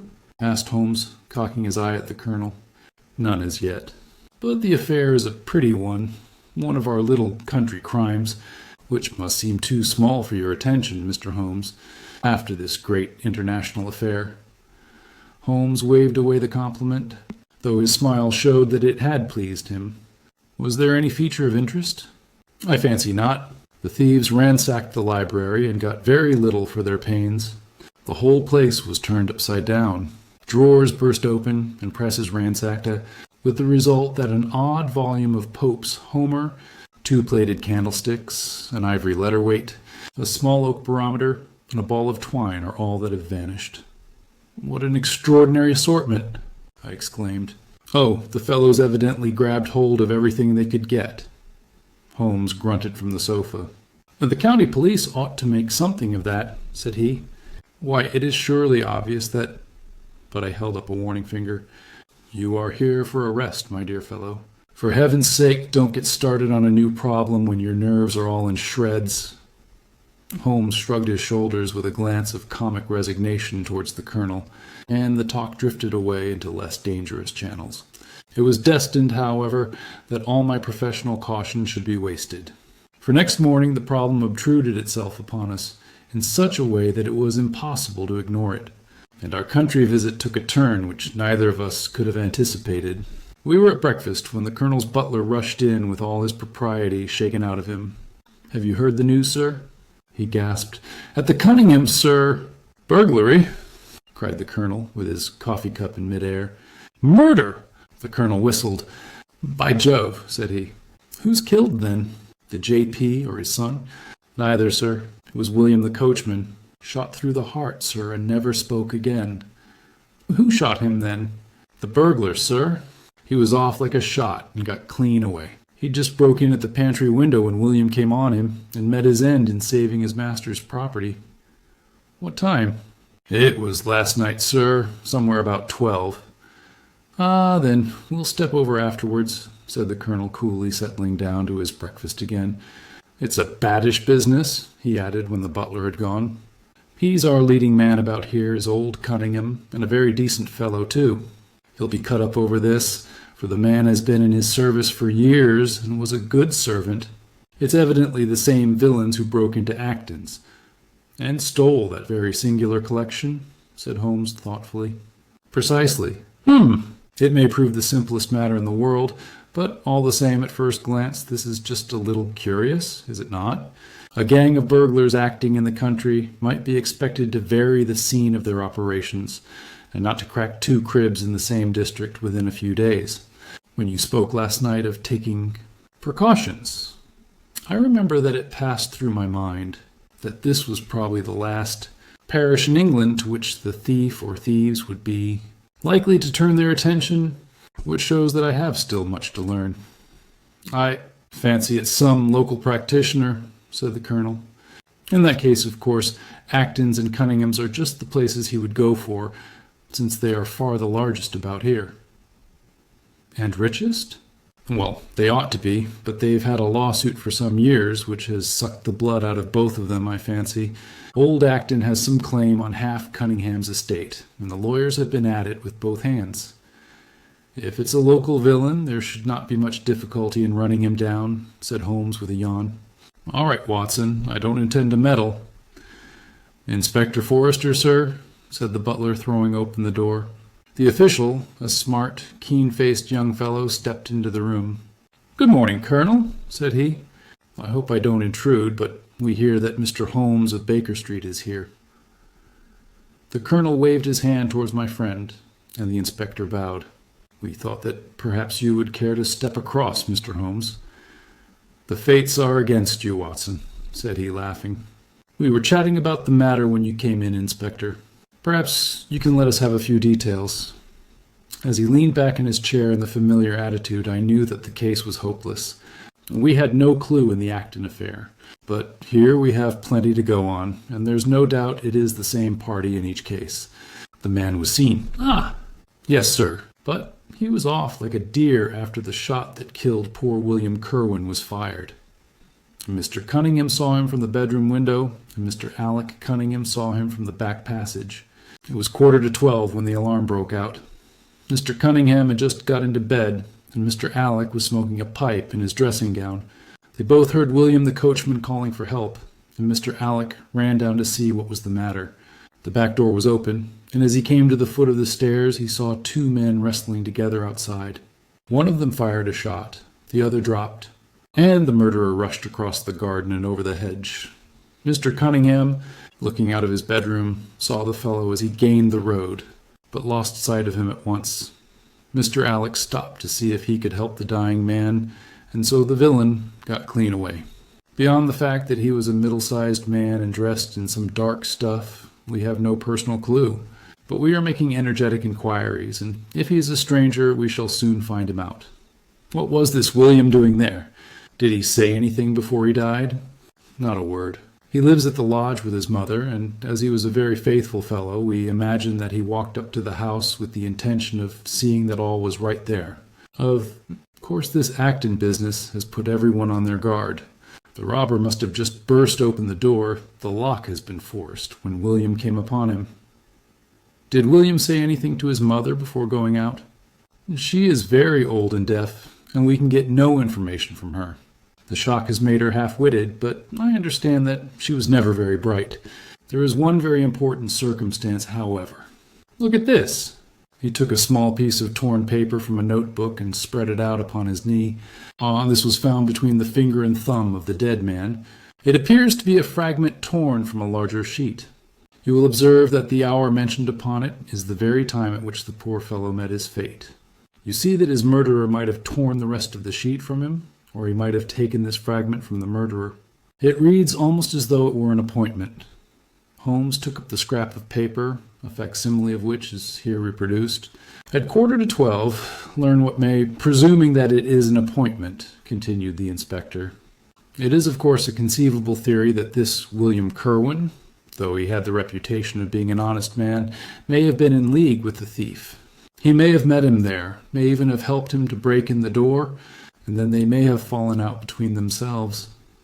This writing is of extraordinary interest, said Holmes, who had been examining it with intense concentration. These are much deeper waters than I had thought. He sank his head upon his hands, while the inspector smiled at the effect which his case had had upon the famous London specialist. Your last remark, said Holmes presently, as to the possibility of there being an understanding between the burglar and the servant, and this being a note of appointment from one to the other, is an ingenious and not entirely impossible supposition. But this writing opens up. He sank his head into his hands again and remained for some minutes in the deepest thought. When he raised his face again, I was surprised to see that his cheek was tinged with color, and his eyes as bright as before his illness. He sprang to his feet with all his old energy. "I'll tell you what," said he. "I should like to have a quiet little glance into the details of this case. There is something in it which fascinates me extremely. If you will permit me, Colonel, I will leave my friend Watson and you, and I will step round with the inspector to test the truth of one or two little fancies of mine. I will be with you again in half an hour." An hour and a half had elapsed before the inspector returned alone.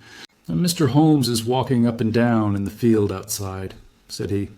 "He wants us all four to go up to the house together." "To Mr. Cunningham's?" "Yes, sir. What for?" The inspector shrugged his shoulders. "I don't quite know, sir. Between ourselves, I think Mr. Holmes had not quite got over his illness yet. He's been behaving very queerly, and he is very much excited. I don't think—" "You need alarm yourself," said I. "I have usually found that there was method in his madness."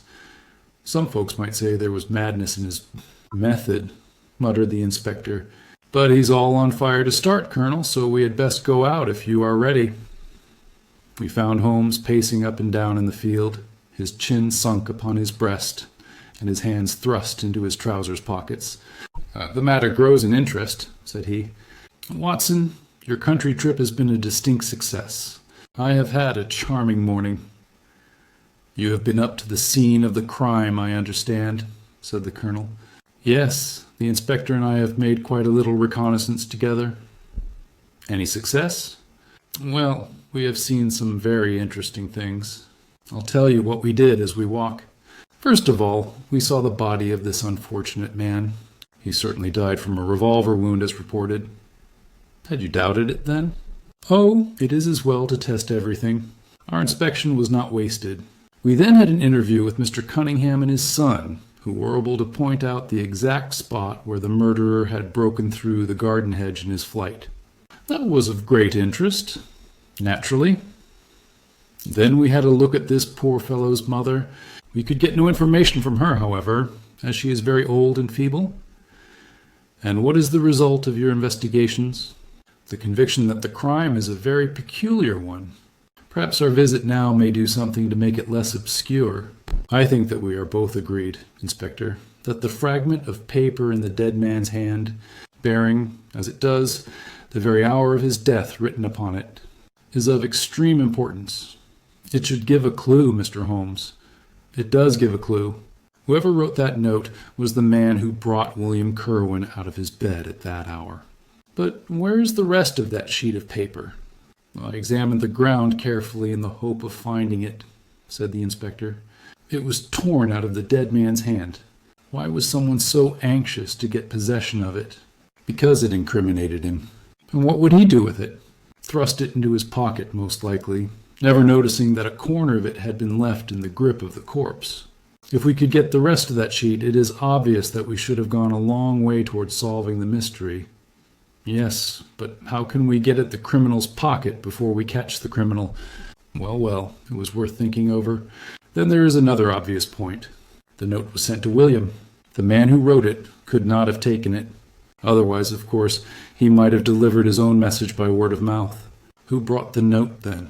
Or did it come through the post? I have made inquiries, said the inspector. William received a letter by the afternoon post yesterday. The envelope was destroyed by him. Excellent, cried Holmes, clapping the inspector on the back. You've seen the postman. It is a pleasure to work with you. Well, here's the lodge, and if you will come up, Colonel, I will show you the scene of the crime. We passed the pretty cottage where the murdered man had lived, and walked up an oak-lined avenue to the fine old Queen Anne house, which bears the date of Malplaquet upon the lintel of the door. Holmes and the inspector led us round it until we came to the side gate, which is separated by a stretch of garden from the hedge which lines the road. A constable was standing at the kitchen door. "Throw the door open, officer," said Holmes. Now, it was on those stairs that young Mr. Cunningham stood and saw the two men struggling just where we are.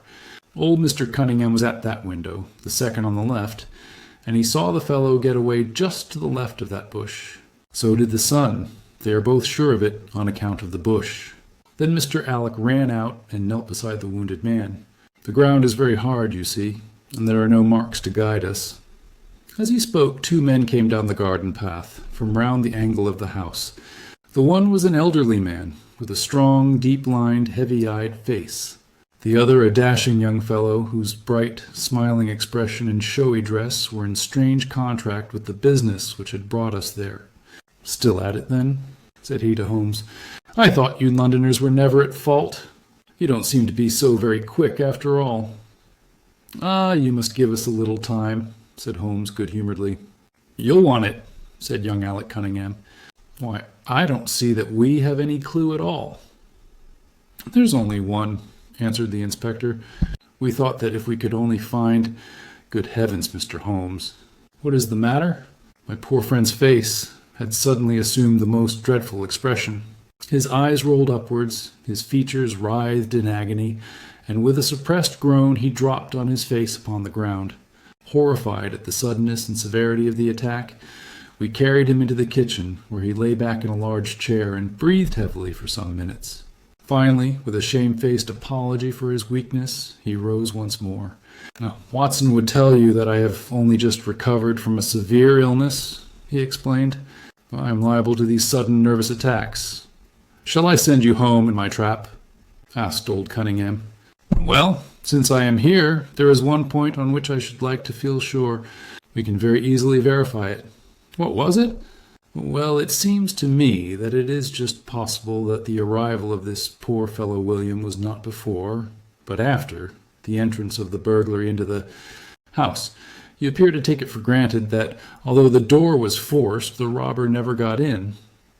"I fancy that is quite obvious," said Mr. Cunningham gravely. "Why, my son Alec had not yet gone to bed, and he would certainly have heard anyone moving about." "Where was he sitting?" "I was smoking in my dressing-room." "Which window is that?" "Oh, the last on the left, next my father's." "Both of your lamps were lit, of course?" "Undoubtedly."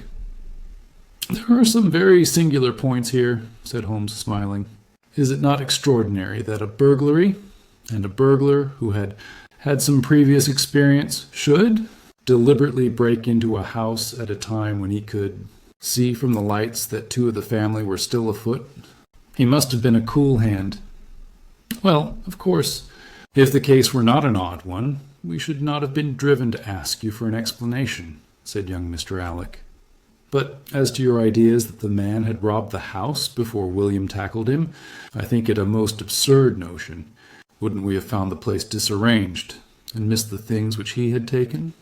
It depends on what the things were, said Holmes. You must remember that we are dealing with a burglar who is a very peculiar fellow, and who appears to work on lines of his own.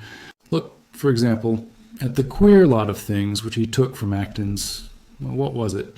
A ball of string, a letter weight, and I don't know what other odds and ends. Well, we are quite in your hands, Mr. Holmes, said old Cunningham.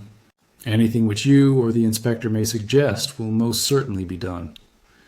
In the first place, said Holmes, I should like you to offer a reward, coming from yourself, for the officials may take a little time before they would agree upon the sum, and these things cannot be done too promptly. I have jotted down the form here, if you would not mind signing it. £50 was quite enough, I thought. I would willingly give 500, said the J.P., taking the slip of paper and the pencil which Holmes handed to him. This is not quite correct, however, he added, glancing over the document. I wrote it rather hurriedly. You see, you begin, whereas at about 1:45 on Tuesday morning an attempt was made, and so on. It was at 11:45, as a matter of fact. I was pained at the mistake, for I knew how keenly Holmes would feel any slip of the kind. It was his specialty to be accurate as to fact, but his recent illness had shaken him, and this one little incident was enough to show me that he was still far from being himself. He was obviously embarrassed for an instant, while the inspector raised his eyebrows, and Alec Cunningham burst into a laugh. The old gentleman corrected the mistake, however, and handed the paper back to Holmes. Get it printed as soon as possible, he said. I think your idea is an excellent one. Holmes put the slip of paper carefully away into his pocketbook. And now, said he, it really would be a good thing that we should all go over the house together and make certain that this rather erratic burglar did not, after all, carry anything away with him. Before entering, Holmes made an examination of the door which had been forced. It was evident that a chisel or strong knife had been thrust in and the lock forced back with it. We could see the marks in the wood where it had been pushed in. You don't use bars, then? He asked. We have never found it necessary.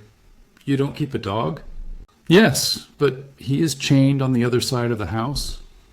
When do the servants go to bed? About 10.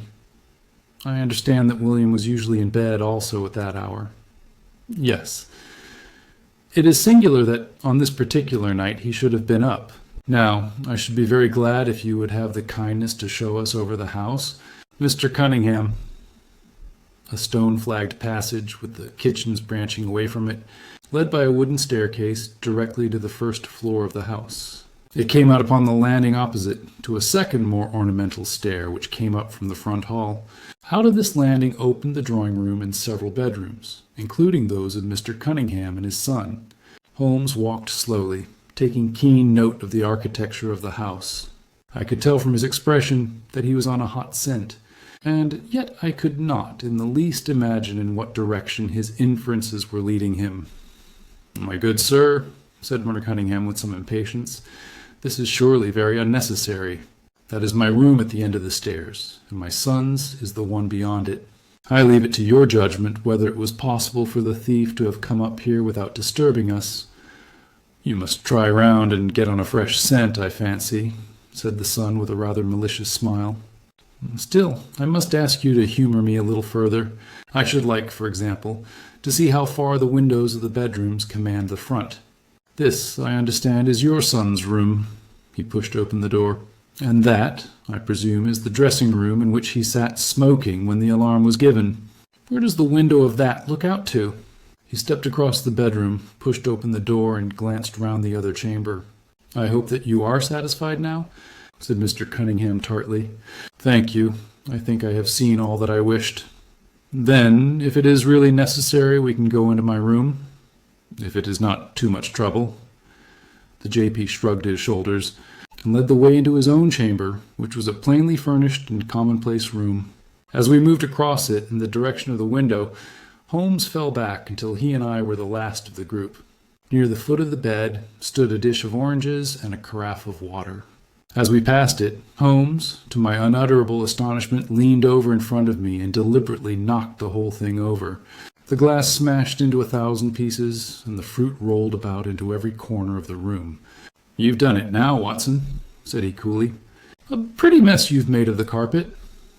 I stooped in some confusion and began to pick up the fruit, understanding for some reason my companion desired me to take the blame upon myself. The others did the same and set the table on its legs again. "Hello?" cried the inspector. "Where's he got to?" Holmes had disappeared. "Wait here an instant," said young Alec Cunningham. "The fellow is off his head, in my opinion. Come with me, father, and see where he has got to." They rushed out of the room, leaving the inspector, the colonel, and me staring at each other. "Upon my word, I am inclined to agree with Master Alec," said the official. "It may be the effect of this illness, but it seems to me that—" His words were cut short by a sudden scream of "Help! Help! Murder!" With a thrill, I recognized the voice of that of my friend. I rushed madly from the room onto the landing. The cries, which had sunk down into a hoarse, inarticulate shouting, came from the room which we had first visited. I dashed in and on into the dressing-room beyond. The two Cunninghams were bending over the prostrate figure of Sherlock Holmes, the younger clutching his throat with both hands, while the elder seemed to be twisting one of his wrists. In an instant, the three of us had torn them away from him, and Holmes staggered to his feet, very pale and evidently greatly exhausted. "Arrest these men, Inspector," he gasped. "On what charge?" "That of murdering their coachman, William Kerwin." The inspector stared about him in bewilderment. "Oh, come now, Mr. Holmes," said he at last. "I'm sure you don't really mean to—" "Tut, man! Look at their faces," cried Holmes curtly. "Never certainly have I seen a plainer confession of guilt upon human countenances." The older man seemed numbed and dazed, with a heavy, sullen expression upon his strongly marked face. The son, on the other hand, had dropped all that jaunty, dashing style which had characterized him, and the ferocity of a dangerous wild beast gleamed in his dark eyes and distorted his handsome features. The inspector said nothing, but stepping to the door, he blew his whistle. Two of his constables came at the call. "I have no alternative, Mr. Cunningham," said he. "I trust that this may all prove to be an absurd mistake, but you can see that—" "Ah, would you? Drop it." He struck out with his hand, and a revolver which the younger man was in the act of cocking clattered down upon the floor. "Keep that," said Holmes, quietly putting his foot upon it. "You will find it useful at the trial. But this is what we really wanted." He held up a little crumpled piece of paper. "The remainder of the sheet," cried the inspector. "Precisely." "And where was it?" "And where I was sure it must be. I'll make the whole matter clear to you presently. I think, Colonel, that you and Watson might return now, and I will be with you again in an hour at the furthest. The inspector and I must have a word with the prisoners, but you will certainly see me back at luncheon time." Sherlock Holmes was as good as his word. For about 1 o'clock he rejoined us in the colonel's smoking room. He was accompanied by a little elderly gentleman, who was introduced to me as the Mr. Acton whose house had been the scene of the original burglary. "I wished Mr. Acton to be present while I demonstrated this small matter to you," said Holmes, "for it is natural that he should take a keen interest in the details. I am afraid, my dear Colonel, that you must regret the hour that you took in such a stormy petrel as I am." "On the contrary," answered the Colonel warmly, "I consider it the greatest privilege to have been permitted to study your methods of working. I confess that they quite surpass my expectations, and that I am utterly unable to account for your result. I have not yet seen the vestige of a clue. I am afraid that my explanation may disillusion you, but it has always been my habit to hide none of my methods, either from my friend Watson or from anyone who might take an intelligent interest in them. But first, as I am rather shaken by the knocking about which I had in the dressing-room, I think that I shall help myself to a dash of your brandy, Colonel. My strength had been rather tried of late. I trust that you had no more of those nervous attacks. Or, as Sherlock Holmes laughed heartily. "We will come to that in its turn," said he. "I will lay an account of the case before you in its due order, showing you the various points which guided me in my decision. Pray interrupt me if there is any inference which is not perfectly clear to you. It is of the highest importance in the art of detection to be able to recognize out of a number of facts which are incidental and which vital. Otherwise, your energy and attention must be dissipated instead of being concentrated. Now, in this case there was not the slightest doubt in my mind, from the first, that the key of the whole matter must be looked for in the scrap of paper in the dead man's hand. Before going into this, I would draw your attention to the fact that if Alec Cunningham's narrative was correct, and if the assailant, after shooting William Kerwin, had instantly fled, then it obviously could not be he who tore the paper from the dead man's hand. But if it was not he, it must have been Alec Cunningham himself, for by the time that the old man had descended, several servants were upon the scene. The point is a simple one, but the inspector had overlooked it because he had started with the supposition that these county magnates had nothing to do with the matter. Now, I make a point of never having any prejudices, and of following docilely wherever fact may lead me, and so, in the very first stage of the investigation, I found myself looking a little askance at the part which had been played by Mr. Alec Cunningham. And now I made a very careful examination of the corner of paper which the inspector had submitted to us. It was at once clear to me that it formed part of a very remarkable document. Here it is. Do you not now observe something very suggestive about it? It has a very irregular look, said the colonel. My dear sir, cried Holmes, there cannot be the least doubt in the world that it has been written by two persons doing alternate words. When I draw your attention to the strong T's of at and to, and ask you to compare them with the weak ones of quarter and 12, you will instantly recognize the fact. A very brief analysis of these four words would enable you to say with the utmost confidence that the learn and the maybe are written in the stronger hand, and the what in the weaker. By Jove, it's as clear as day, cried the colonel. Why on earth should two men write a letter in such a fashion? Obviously the business was a bad one, and one of the men who distrusted the other was determined that whatever was done, each should have an equal hand in it. Now, of the two men, it is clear that the one who wrote the at and to was the ringleader. How do you get at that? We might deduce it from the mere character of the one hand as compared with the other, but we have more assured reasons than that for supposing it. If you examine this scrap with attention, you will come to the conclusion that the man with the stronger hand wrote all his words first, leaving blanks for the other to fill up. These blanks were not always sufficient, and you can see that the second man had a squeeze to fit his quarter in between the at and the to, showing that the latter were already written. The man who wrote all his words first, and undoubtedly the man who planned the affair. Excellent, cried Mr. Acton. But very superficial, said Holmes. We come now, however, to a point which is of importance. You may not be aware that the deduction of a man's age from his writing is one which is brought to considerable accuracy by experts. In normal cases, one can place a man in his true decade with tolerable confidence. I say normal cases, because ill health and physical weakness reproduce the signs of old age even when the invalid is a youth. In this case, looking at the bold, strong hand of the one and the rather broken-backed appearance of the other, which still retains its legibility, although the ETs have begun to lose their crossing, we can say that the one was a young man and the other was advanced in years, without being positively decrepit. Excellent, cried Mr. Acton again. There is a further point, however, which is subtler and of greater interest. There is something in common between these hands. They belong to men who are blood relatives. It may be most obvious to you in the Greek ease, but to me there are many small points which indicate the same thing. I have no doubt at all that a family mannerism can be traced in these two specimens of writing. I am only, of course, giving you the leading results now of my examination of the paper. There were 23 other deductions which would be of more interest to experts than to you. They all tend to deepen the impression upon my mind that the Cunninghams, father and son, had written this letter. Having got so far, my next step was, of course, to examine into the details of the crime, and to see how far they would help us. I went up to the house with the inspector and saw all that was to be seen.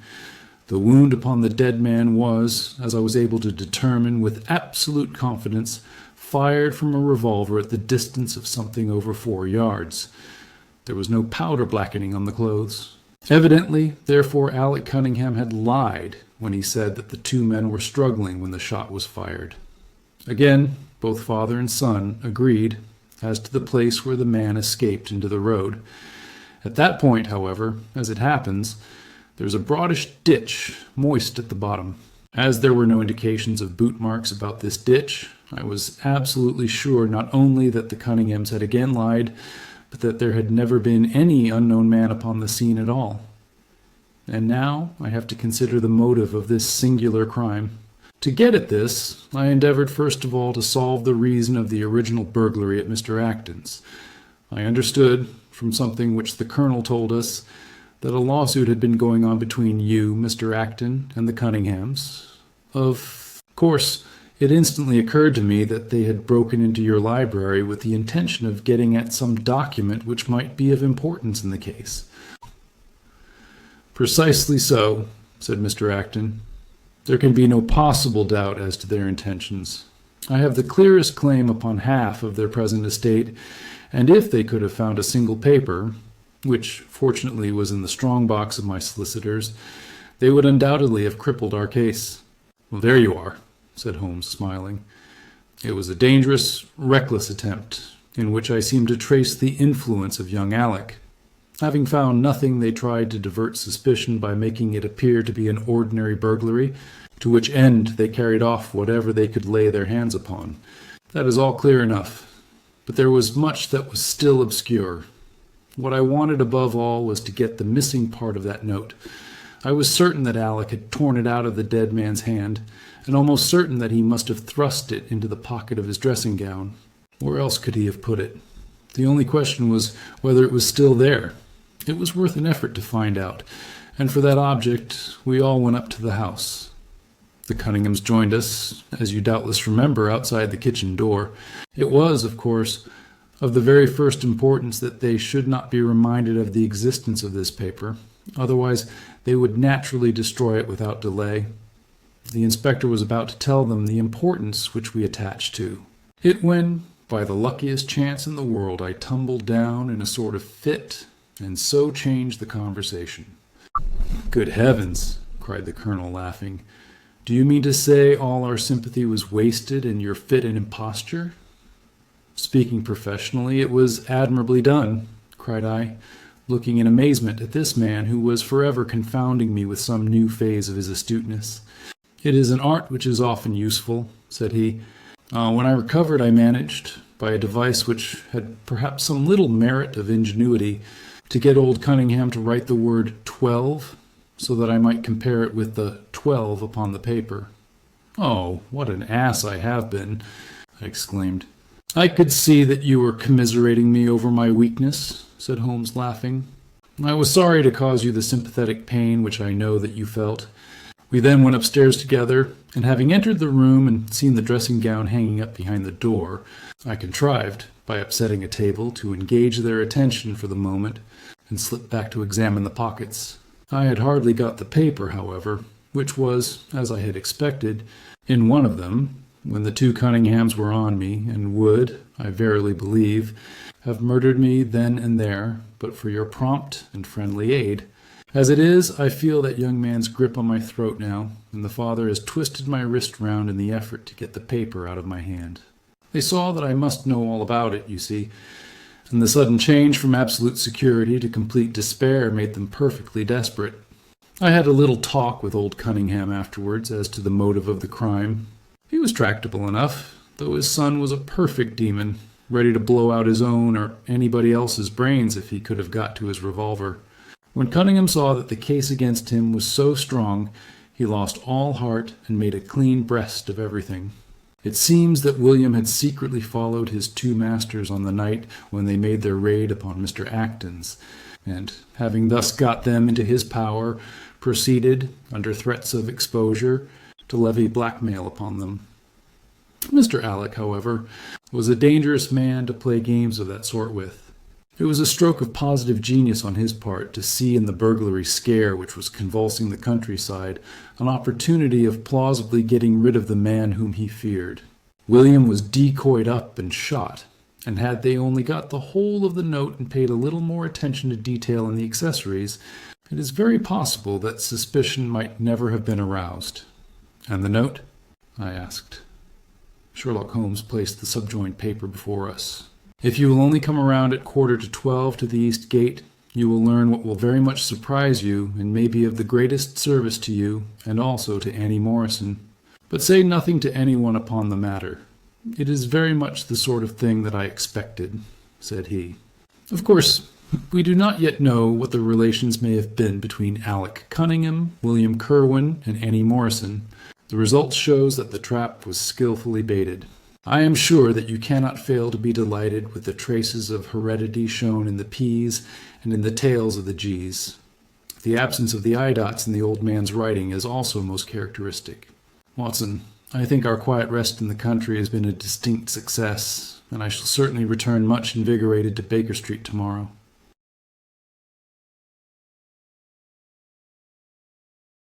The Crooked Man. One summer night, a few months after my marriage, I was seated by my own hearth, smoking a last pipe and nodding over a novel, for my day's work had been an exhausting one.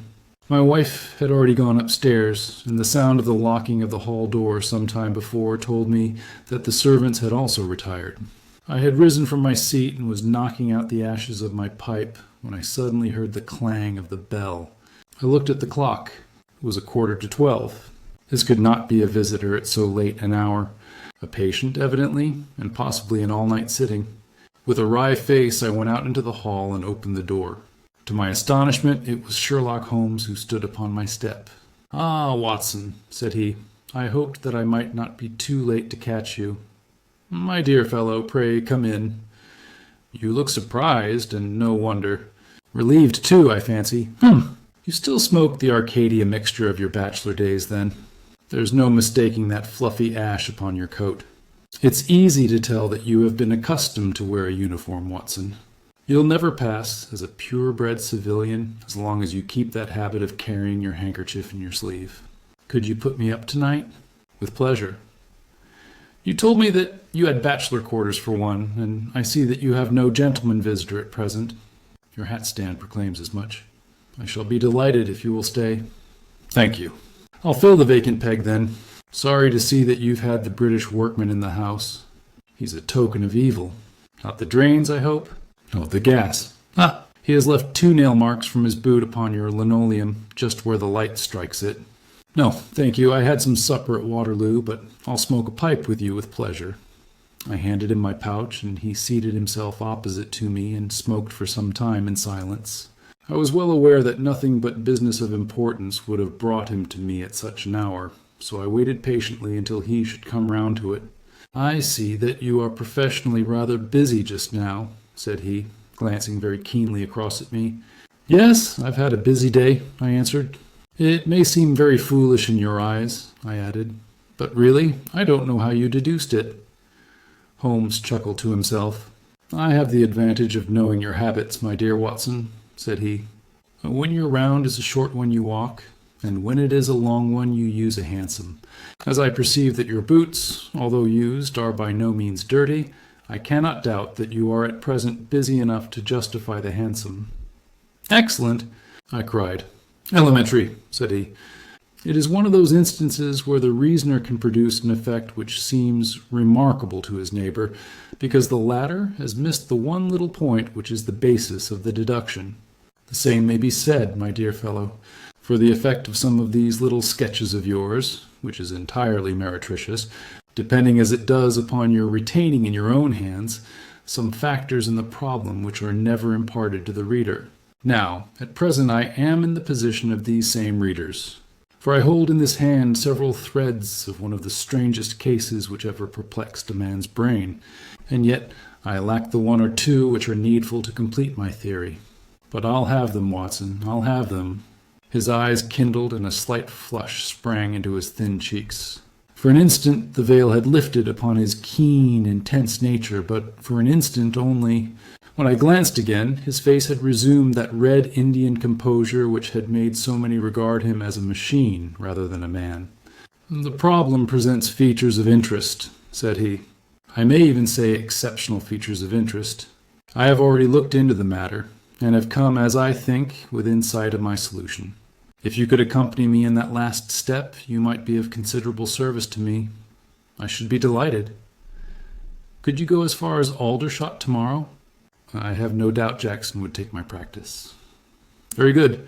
I want to start by the 11:10 from Waterloo. That would give me time. Then, if you are not too sleepy, I will give you a sketch of what has happened, and of what remains to be done. I was sleepy before you came. I am quite wakeful now. I will compress the story as far as may be done without omitting anything vital to the case. It is conceivable that you may even have read some account of the matter. It is the supposed murder of Colonel Berkeley of the Royal Munsters at Aldershot, which I am investigating. I have heard nothing of it. It has not excited much attention yet, except locally. The facts are only 2 days old. Briefly, they are these. The Royal Munsters is, as you know, one of the most famous Irish regiments in the British Army. It did wonders both in the Crimea and the Mutiny, and has since that time distinguished itself upon every possible occasion.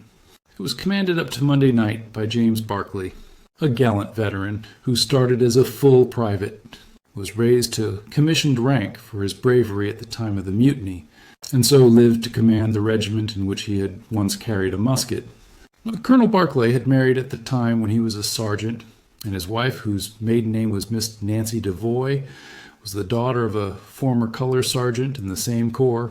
There was, therefore, as can be imagined, some little social friction when the young couple, for they were still young, found themselves in their new surroundings. They appear, however, to have quickly adapted themselves, and Mrs. Berkeley has always, I understand, been as popular with the ladies of the regiment as her husband was with his brother officers. I may add that she was a woman of great beauty, and that even now, when she has been married for upwards of 30 years, she is still of a striking and queenly appearance. Colonel Berkeley's family life appears to have been a uniformly happy one. Major Murphy, to whom I owe most of my facts, assures me that he has never heard of any misunderstanding between the pair.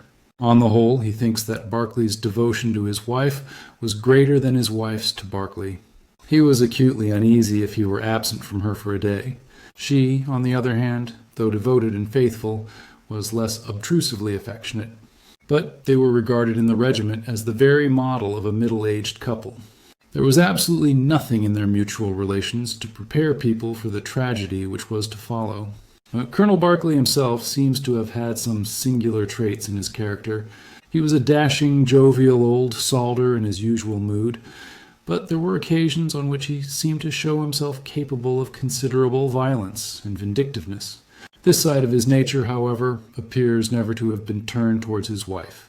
Another fact, which had struck Major Murphy and 3 out of 5 of the other officers with whom I conversed, was the singular sort of depression which came upon him at times. As the Major expressed it, the smile had often been struck from his mouth, as if by some invisible hand, when he has been joining the gaieties and chaff of the mess stable. For days on end, when the mood was on him, he has been sunk in the deepest gloom. This, and a certain tinge of superstition, were the only unusual traits in his character which his brother officers had observed. The latter peculiarity took the form of a dislike to being left alone, especially after dark. This puerile feature in a nature which was conspicuously manly had often given rise to comment and conjecture. The 1st Battalion of the Royal Munsters, which is the old 117th, has been stationed at Aldershot for some years. The married officers live out of barracks. The colonel has, during all this time, occupied a villa called Lachine, about half a mile from the north camp. The house stands in its own grounds, but the west side of it is not more than 30 yards from the high road. A coachman and 2 maids form the staff of servants. These, with their master and mistress, were the sole occupants of Lachine, for the Berkeleys had no children, nor was it usual for them to have resident visitors. Now for the events at Lachine between 9 and 10 on the evening of last Monday. Mrs. Barclay was, it appears, a member of the Roman Catholic Church, and had interested herself very much in the establishment of the Guild of St. George, which was formed in connection with the Watt Street Chapel for the purpose of supplying the poor with cast-off clothing. A meeting of the Guild had been held that evening at 8, and Mrs. Barclay had hurried over her dinner in order to be present at it. When leaving the house, she was heard by the coachman to make some commonplace remark to her husband, and to assure him that she would be back before very long. She then called for Miss Morrison, a young lady who lives in the next villa, and the two went off together to their meeting. It lasted 40 minutes, and at 9:15, Mrs. Barclay returned home, having left Miss Morrison at her door as she passed. There is a room which is used as a morning room at Lachine. This faces the road, and opens by a large glass folding door onto the lawn. The lawn is 30 yards across, and is only divided from the highway by a low wall with an iron rail above it. It was into this room that Mrs. Barclay went upon her return. The blinds were not down, for the room was seldom used in the evening, but Mrs. Barclay herself lit the lamp and then rang the bell, asking Jane Stewart, the housemaid, to bring her a cup of tea, which was quite contrary to her usual habits. The colonel had been sitting in the dining room, but hearing that his wife had returned, he joined her in the morning room. The coachman saw him cross the hall and enter it. He was never seen again alive. The tea which had been ordered was brought up at the end of 10 minutes, but the maid, as she approached the door, was surprised to hear the voices of her master and mistress in furious altercation. She knocked without receiving any answer, and even turned the handle, but only to find that the door was locked upon the inside. Naturally enough, she ran down to tell the cook, and the two women with the coachman came up into the hall and listened to the dispute which was still raging. They all agreed that only two voices were to be heard, those of Barclay and of his wife. Barclay's remarks were subdued and abrupt, so that none of them were audible to the listeners. The ladies, on the other hand, were most bitter, and when she raised her voice could be plainly heard. "You coward!" she repeated over and over again. "What can be done now? What can be done now? Give me back my life. I will never so much as breathe the same air with you again. You coward! You coward!" Those were scraps of her conversation, ending in a sudden dreadful cry in the man's voice, with a crash and a piercing scream from the woman. Convinced that some tragedy had occurred, the coachman rushed to the door and strove to force it, while scream after scream issued from within. He was unable, however, to make his way in, and the maids were too distracted with fear to be of any assistance to him. A sudden thought struck him, however, and he ran through this hall door and round to the lawn upon which the long French windows open. One side of the window was open, which I understand was quite usual in the summer-time, and he passed without difficulty into the room. His mistress had ceased to scream and was stretched insensible upon a couch, while with his feet tilted over the side of an armchair, and his head upon the ground near the corner of the fender, was lying the unfortunate soldier stone dead in a pool of his own blood. Naturally, the coachman's first thought, on finding that he could do nothing for his master, was to open the door. But here an unexpected and singular difficulty presented itself. The key was not in the inner side of the door, nor could he find it anywhere in the room. He went out again, therefore, through the window, and having obtained the help of a policeman and of a medical man, he returned. The lady, against whom naturally the strongest suspicion rested, was removed to her room, still in a state of insensibility. The colonel's body was then placed upon the sofa, and a careful examination made of the scene of the tragedy. The injury from which the unfortunate veteran was suffering was found to be a jagged cut, some 2 inches long at the back part of his head, which had evidently been caused by a violent blow from a blunt weapon. Nor was it difficult to guess what that weapon may have been. Upon the floor, close to the body, was lying a singular club of hard carved wood with a bone handle. The colonel possessed a varied collection of weapons brought from the different countries in which he had fought, and it is conjectured by the police that his club was among his trophies. The servants deny having seen it before, but among the numerous curiosities in the house, it is possible that it may have been overlooked. Nothing else of importance was discovered in the room by the police, save the inexplicable fact that neither upon Mrs. Barclay's person, nor upon that of the victim, nor in any part of the room was the missing key to be found. The door had eventually to be opened by a locksmith from Aldershot. That was the state of things, Watson, when upon the Tuesday morning I, at the request of Major Murphy, went down to Aldershot to supplement the efforts of the police. I think that you will acknowledge that the problem was already one of interest, but my observations soon made me realize that it was in truth much more extraordinary than would at first sight appear. Before examining the room, I cross-questioned the servants, but only succeeded in eliciting the facts which I have already stated. One other detail of interest was remembered by Jane Stewart, the housemaid. You will remember that, on hearing the sound of the quarrel, she descended and returned with the other servants. On that first occasion, when she was alone, she says that the voices of her master and mistress were sunk so low that she could hear hardly anything, and judged by their tones rather than their words that they had fallen out. On my pressing her, however, she remembered that she heard the word David uttered twice by the lady. The point is of the utmost importance as guiding us towards the reason of the sudden quarrel. The colonel's name, you remember, was James. There was one thing in the case which had made the deepest impression both upon the servants and the police. This was the contortion of the colonel's face. It had set, according to their account, into the most dreadful expression of fear and horror which a human countenance is capable of assuming. More than one person fainted at the mere sight of him, so terrible was the effect. It was quite certain that he had foreseen his fate, and that it had caused him the utmost horror.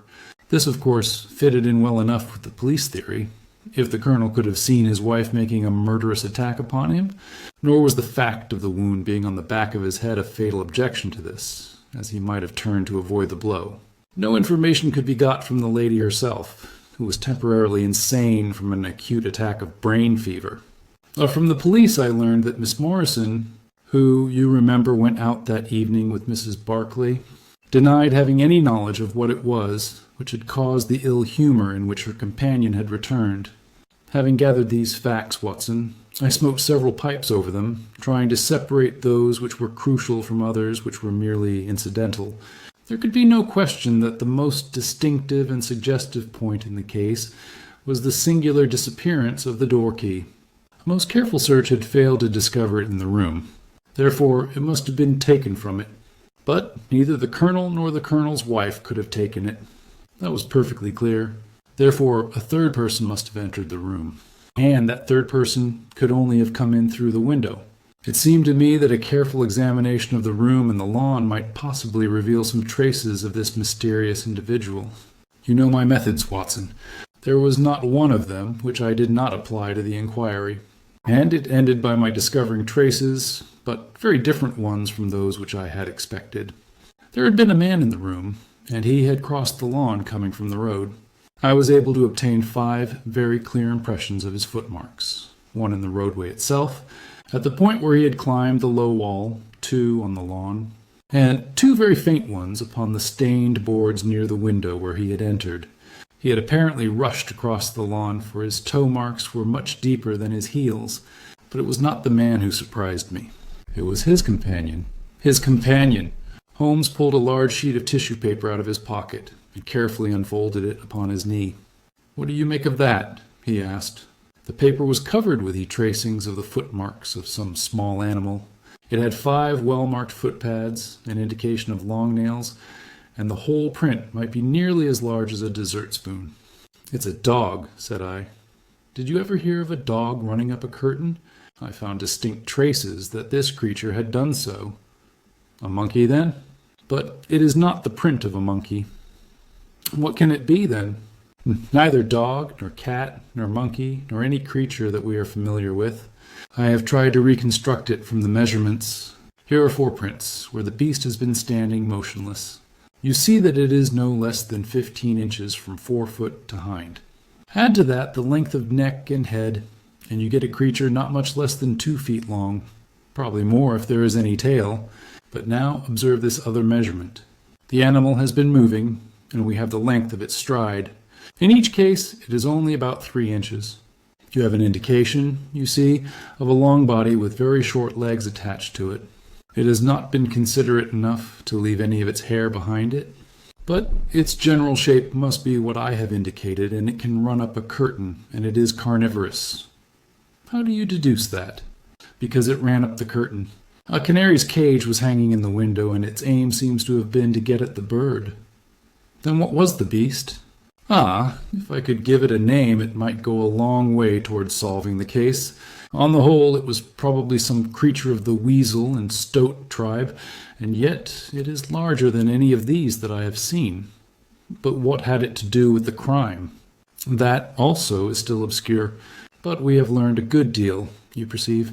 We know that a man stood in the road looking at the quarrel between the Barclays. The blinds were up, and the room lighted.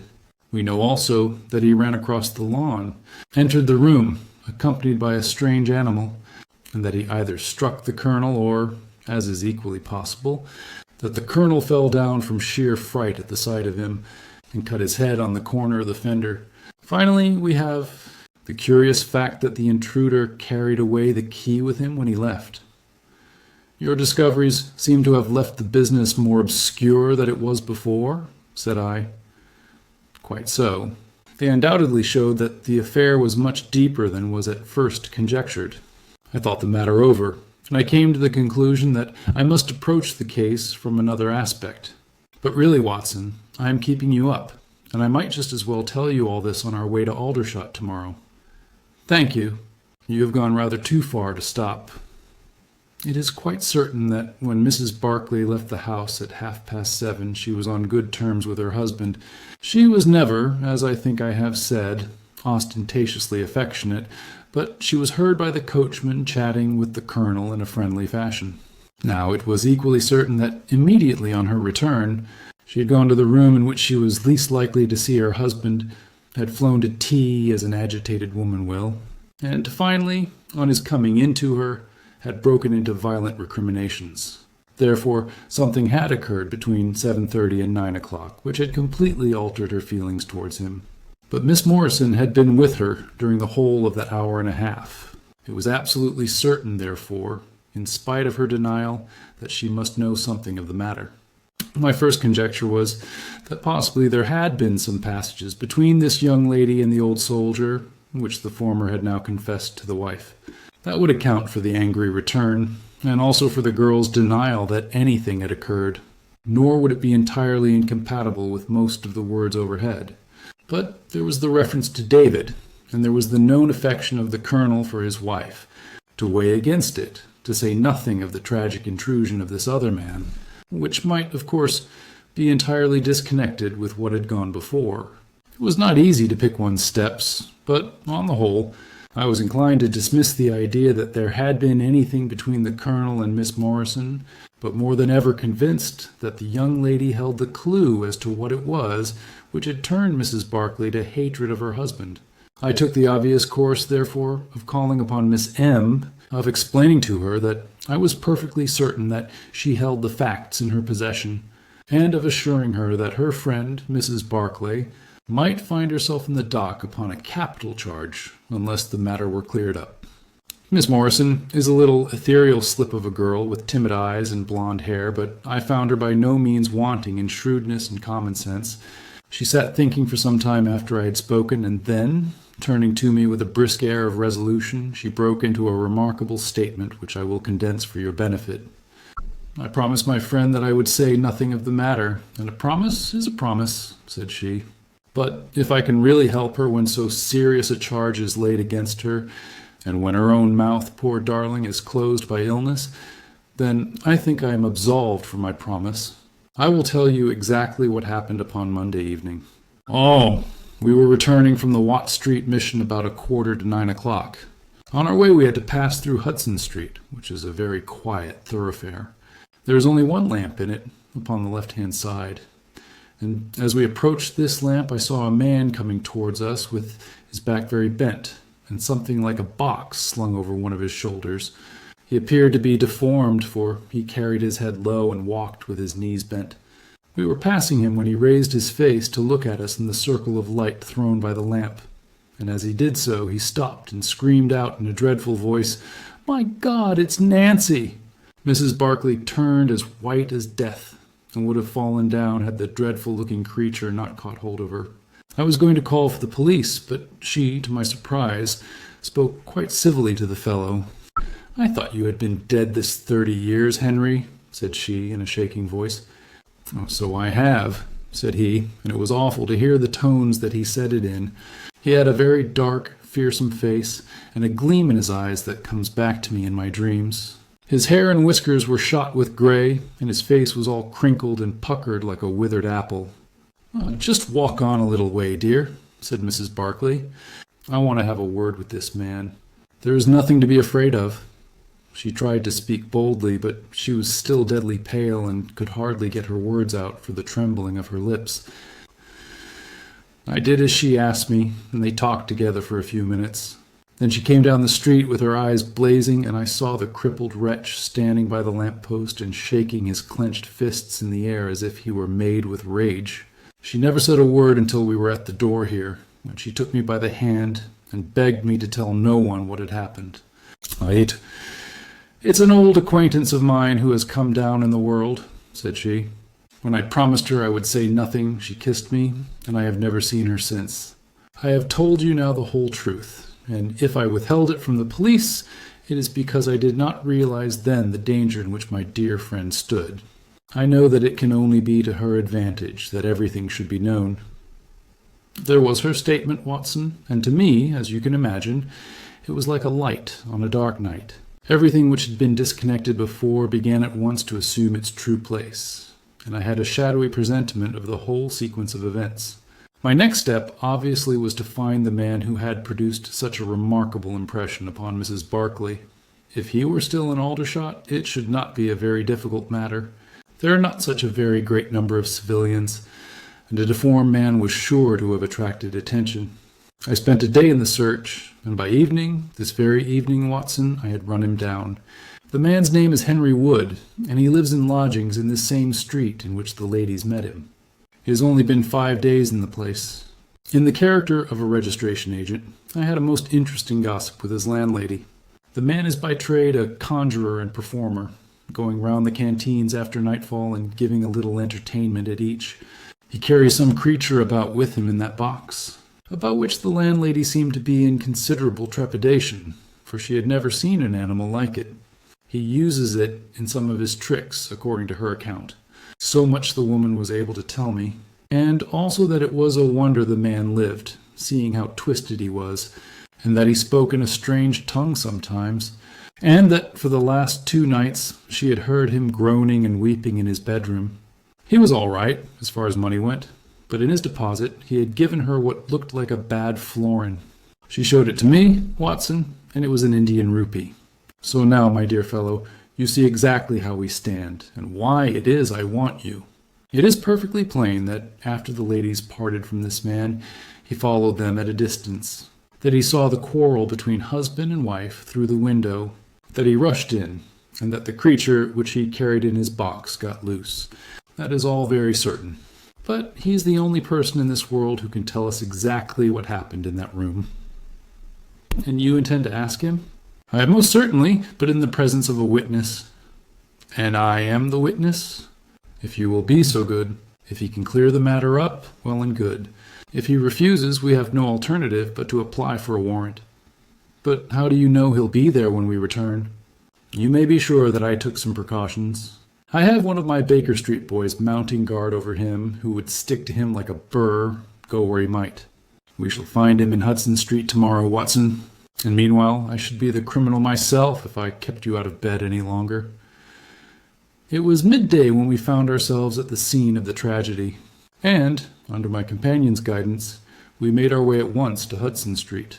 In spite of his capacity for concealing his emotions, I could easily see that Holmes was in a state of suppressed excitement, while I was myself tingling with that half-sporting, half-intellectual pleasure which I invariably experienced when I associated myself with him in his investigations. "This is the street," said he, as we turned into a short thoroughfare lined with plain 2-storied brick houses. "Ah, here is Simpson to report."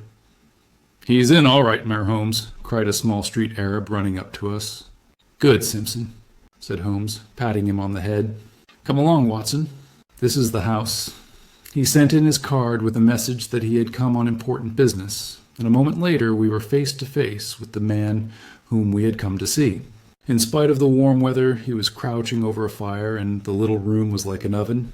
The man sat all twisted and huddled in his chair in a way which gave an indescribable impression of deformity. But the face which he turned towards us, though worn and swarthy, must at some time have been remarkable for its beauty. He looked suspiciously at us now, out of yellow-shot bilious eyes, and without speaking or rising, he waved towards 2 chairs. "Mr. Henry Wood, late of India, I believe," said Holmes affably. "I've come over this little matter of Colonel Berkeley's death." "What should I know about that?" "That's what I want to ascertain. You know, I suppose, that unless the matter is cleared up, Mrs. Berkeley, who is an old friend of yours, will in all probability be tried for murder." The man gave a violent start. "I don't know who you are," he cried, "nor how you come to know what you do know, but will you swear that this is true that you tell me?"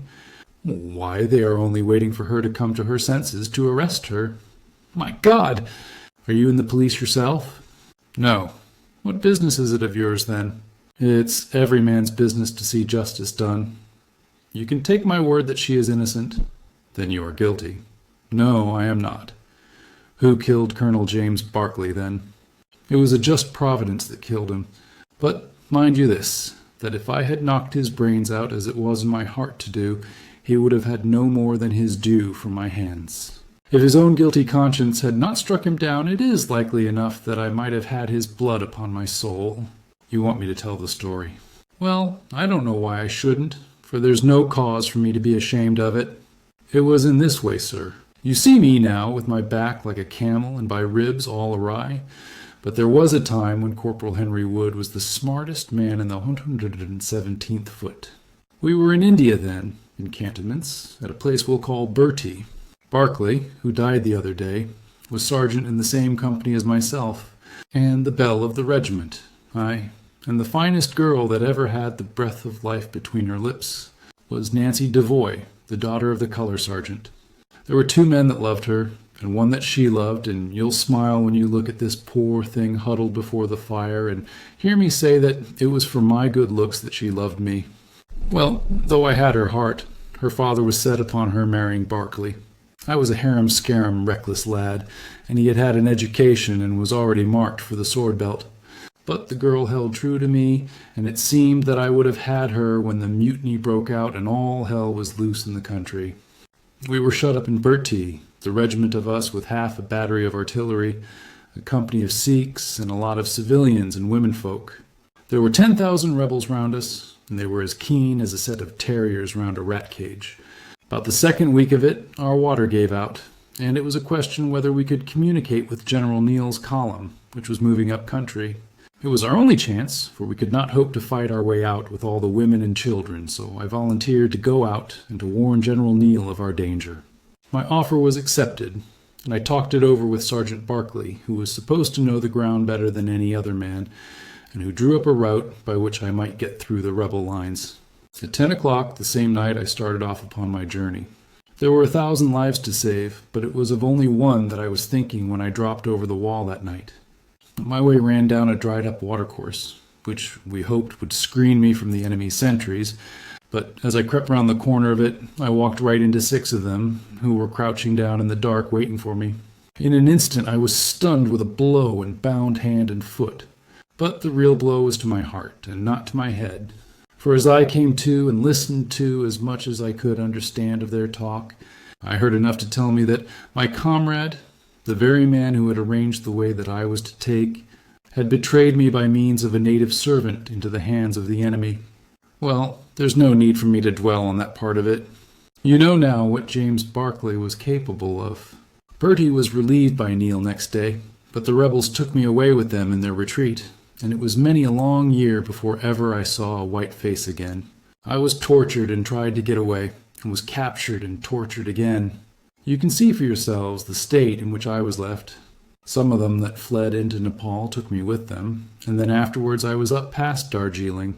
The hill folk up there murdered the rebels who had me, and I became their slave for a time until I escaped. But instead of going south, I had to go north until I found myself among the Afghans.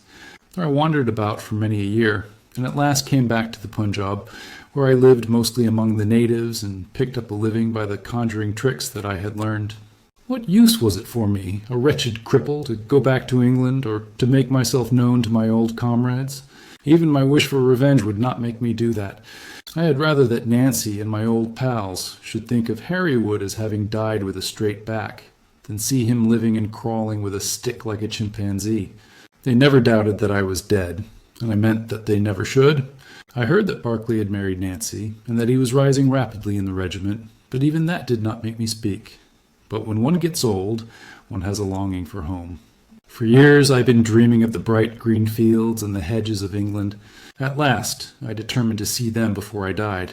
I saved enough to bring me across, and then I came here where the soldiers are, for I know their ways and how to amuse them, and so earn enough to keep me. Your narrative is most interesting, said Sherlock Holmes. I have already heard of your meeting with Mrs. Berkeley and your mutual recognition.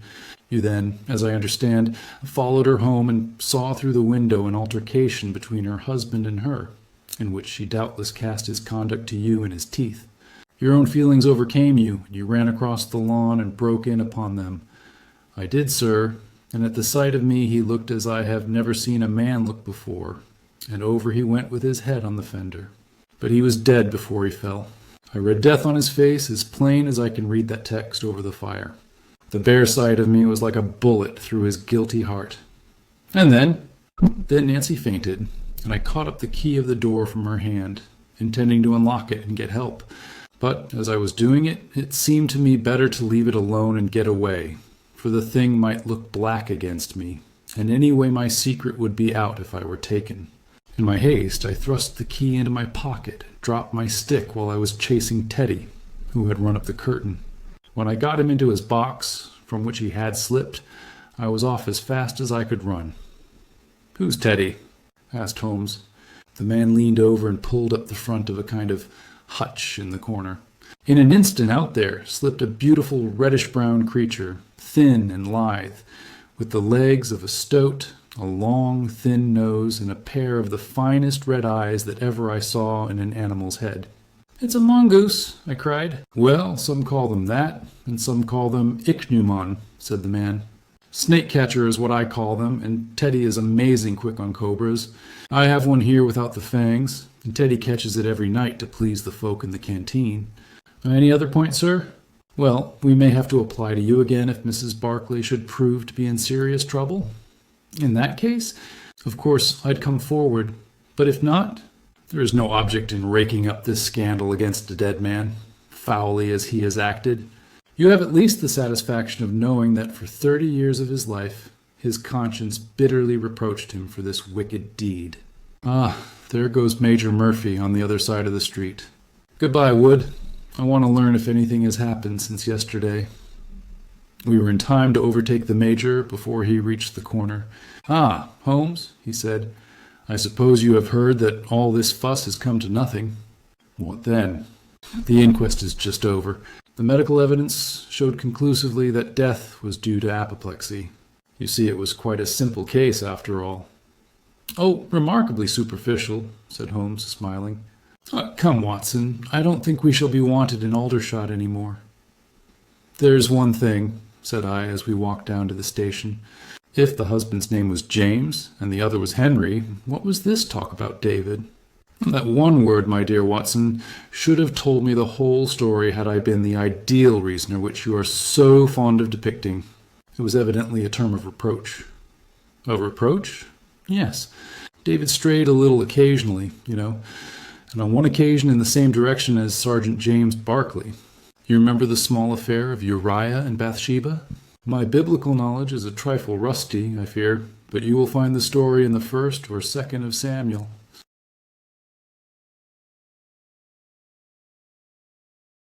The resident patient. Glancing over the somewhat incoherent series of memoirs with which I have endeavored to illustrate a few of the mental peculiarities of my friend Mr. Sherlock Holmes, I have been struck by the difficulty which I have experienced in picking out examples which shall in every way answer my purpose. For in those cases in which Holmes has performed some tour de force of analytical reasoning, and has demonstrated the value of his peculiar methods of investigation. The facts themselves have often been so slight or so commonplace that I could not feel justified in laying them before the public. On the other hand, it has frequently happened that he has been concerned in some research where the facts have been of the most remarkable and dramatic character, but where the share which he has himself taken in determining their causes has been less pronounced than I, as his biographer, could wish. The small matter which I have chronicled under the heading of A Study in Scarlet, and that other later one connected with the loss of the Gloria Scott, may serve as examples of this Scylla and Charybdis which are forever threatening the historian. It may be that in the business of which I am now about to write, the part which my friend played is not sufficiently accentuated, and yet the whole train of circumstances is so remarkable that I cannot bring myself to omit it entirely from the series. It had been a close, rainy day in October. Our blinds were half drawn, and Holmes lay curled upon the sofa, reading and rereading a letter which he had received by the morning post. For myself, my term of service in India had trained me to stand heat better than cold, and a thermometer of 90 was no hardship. But the paper was uninteresting. Parliament had risen. Everybody was out of town, and I yearned for the glades of the New Forest or the shingle of Southsea. A depleted bank account had caused me to postpone my holiday, and as to my companion, neither the country nor the sea presented the slightest attraction to him. He loved to lie in the very center of 5 millions of people, with his filaments stretching out and running through them, responsive to every little rumor or suspicion of unsolved crime. Appreciation of nature found no place among his many gifts, and his only change was when he turned his mind from the evildoer of the town to track down his brother of the country. Finding that Holmes was too absorbed for conversation, I had tossed aside the barren paper, and leaning back in my chair, I fell into a brown study. Suddenly, my companion's voice broke in upon my thoughts. "You are right, Watson," said he. "It does seem a very preposterous way of settling a dispute."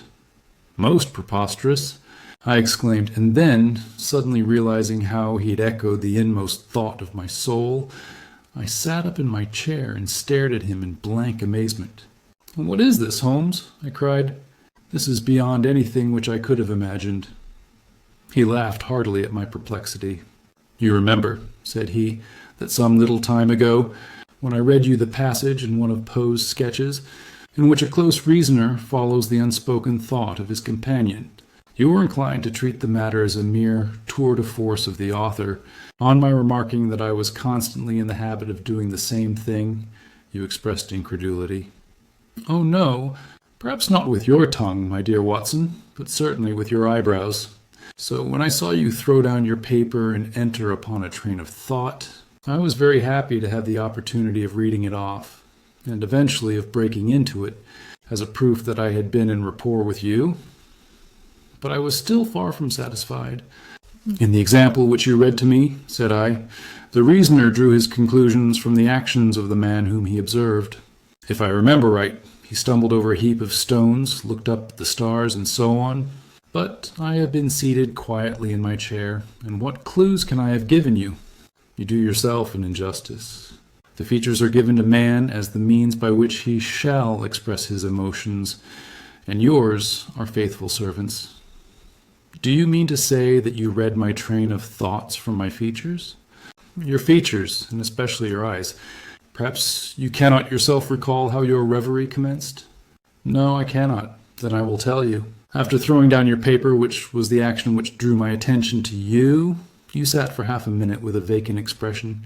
Then your eyes fixed themselves upon your newly framed picture of General Gordon, and I saw by the alteration in your face that a train of thought had been started. But it did not lead very far. Your eyes turned across to the unframed portrait of Henry Ward Beecher, which stands upon the top of your books. You then glanced up at the wall, and of course your meaning was obvious. You were thinking that if the portrait were framed, it would just cover that bare space and correspond with Gordon's picture over there. "You have followed me wonderfully," I exclaimed. "So far I could hardly have gone astray. But now your thoughts went back to Beecher, and you looked hard across as if you were studying the character in his features. Then your eyes ceased to pucker, but you continued to look across, and your face was thoughtful.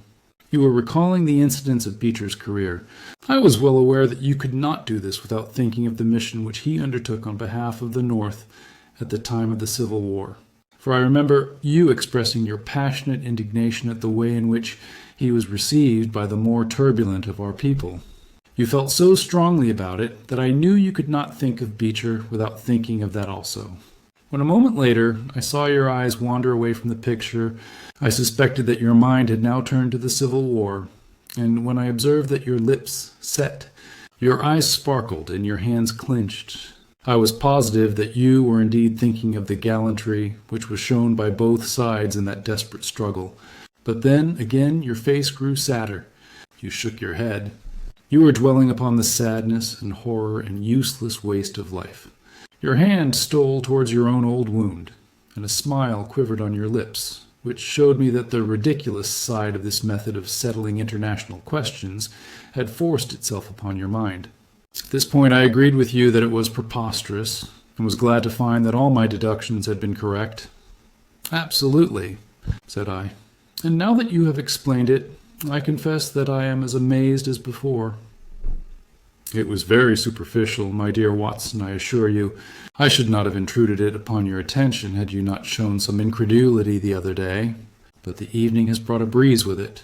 What do you say to a ramble through London?" I was weary of our little sitting-room and gladly acquiesced. For 3 hours we strolled about together, watching the ever-changing kaleidoscope of life as it ebbs and flows through Fleet Street and the Strand. His characteristic talk, with its keen observance of detail and subtle power of inference, held me amused and enthralled. It was 10 o'clock before we reached Baker Street again. A brougham was waiting at our door. "A doctor's general practitioner, I perceive," said Holmes. "Not been long in practice, but has had a good deal to do. Come to consult us, I fancy. Lucky we came back." I was sufficiently conversant with Holmes's methods to be able to follow his reasoning, and to see that the nature and state of the various medical instruments in the wicker basket which hung in the lamplight inside the brougham had given him the data for his swift deduction. The light in our window above showed that this late visit was indeed intended for us. With some curiosity as to what could have sent a brother medico to us at such an hour, I followed Holmes into our sanctum. A pale, taper-faced man with sandy whiskers rose up from a chair by the fire as we entered. His age may not have been more than 3 or 4 and 30, but his haggard expression and unhealthy hue told of a life which has sapped his strength and robbed him of his youth. His manner was nervous and shy, like that of a sensitive gentleman, and the thin white hand which he laid on the mantelpiece as he rose was that of an artist rather than of a surgeon. His dress was quiet and somber, a black frock coat, dark trousers, and a touch of color about his necktie. "Good evening, Doctor," said Holmes cheerily. "I am glad to see that you have only been waiting a very few minutes." "You spoke to my coachman, then?" "No, it was the candle on the side table that told me. Pray resume your seat, and let me know how I can serve you." "My name is Dr. Percy Trevelyan," said our visitor, "and I live at 403 Brook Street." "Are you not the author of a monograph upon obscure nervous lesions?" I asked. His pale cheeks flushed with pleasure at hearing that his work was known to me. "I so seldom hear of the work that I thought it was quite dead," said he. "My publishers gave me a most discouraging account of its sale." "You are yourself, I presume, a medical man?" "A retired army surgeon." "My own hobby has always been nervous disease. I should wish to make it an absolute specialty, but, of course, a man must take what he can get at first. This, however, is beside the question, Mr. Sherlock Holmes, and I quite appreciate how valuable your time is. The fact is that a very singular train of events has occurred recently at my house in Brook Street, and tonight they came to such a head that I felt it was quite impossible for me to wait another hour before asking for your advice and assistance." Sherlock Holmes sat down and lit his pipe. "You are very welcome to both," said he. "Pray let me have a detailed account of what the circumstances are which have disturbed you."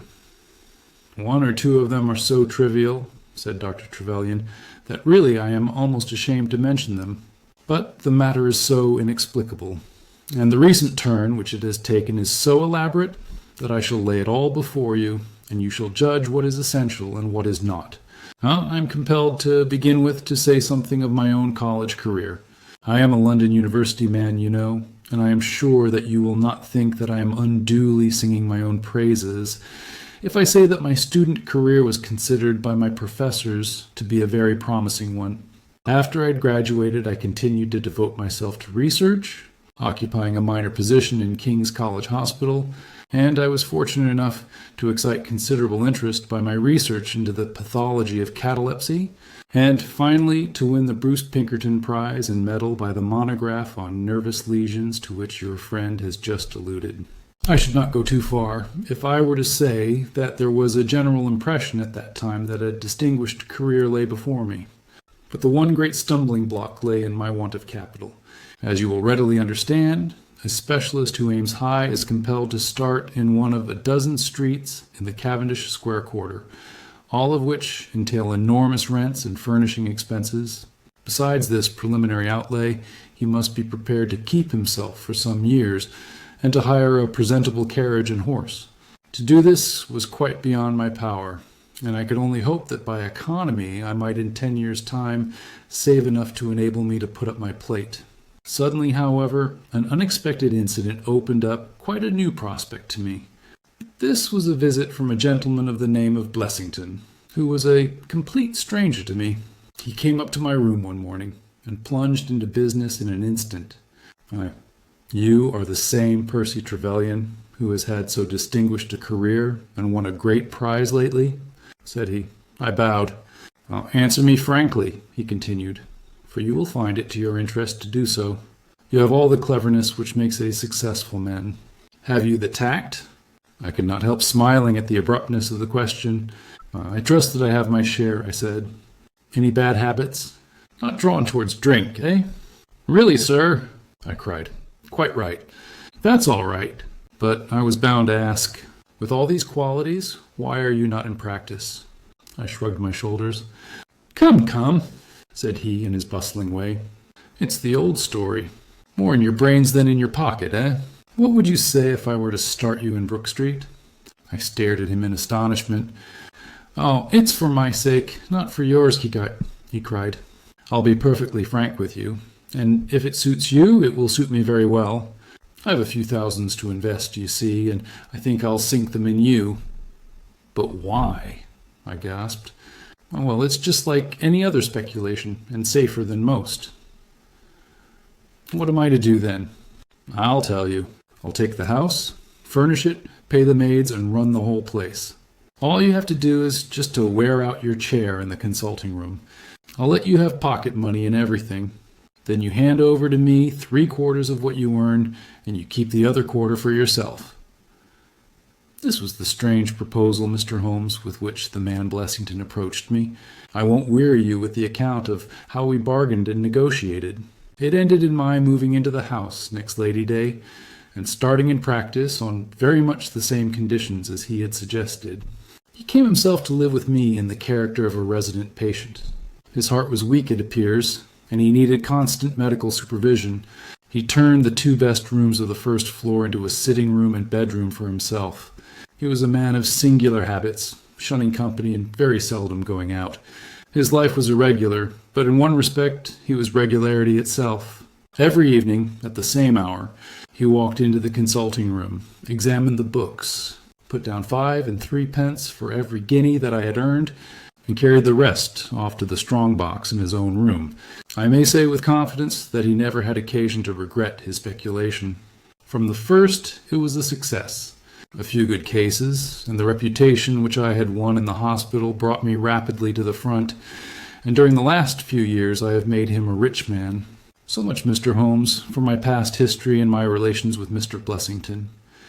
It only remains for me now to tell you what has occurred to bring me here tonight. Some weeks ago, Mr. Blessington came down to me in, as it seemed to me, a state of considerable agitation.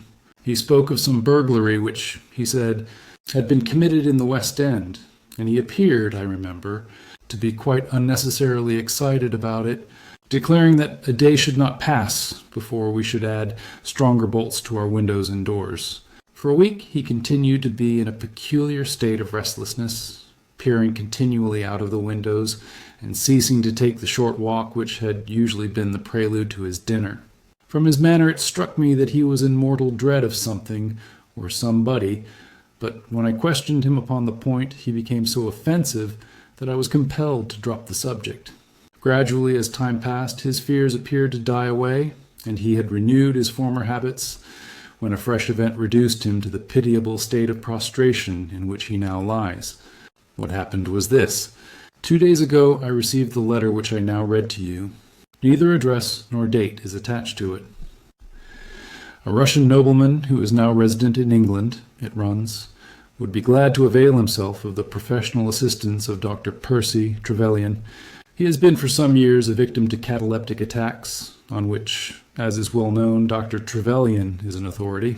He proposes to call at about 6:15 tomorrow evening, if Dr. Trevelyan will make it convenient to be at home. This letter interests me deeply, because the chief difficulty in the study of catalepsy is the rareness of the disease. You may believe, then, that I was in my consulting room when, at the appointed hour, the page showed in the patient. He was an elderly man, thin, demure, and commonplace, by no means the conception one forms of a Russian nobleman. I was much more struck by the appearance of his companion. This was a tall young man, surprisingly handsome, with a dark, fierce face, and the limbs and chest of a Hercules.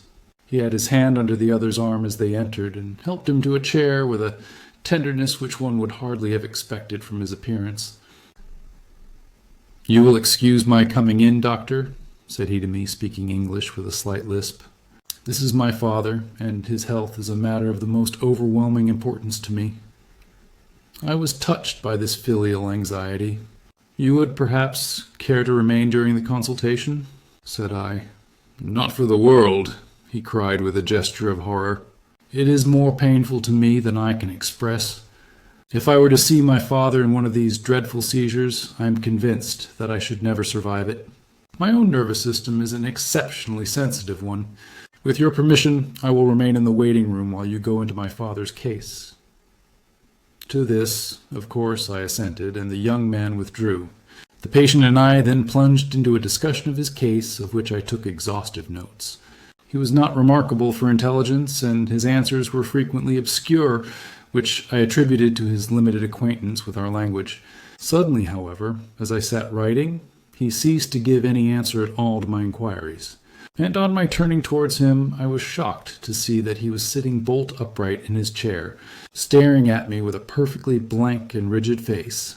He was again in the grip of his mysterious malady. My first feeling, as I have just said, was one of pity and horror. My second, I fear, was rather one of professional satisfaction. I made notes of my patient's pulse and temperature, tested the rigidity of his muscles, and examined his reflexes. There was nothing markedly abnormal in any of these conditions, which harmonized with my former experiences. I had obtained good results in such cases by the inhalation of nitrite of amyl, and the present seemed an admirable opportunity of testing its virtues. The bottle was downstairs in my laboratory, so leaving my patient seated in his chair, I ran down to get it. There was some little delay in finding it, 5 minutes, let us say, and then I returned. Imagine my amazement to find the room empty and the patient gone. Of course, my first act was to run into the waiting room. The son had gone also. The hall door had been closed, but not shut. My page who admits patients is a new boy and by no means quick. He waits downstairs and runs up to show patients out when I ring the consulting room bell. He had heard nothing, and the affair remained a complete mystery. Mr. Blessington came in from his walk shortly afterwards, but I did not say anything to him upon the subject, for, to tell the truth, I have got in the way of late of holding as little communication with him as possible. Well, I never thought that I should see anything more of the Russian and his son, so you can imagine my amazement when, at the very same hour this evening, they both came marching into my consulting room, just as they had done before. "I feel that I owe you a great many apologies for my abrupt departure yesterday, doctor," said my patient. I confess that I was very much surprised at it," said I. "Well, the fact is," he remarked, "that when I recover from these attacks, my mind is always very clouded as to all that has gone before. I woke up in a strange room, as it seemed to me, and made my way out into the street in a sort of dazed way when you were absent." "And I," said the son, on seeing my father pass the door of the waiting room, naturally thought that the consultation had come to an end. It was not until we had reached home that I began to realize the true state of affairs. "Well," said I, laughing, "there is no harm done except that you puzzled me terribly. So if you, sir, would kindly step into the waiting room, I shall be happy to continue our consultation, which was brought to so abrupt an ending." For half an hour or so I discussed that old gentleman's symptoms with him, and then, having prescribed for him, I saw him go off upon the arm of his son. I have told you that Mr. Blessington generally chose this hour of the day for his exercise. He came in shortly afterwards and passed upstairs. An instant later I heard him running down, and he burst into my consulting room like a man who is mad with panic. "Who has been in my room?" he cried. "No one," said I. "It's a lie," he yelled. "Come up and look." I passed over the grossness of his language, as he seemed half out of his mind with fear. When I went upstairs with him, he pointed to several footprints upon the light carpet. "Ah, do you mean to say those are mine?" he cried. They were certainly very much larger than any which he could have made, and were evidently quite fresh. It rained hard this afternoon, as you know, and my patients were the only people who called. It must have been the case, then, that the man in the waiting room had, for some unknown reason, while I was busy with the other, ascended to the room of my resident patient. Nothing has been touched or taken, but there were the footprints to prove that the intrusion was an undoubted fact. Mr. Blessington seemed more excited over the matter than I should have thought possible, though of course it was enough to disturb anybody's peace of mind. He actually sat crying in an armchair, and I could hardly get him to speak coherently. It was his suggestion that I should come round to you, and of course I at once saw the propriety of it, for certainly the incident is a very singular one, though he appears to completely overrate its importance. If you would only come back with me in my brougham, you would at least be able to soothe him, though I can hardly hope that you will be able to explain this remarkable occurrence. Sherlock Holmes had listened to this long narrative with an intentness which showed me that his interest was keenly aroused. His face was as impassive as ever, but his lids had drooped more heavily over his eyes, and his smoke had curled up more thickly from his pipe, to emphasize each curious episode in the doctor's tale. As our visitor concluded, Holmes sprang up without a word, handed me my hat, picked his own from the table, and followed Dr. Trevelyan to the door. Within a quarter of an hour we had been dropped at the door of the physician's residence in Brook Street, one of those somber, flat-faced houses which one associates with a West End practice. A small page admitted us, and we began at once to ascend the broad, well-carpeted stair. But a singular interruption brought us to a standstill. The light at the top was suddenly whisked out, and from the darkness came a reedy, quivering voice. "I have a pistol," it cried. "I give you my word that I'll fire if you come any nearer." "This really grows outrageous." "Mr. Blessington!" cried Dr. Trevelyan. "Oh, then it is you, doctor," said the voice with a great heave of relief. "But those other gentlemen, are they what they pretend to be?" We were conscious of a long scrutiny out of the darkness. Yes, it's all right," said the voice at last. "You can come up, and I am sorry if my precautions have annoyed you." He relit the stair-gas as he spoke, and we saw before us a singular-looking man, whose appearance, as well as his voice, testified to his jangled nerves. He was very fat, but had apparently at some time been much fatter, so that the skin hung about his face in loose pouches, like the cheeks of a bloodhound. He was of a sickly color, and his thin, sandy hair seemed to bristle up with the intensity of his emotion. In his hand he held a pistol, but he thrust it into his pocket as we advanced. "Good evening, Mr. Holmes," said he. I am sure I am very much obliged to you for coming round. No one ever needed your advice more than I do. I suppose that Dr. Trevelyan has told you of this most unwarrantable intrusion into my rooms." "Quite so," said Holmes. "Who are these two men, Mr. Blessington, and why do they wish to molest you?" Well, said the resident patient in a nervous fashion. "Of course, it is hard to say that. You can hardly expect me to answer that, Mr. Holmes. Do you mean that you don't know? Come in here, if you please. Just have the kindness to step in here."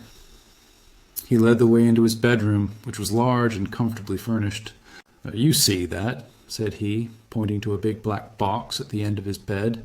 I've never been a very rich man, Mr. Holmes. Never made but one investment in my life, as Dr. Trevelyan would tell you. But I don't believe in bankers. I would never trust a banker, Mr. Holmes.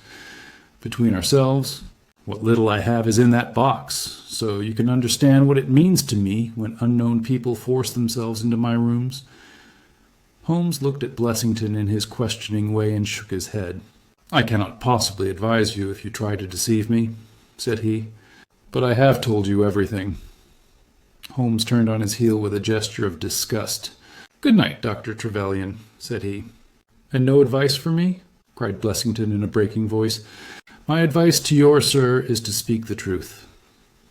A minute later, we were in the street and walking for home. We had crossed Oxford Street and were halfway down Harley Street before I could get a word from my companion. Sorry to bring you out on such a fool's errand, Watson, he said at last. It is an interesting case, too, at the bottom of it. I can make little of it, I confessed. Well, it is quite evident that there are two men, more, perhaps, but at least two, who are determined for some reason to get at this fellow Blessington. I have no doubt in my mind that both on the first and on the second occasion that young man penetrated to Blessington's room, while his confederate, by an ingenious device, kept the doctor from interfering. And the catalepsy?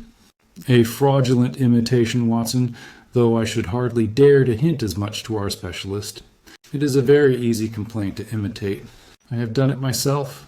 And then, by the purest chance, Blessington was out on each occasion. Their reason for choosing so unusual an hour for a consultation was obviously to ensure that there should be no other patient in the waiting room. It just happened, however, that this hour coincided with Blessington's constitutional, which seems to show that they were not very well acquainted with his daily routine. Of course, if they had been merely after plunder, they would at least have made some attempt to search for it. Besides, I can read in a man's eye when it is his own skin that he is frightened for. It is inconceivable that this fellow could have made two such vindictive enemies as these appear to be without knowing of it. I hold it, therefore, to be certain that he does know who these men are, and that, for reasons of his own, he suppresses it. It is just possible that tomorrow may find him in a more communicative mood. Is there not one alternative? I suggested. Grotesquely improbably, no doubt, but still just conceivable. Might the whole story of the cataleptic Russian and his son be a concoction of Dr. Trevelyan's, who has, for his own purposes, been in Blessington's rooms? I saw in the gaslight that Holmes wore an amused smile at this brilliant departure of mine. My dear fellow, said he, it was one of the first solutions which occurred to me, but I was soon able to corroborate the doctor's tale. This young man has left prints upon the stair carpet, which made it quite superfluous for me to ask to see those which he had made in the room. When I tell you that his shoes were square-toed instead of being pointed like Blessington's, and were quite an inch and a third longer than the doctor's, you will acknowledge that there can be no doubt as to his individuality. But we may sleep on it now, for I shall be surprised if we do not hear something further from Brook Street in the morning. Sherlock Holmes's prophecy was soon fulfilled, and in a dramatic fashion. At 7:30 next morning, in the first glimmer of daylight, I found him standing by my bedside in his dressing gown. "There's a brougham waiting for us, Watson," said he. "What's the matter, then?" "The Brook Street business. Any fresh news?" "Tragic, but ambiguous," said he, pulling up the blind. "Look at this, a sheet from a notebook with 'For God's sake, come at once. P.T.' scrawled upon it in pencil. Our friend, the doctor, was hard put to it when he wrote this. Come along, my dear fellow, for it's an urgent call." In a quarter of an hour or so we were back at the physician's house. He came running out to meet us with a face of horror. "Oh, such a business!" he cried, with his hands to his temples. "What then?" "Blessington has committed suicide." Holmes whistled. "Yes, he hanged himself during the night." We had entered, and the doctor had preceded us into what was evidently his waiting room. "I really hardly know what I'm doing," he cried. "The police are already upstairs. It has shaken me most dreadfully." "When did you find it out?" "He has a cup of tea taken into him early every morning. When the maid entered, About 7, there the unfortunate fellow was hanging in the middle of the room. He had tied his cord to the hook on which the heavy lamp used to hang, and he had jumped off from the top of the very box that he showed us yesterday. Holmes stood for a moment in deep thought. "With your permission," said he at last, "I should like to go upstairs and look into the matter." "Oh," we both assented, followed by the doctor. It was a dreadful sight which met us as we entered the bedroom door. I have spoken of the impression of flabbiness which this man Blessington conveyed. As he dangled from the hook, it was exaggerated and intensified until he was scarce human in his appearance. The neck was drawn out like a plucked chicken's, making the rest of him seem the more obese and unnatural by the contrast. He was clad only in his long night-dress, and his swollen ankles and ungainly feet protruded starkly from beneath it. Beside him stood a smart-looking police inspector who was taking notes in a pocket-book. "Ah, Mr. Holmes," said he heartily as my friend entered. "I'm delighted to see you." "Good morning, Lanner," answered Holmes. "You won't think me an intruder, I'm sure. Have you heard of the events which led up to this affair?" "Yes, I heard something of them." "Have you formed any opinion?" "As far as I can see, the man has been driven out of his senses by fright. The bed has been well slept in, you see. There's his impression deep enough. It's about 5 in the morning. You know that suicides are most common. That would be about his time for hanging himself. It seems to have been a very deliberate affair." "I should say that he has been dead about 3 hours, judging by the rigidity of the muscles," said I. "Noticed anything peculiar about the room?" asked Holmes. "Found a screwdriver and some screws on the wash-hand stand. Seems to have smoked heavily during the night, too. Here are 4 cigar ends that I picked out of the fireplace." Said Holmes. "Have you got his cigar holder?" "No, I have seen none." "His cigar case, then?" "Yes, it was in his coat pocket." Holmes opened it and smelled the single cigar which it contained. "Oh, this is an Havana, and these others are cigars of the peculiar sort which are imported by the Dutch from their East Indian colonies. They are usually wrapped in straw, you know, and are thinner for their length than any other brand." He picked up the 4 ends and examined them with his pocket lens. "2 of these have been smoked from a holder, and 2 without," said he. "2 have been cut by a not very sharp knife, and 2 have had the ends bitten off by a set of excellent teeth. This is no suicide, Mr. Lanner. It is a very deeply planned and cold-blooded murder." "Impossible!" cried the inspector. "And why? Why should anyone murder a man in so clumsy a fashion as by hanging him?" "That is what we have to find out." "How could they get in?" "Through the front door. It was barred in the morning." "Then it was barred after them." "How do you know?" "I saw their traces. Excuse me a moment, and I may be able to give you some further information about it." He went over to the door, and turning the lock, he examined it in his methodical way. Then he took out the key, which was on the inside, and inspected that also. The bed, the carpet, the chairs, the mantelpiece, the dead body, and the rope were each in turn examined, until at last he professed himself satisfied, and with my aid and that of the inspector cut down the wretched object, and laid it reverently under a sheet. "How about this rope?" he asked. "It is cut off this," said Dr. Trevelyan, drawing a large coil from under the bed. He was morbidly nervous of fire, and always kept this beside him, so that he might escape by the window in case the stairs were burning. "That must have saved them trouble," said Holmes thoughtfully. "Yes, the actual facts are very plain, and I shall be surprised if by the afternoon I cannot give you the reasons for them as well. I will take this photograph of Blessington, which I see upon the mantelpiece, as it may help me in my inquiries." "But you have told us nothing," cried the doctor. "Oh, there can be no doubt as to the sequence of events," said Holmes. "There were 3 of them in it, the young man, the old man, and a third, to whose identity I have no clue. The first 2, I need hardly remark, are the same who masqueraded as the Russian count and his son, so we can give a very full description of them. They were admitted by a confederate inside the house. If I might offer you a word of advice, Inspector, it would be to arrest the page, who, as I understand, has only recently come into your service, Doctor." "The young imp cannot be found," said Dr. Trevelyan. "The maid and the cook have just been searching for him." Holmes shrugged his shoulders. "He has played a not unimportant part in this drama," said he. The three men having ascended the stairs, which they did on tiptoe, the elder man first, the younger man second, and the unknown man in the rear. "My dear Holmes," I ejaculated. Oh, there could be no question as to the superimposing of the footmarks. I had the advantage of learning which was which last night. They ascended, then, to Mr. Blessington's room, the door of which they found to be locked. With the help of a wire, however, they forced round the key. Even without the lens, you will perceive by the scratches on this ward where the pressure was applied. On entering the room, their first proceeding must have been to gag Mr. Blessington.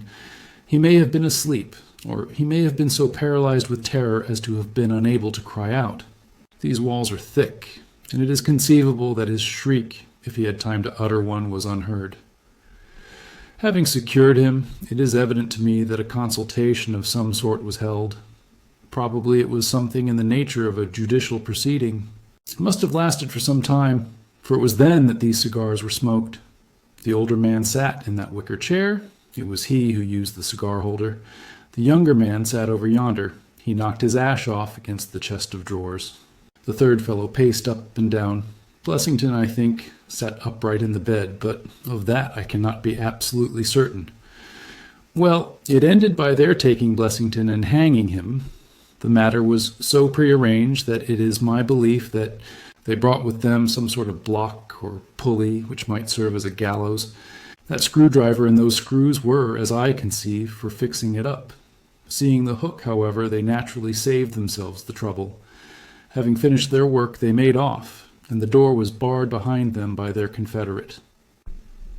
We had all listened with the deepest interest to this sketch of the night's doings, which Holmes had deduced from signs so subtle and minute that, even when he had pointed them out to us, we could scarcely follow him in his reasoning. The inspector hurried away on the instant to make inquiries about the page, while Holmes and I returned to Baker Street for breakfast. "I'll be back by 3, said he when we had finished our meal. "Both the inspector and the doctor will meet me here at that hour, and I hope by that time to have cleared up any little obscurity which the case may still present." Our visitors arrived at the appointed time, but it was 4:15 before my friend put in an appearance. From his expression as he entered, however, I could see that all had gone well with him. "Any news, Inspector?" "We have got the boys, sir." "Excellent. And I have got the men." "You have got them?" we cried, all three. "Well, at least I have got their identity. This so-called Blessington is, as I expected, well known at headquarters, and so are his assailants. Their names are Biddle, Hayward, and Moffat." "The Worthington Bank gang?" cried the inspector. "Precisely," said Holmes. "And then Blessington must have been Sutton." "Exactly," said Holmes. "Why, that makes it as clear as crystal," said the inspector. But Trevelyan and I looked at each other in bewilderment. "You must surely remember the great Worthington Bank business," said Holmes. 5 men were in it, these 4 and a 5th called Cartwright. Tobin, the caretaker, was murdered, and the thieves got away with £7,000. This was in 1875. They were all 5 arrested, but the evidence against them was by no means conclusive. This Blessington or Sutton, who was the worst of the gang, turned informer. On his evidence, Cartwright was hanged, and the other 3 got 15 years apiece. When they got out the other day, which was some years before their full term, they set themselves, as you perceive, to hunt down the traitor and to avenge the death of their comrade upon him. Twice they tried to get at him and failed. A 3rd time, you see, it came off. Is there anything further which I can explain, Dr. Trevelyan?" "I think you have made it all remarkable clear," said the doctor. No doubt the day on which he was perturbed was the day when he had seen of their release in the newspapers. Quite so. His talk about a burglary was the merest blind. But why could he not tell you this? Well, my dear sir, knowing the vindictive character of his old associates, he was trying to hide his own identity from everybody as long as he could. His secret was a shameful one, and he could not bring himself to divulge it. However, Wretch as he was still living under the shield of British law. And I have no doubt, Inspector, that you will see that, though that shield may fail to guard, the sword of justice is still there to avenge. Such were the singular circumstances in connection with the resident patient and the Brook Street doctor. From that night, nothing has been seen of the 3 murderers by the police, and it is surmised at Scotland Yard that they were among the passengers of the ill-fated steamer Nora Creina, which was lost some years ago with all hands upon the Portuguese coast, some leagues to the north of Oporto. The proceedings against the page broke down for want of evidence, and the Brook Street mystery, as it was called, has never until now been fully dealt with in any public print.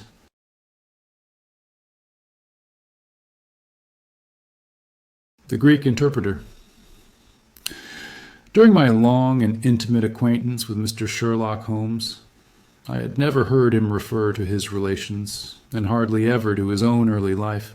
This reticence upon his part had increased the somewhat inhuman effect which he produced upon me, until sometimes I found myself regarding him as an isolated phenomenon, a brain without a heart, as deficient in human sympathy as he was preeminent in intelligence. His aversion to women and his disinclination to form new friendships were both typical of his unemotional character, but not more so than his complete suppression of every reference to his own people. I had come to believe that he was an orphan with no relatives living, but one day, to my very great surprise, he began to talk to me about his brother. It was after tea on a summer evening, and the conversation, which had roamed in a desultory, spasmodic fashion from golf clubs to the causes of the change in the obliquity of the ecliptic, came round at last to the question of atavism and hereditary aptitudes. The point under discussion was how far any singular gift in an individual was due to his ancestry, and how far to his own early training. "In your own case," said I, "from all that you have told me, it seems obvious that your faculty of observation and your peculiar facility for deduction are due to your own systematic training." "To some extent," he answered thoughtfully. My ancestors were country squires, who appear to have led much the same life as is natural to their class. But, nonetheless, my turn that way is in my veins, and may have come with my grandmother, who was the sister of Vernet, the French artist. Art in the blood is liable to take the strangest forms. But how do you know that it is hereditary? Because my brother Mycroft possesses it in a larger degree than I do. This was news to me indeed. If there were another man with such singular powers in England, how was it that neither police nor public had heard of him? I put the question, with a hint that it was my companion's modesty which made him acknowledge his brother as his superior. Holmes laughed at my suggestion. "My dear Watson," said he, "I cannot agree with those who rank modesty among the virtues. To the logician, all things should be seen exactly as they are, and to underestimate oneself is as much a departure from truth as to exaggerate one's own powers. When I say, therefore, that Mycroft has better powers of observation than I, you may take it that I am speaking the exact and literal truth. Is he your junior?" 7 years my senior." "How comes it that he is unknown?" "Oh, he is very well known in his own circle." "Where, then?" "Well, in the Diogenes Club, for example." I had never heard of the institution, and my face must have proclaimed as much, for Sherlock Holmes pulled out his watch. "The Diogenes Club is the queerest club in London, and Mycroft one of the queerest men. He's always there from 5:15 to 8:20. It's 6 now, so if you care for a stroll this beautiful evening, I shall be very happy to introduce you to 2 curiosities." 5 minutes later, we were in the street, walking towards Regent's Circus. "You wonder," said my companion, "why it is that Mycroft does not use his powers for detective work. He is incapable of it. But I thought you said—" "I said that he was my superior in observation and deduction. If the art of the detective began and ended in reasoning from an armchair, my brother would be the greatest criminal agent that ever lived. But he has no ambition and no energy. He will not even go out of his way to verify his own solution, and would rather be considered wrong than take the trouble to prove himself right. Again and again I have taken a problem to him, and have received an explanation which has afterwards proved to be the correct one. And yet he was absolutely incapable of working out the practical points which must be gone into before a case could be laid before a judge or jury. It is not his profession, then? By no means. What is to me a means of livelihood is to him the merest hobby of a dilettante. He has an extraordinary faculty for figures, and audits the books in some of the government departments. Mycroft lodges in Pall Mall, and he walks round the corner into Whitehall every morning and back every evening. From year's end to year's end he takes no other exercise, and is seen nowhere else, except only in the Diogenes Club, which is just opposite his rooms. I cannot recall the name. Very likely not.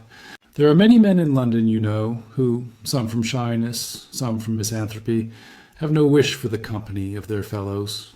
Yet they are not averse to comfortable chairs in the latest periodicals.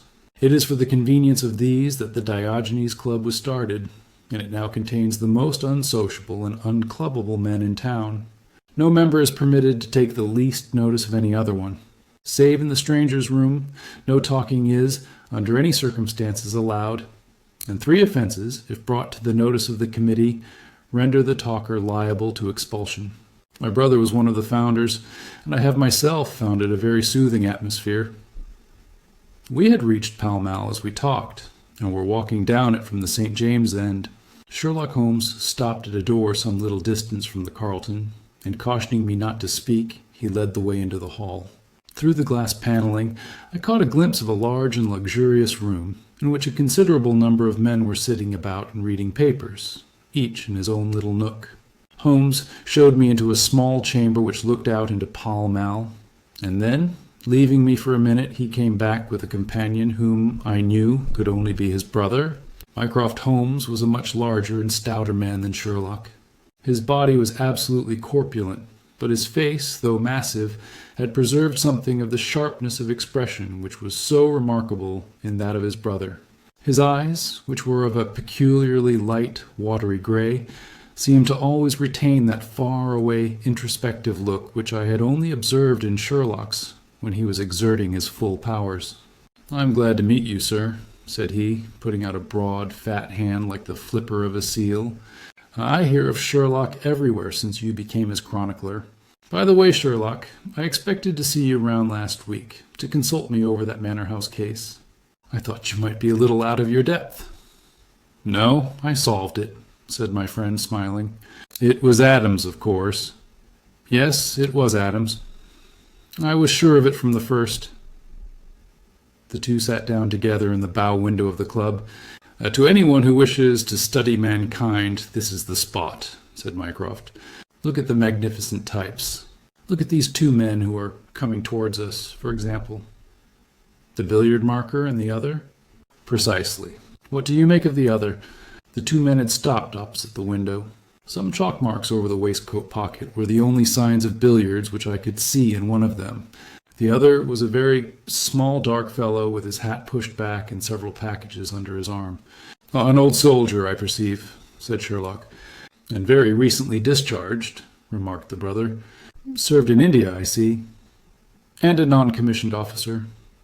"Royal Artillery, I fancy," said Sherlock. "And a widower, but with a child." "Children?" "My dear boy, children." "Come," said I, laughing.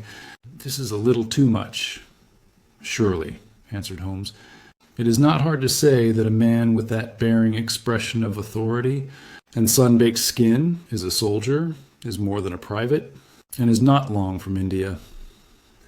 That he has not left the service long is shown by his still wearing his ammunition boots, as they are called," observed Mycroft. "He had not the cavalry stride, yet he wore his hat on one side, as is shown by the lighter skin of that side of his brow. His weight is against his being a sapper. He is in the artillery. And, of course, his complete mourning shows that he has lost someone very dear. The fact that he is doing his own shopping looks as though it were his wife. He has been buying things for children, you perceive. There is a rattle, which shows that one of them is very young. The wife probably died in childbed. The fact that he has a picture book under his arm shows that there is another child to be thought of. I began to understand. what my friend meant when he said that his brother possessed even keener faculties that he did himself. He glanced across at me and smiled. Mycroft took snuff from a tortoise-shell box and brushed away the wandering grains from his coat front with a large red silk handkerchief. "By the way, Sherlock," said he, "I've had something quite after your own heart, a most singular problem, submitted to my judgment. I really had not the energy to follow it up, save in a very incomplete fashion, but it gave me a basis for some pleasing speculation. If you would care to hear the facts, my dear Mycroft, I should be delighted." The brother scribbled a note upon a leaf of his pocket-book, and ringing the bell, he handed it to the waiter. "I have asked Mr. Mellis to step across," said he. "He lodges on the floor above me, and I have some slight acquaintance with him, which led him to come to me in his perplexity. Mr. Mellis is a Greek by extraction, as I understand, and he is a remarkable linguist. He earns his living partly as interpreter in the law courts, and partly by acting as guide to any wealthy Orientals who may visit the Northumberland Avenue hotels. I think I will leave him to tell his very remarkable experience in his own fashion." A few minutes later, we were joined by a short, stout man whose olive face and coal-black hair proclaimed his southern origin, though his speech was that of an educated Englishman. He shook hands eagerly with Sherlock Holmes, and his dark eyes sparkled with pleasure when he understood that the specialist was anxious to hear his story. "I do not believe that the police credit me. On my word, I do not," said he in a wailing voice. "Just because they have never heard of it before, they think that such a thing cannot be. But I know that I shall never be easy in my mind until I know what has become of my poor man with the sticking plaster upon his face." "I am all attention," said Sherlock Holmes. "This is Wednesday evening," said Mr. Mellis. "Well, then, it was Monday night, only 2 days ago, you understand, that all this happened. I am an interpreter, as perhaps my neighbor there has told you. I interpret all languages, or nearly all, but as I am a Greek by birth and with a Grecian name, it is with that particular tongue that I am principally associated. For many years I have been the chief Greek interpreter in London, and my name is very well known in the hotels. It happens not unfrequently that I am sent for at strange hours by foreigners who get into difficulties, or by travelers who arrive late and wish my services.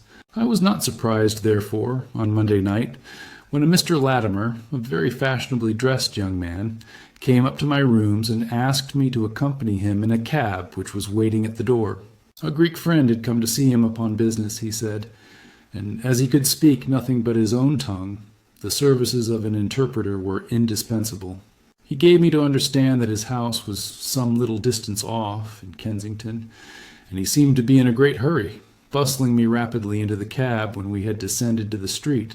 I say into the cab, but I soon became doubtful as to whether it was not a carriage in which I found myself. It was certainly more roomy than the ordinary four-wheeled disgrace to London, and the fittings, though frayed, were of rich quality. Mr. Latimer seated himself opposite to me, and we started off through Charing Cross and up the Shaftesbury Avenue. We had come out upon Oxford Street, and I had ventured some remark as to this being a roundabout way to Kensington, when my words were arrested by the extraordinary conduct of my companion. He began by drawing a most formidable-looking bludgeon loaded with lead from his pocket, and switching it backward and forward several times, as if to test its weight and strength. Then he placed it without a word upon the seat beside him. Having done this, he drew up the windows on each side, and I found to my astonishment that they were covered with paper, so as to prevent my seeing through them. "I am sorry to cut off your view, Mr. Mellis," said he. "The fact is that I have no intention that you should see what the place is to which we are driving. It might possibly be inconvenient to me if you could find your way there again." As you can imagine, I was utterly taken aback by such an address. My companion was a powerful, broad-shouldered young fellow, and, apart from the weapon, I should not have had the slightest chance in a struggle with him. "Oz! This is very extraordinary conduct, Mr. Latimer," I stammered. "You must be aware that what you are doing is quite illegal." "It is somewhat of a liberty, no doubt," said he, "but we'll make it up to you. I must warn you, however, Mr. Mellis, that if at any time tonight you attempt to raise an alarm or do anything which is against my interests, you will find it a very serious thing. I beg you to remember that no one knows where you are, and that whether you are in this carriage or in my house, you are equally in my power."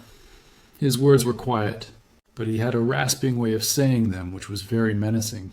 I sat in silence, wondering what on earth could be his reason for kidnapping me in this extraordinary fashion. Whatever it might be, it was perfectly clear that there was no possible use in my resisting, and that I could only wait to see what might befall. For nearly 2 hours we drove without my having the least clue as to where we were going.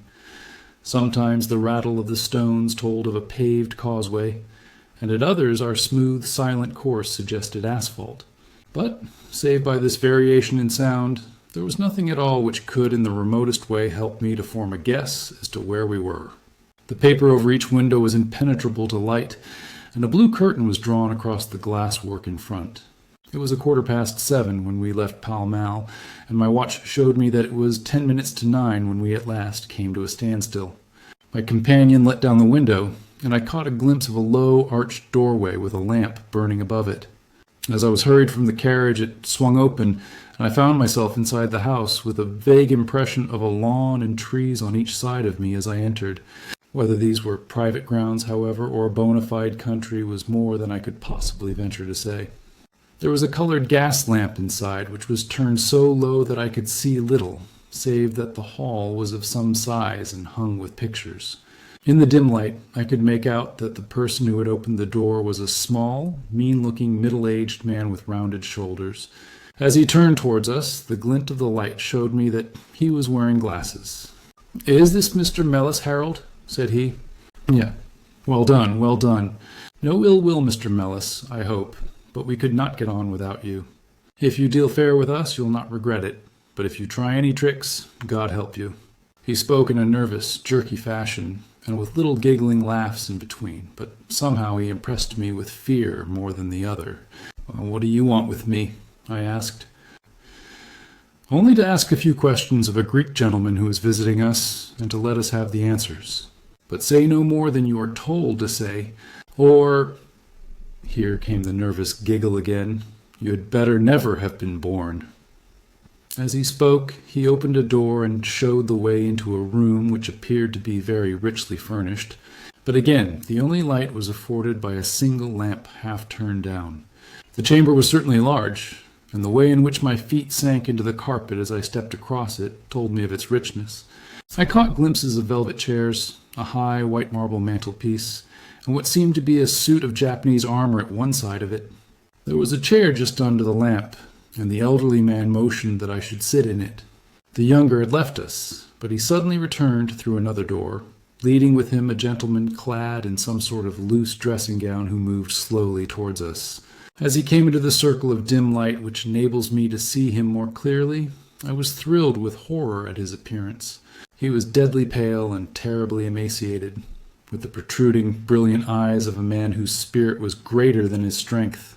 But what shocked me more than any signs of physical weakness was that his face was grotesquely crisscrossed with sticking plaster, and that one large pad of it was fastened over his mouth. "Have you the slate, Harold?" cried the older man, as this strange being fell rather than sat down into a chair. "Are his hands loose? Now then, give him the pencil. You are to ask the questions, Mr. Mellis, and he will write the answers. Ask him first of all whether he is prepared to sign the papers." The man's eyes flashed fire. "Never," he wrote in Greek upon the slate. "On no condition?" I asked, at the bidding of our tyrant. "Only if I see her married in my presence by a Greek priest whom I know." The man giggled in his venomous way. "You know what awaits you, then?" "I care nothing for myself." These are samples of the questions and answers which made up our strange, half-spoken, half-written conversation. Again and again I had to ask him whether he would give in and sign the documents. Again and again I had the same indignant reply. But soon a happy thought came to me. I took to adding on little sentences of my own to each question, innocent ones at first, to test whether either of our companions knew anything of the matter, and then, as I found that they showed no signs, I played a more dangerous game. Our conversation ran something like this. "You can do no good by this obstinacy. Who are you?" "I care not. I'm a stranger in London." "Your fate will be upon your own head." How long have you been here? Let it be so. 3 weeks. The property can never be yours. What ails you? It shall not go to villains. They are starving me. You shall go free if you sign. What house is this? I will never sign. I do not know. You are not doing her any service. What is your name? Let me hear her say so. Cratides. You shall see her if you sign. Where are you from? Then I shall never see her. Athens. Another 5 minutes, Mr. Holmes, and I should have wormed out the whole story under their very noses. My very next question might have cleared the matter up, but at that instant the door opened and a woman stepped into the room. I could not see her clearly enough to know more than that she was tall and graceful, with black hair, and clad in some sort of loose white gown. Harold, said she, speaking English with a broken accent, I could not stay away longer. It is so lonely up there with only, oh my God, it is Paul. These last words were in Greek, and at the same instant the man with a convulsive effort tore the plaster from his lips, and screaming out, Sophie! Sophie! Rushed into the woman's arms. Their embrace was but for an instant, however, for the younger man seized the woman and pushed her out of the room, while the elder easily overpowered his emaciated victim and dragged him away through the other door. For a moment I was left alone in the room, and I sprang to my feet with some vague idea that I might in some way get a clue to what this house was in which I found myself. Fortunately, however, I took no steps, for looking up, I saw that the older man was standing in the doorway with his eyes fixed upon me. That will do, Mr. Mellis, said he. You perceive that we have taken you into our confidence over some very private business. We should not have troubled you, only that our friend who speaks Greek and who began these negotiations has been forced to return to the East. It was quite necessary for us to find someone to take his place, and we were fortunate in hearing of your powers. I bowed.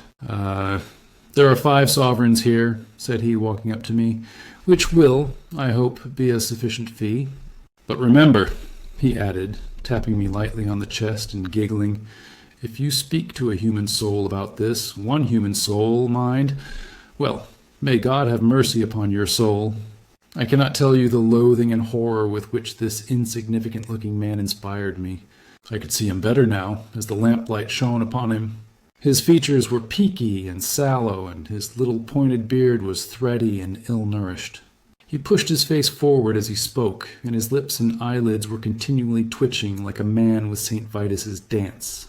I could not help thinking that his strange, catchy little laugh was also a symptom of some nervous malady. The terror of his face lay in his eyes, however, steel gray and glistening coldly with a malignant, inexorable cruelty in their depths. Or, we shall know if you speak of this, said he. We have our own means of information. Now you will find the carriage waiting, and my friend will see you on your way. I was hurried through the hall and into the vehicle, again obtaining that momentary glimpse of trees and a garden. Mr. Latimer followed closely at my heels, and took his place opposite to me without a word. In silence, we again drove for an interminable distance with the windows raised until, at last, just after midnight, the carriage pulled up. You will get down here, Mr. Mellis, said my companion. I'm sorry to leave you so far from your house, but there is no alternative. Any attempt upon your part to follow the carriage can only end in injury to yourself.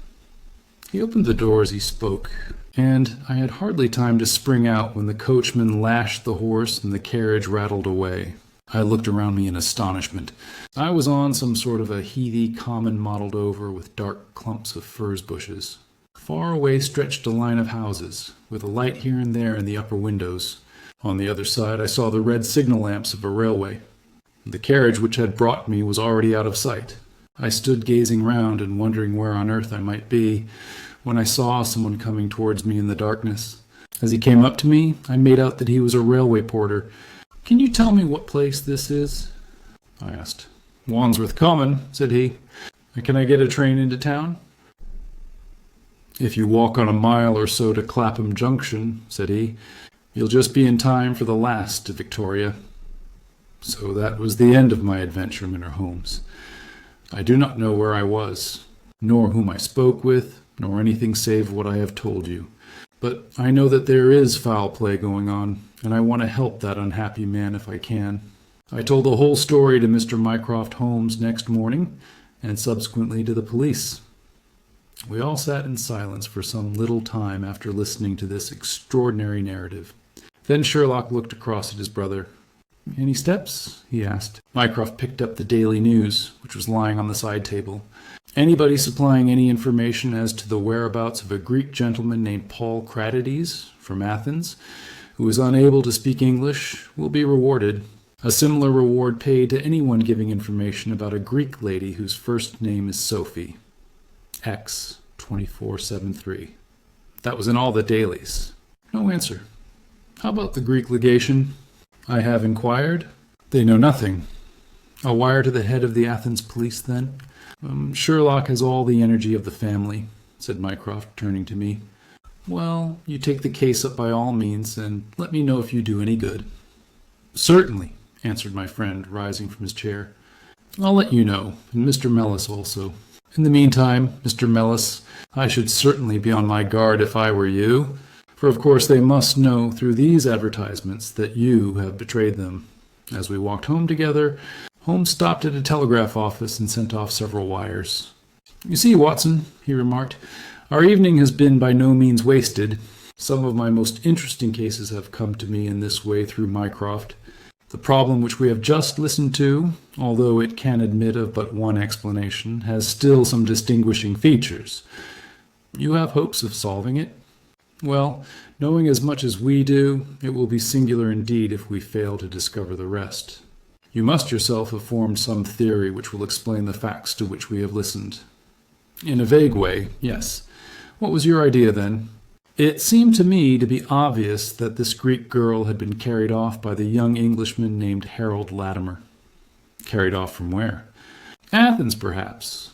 Sherlock Holmes shook his head. This young man could not talk a word of Greek. The lady could talk English fairly well. Inference, that she had been in England some little time, but he had not been in Greece. Well then, we will presume that she had come on a visit to England, and that this Harold had persuaded her to fly with him. That is more probable. Then the brother, for that, I fancy, must be the relationship, comes over from Greece to interfere. He imprudently puts himself into the power of the young man and his older associate. They seize him and use violence towards him in order to make him sign some papers to make over the girl's fortune, of which he may be trustee, to them. This he refuses to do. In order to negotiate with him, they have to get an interpreter, and they pitch upon this Mr. Mellis, having used some other one before. The girl is not told of the arrival of her brother, and finds it out by the merest accident. Excellent, Watson, cried Holmes. I really fancy that you are not far from the truth. You see that we hold all the cards, and we have only to fear some sudden act of violence on their part. If they give us time, we must have them. But how can we find where this house lies? Well, if our conjecture is correct, and the girl's name is, or was, Sophie Cratides, we should have no difficulty in tracing her. That must be our main hope, for the brother is, of course, a complete stranger. It is clear that some time has elapsed since this Harold established these relations with the girl, some weeks at any rate, since the brother in Greece has had time to hear of it and come across. If they have been living in the same place during this time, it is probable that we shall have some answer to Mycroft's advertisement. We had reached our house in Baker Street while we had been talking. Holmes ascended the stair first, and as he opened the door of our room he gave a start of surprise. Looking over his shoulder, I was equally astonished. His brother Mycroft was sitting smoking in the armchair. "Come in, Sherlock." "Come in, sir," said he blandly, smiling at our surprised faces. "You don't expect such energy from me, do you, Sherlock? But somehow this case attracts me. How did you get here?" "I passed you in a hansom." "There has been some new development?" "I had an answer to my advertisement." "Ah! Yes, it came within a few minutes of your leaving." "And to what effect?" Mycroft Holmes took out a sheet of paper.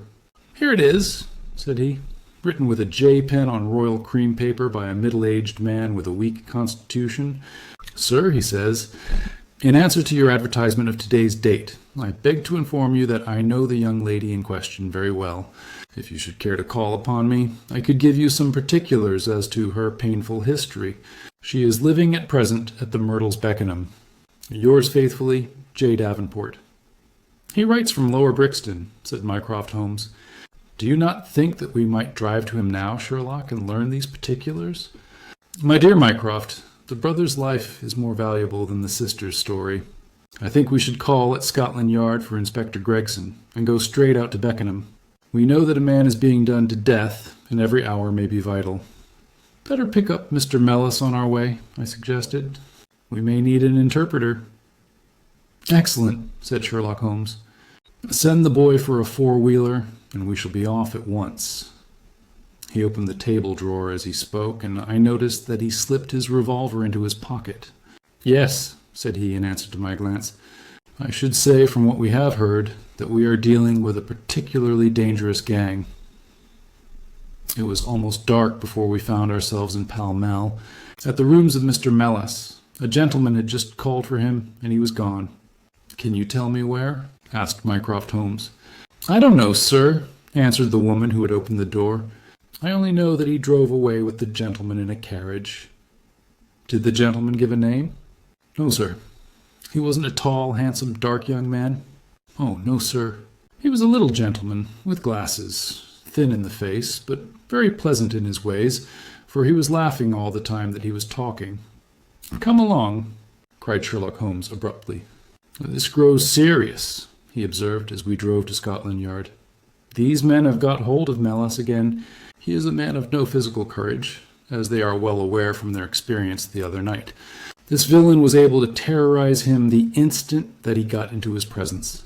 No doubt they want his professional services, but having used him, they may be inclined to punish him for what they will regard as his treachery.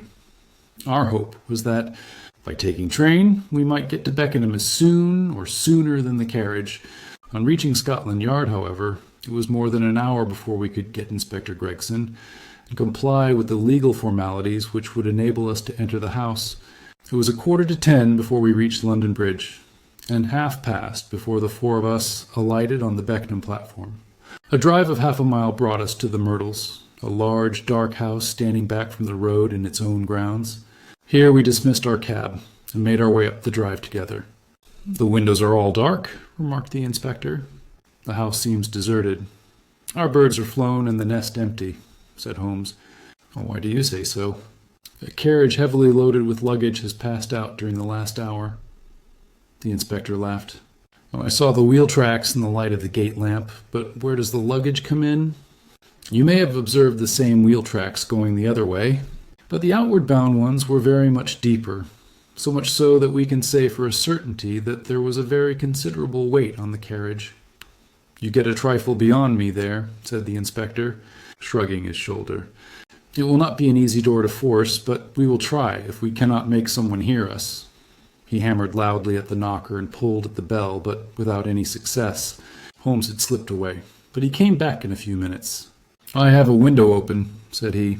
"It is a mercy that you are on the side of the force and not against it, Mr. Holmes," remarked the inspector, as he noted the clever way in which my friend had forced back the catch. "Oh, well, I think that under the circumstances we may enter without an invitation." One after the other, we made our way into a large apartment, which was evidently that in which Mr. Mellis had found himself. The inspector had lit his lantern, and by its light we could see the two doors, the curtain, the lamp, and the suit of Japanese mail as he had described them. On the table lay 2 glasses, an empty brandy bottle, and the remains of a meal. "What is that?" asked Holmes suddenly. We all stood still and listened. A low moaning sound was coming from somewhere over our heads. Holmes rushed to the door and out into the hall. The dismal noise came from upstairs. He dashed up, the inspector and I at his heels, while his brother Mycroft followed as quickly as his great bulk would permit. 3 doors faced up upon the second floor, and it was from the central of these that the sinister sounds were issuing, sinking sometimes into a dull mumble and rising again into a shrill whine. It was locked, but the key had been left on the outside. Holmes flung open the door and rushed in, but he was out again in an instant, with his hand to his throat. "It's charcoal," he cried. "Give it time. It will clear." Peering in, we could see that the only light in the room came from a dull blue flame, which flickered from a small brass tripod in the center. It threw a livid, unnatural circle upon the floor, while in the shadows beyond we saw the vague loom of two figures which crouched against the wall. From the open door there reeked a horrible poisonous exhalation which set us gasping and coughing. Holmes rushed to the top of the stairs to draw in the fresh air, and then, dashing into the room, he threw up the window and hurled the brazen tripod out into the garden. "We can enter in a minute," he gasped, darting out again. "Where is the candle? I doubt if we could strike a match in that atmosphere. Hold the light at the door and we shall get them out, Mycroft. Now." With a rush, we got to the poisoned men and dragged them out into the well-lit hall. Both of them were blue-lipped and insensible, with swollen, congested faces and protruding eyes. Indeed, so distorted were their features that, save for his black beard and stout figure, we might have failed to recognize in one of them the Greek interpreter who had parted from us only a few hours before at the Diogenes Club. His hands and feet were securely strapped together, and he bore over one eye the marks of a violent blow. The other, who was secured in a similar fashion, was a tall man in the last stage of emaciation, with several strips of sticking plaster arranged in a grotesque pattern over his face. He had ceased to moan as we laid him down, and a glance showed me that, for him at least, our aid had come too late. Mr. Mellis, however, still lived, and in less than an hour, with the aid of ammonia and brandy, I had the satisfaction of seeing him open his eyes, and of knowing that my hand had drawn him back from that dark valley in which all paths meet. It was a simple story which he had to tell, and one which did but confirm our own deductions. His visitor, on entering his rooms, had drawn a life-preserver from his sleeve, and had so impressed him with the fear of instant and inevitable death that he had kidnapped him for the second time. Indeed, it was almost mesmeric, the effect which this giggling ruffian had produced upon the unfortunate linguist, for he could not speak of him save with trembling hands and a blanched cheek. He had been taken swiftly to Beckenham, and had acted as interpreter in a second interview, even more dramatic than the first, in which the two Englishmen had menaced their prisoner with instant death if he did not comply with their demands. Finally, finding him proof against every threat, they had hurled him back into his prison, and after reproaching Mellis with his treachery, which appeared from the newspaper advertisement, they had stunned him with a blow from a stick, and he remembered nothing more until he found us bending over him.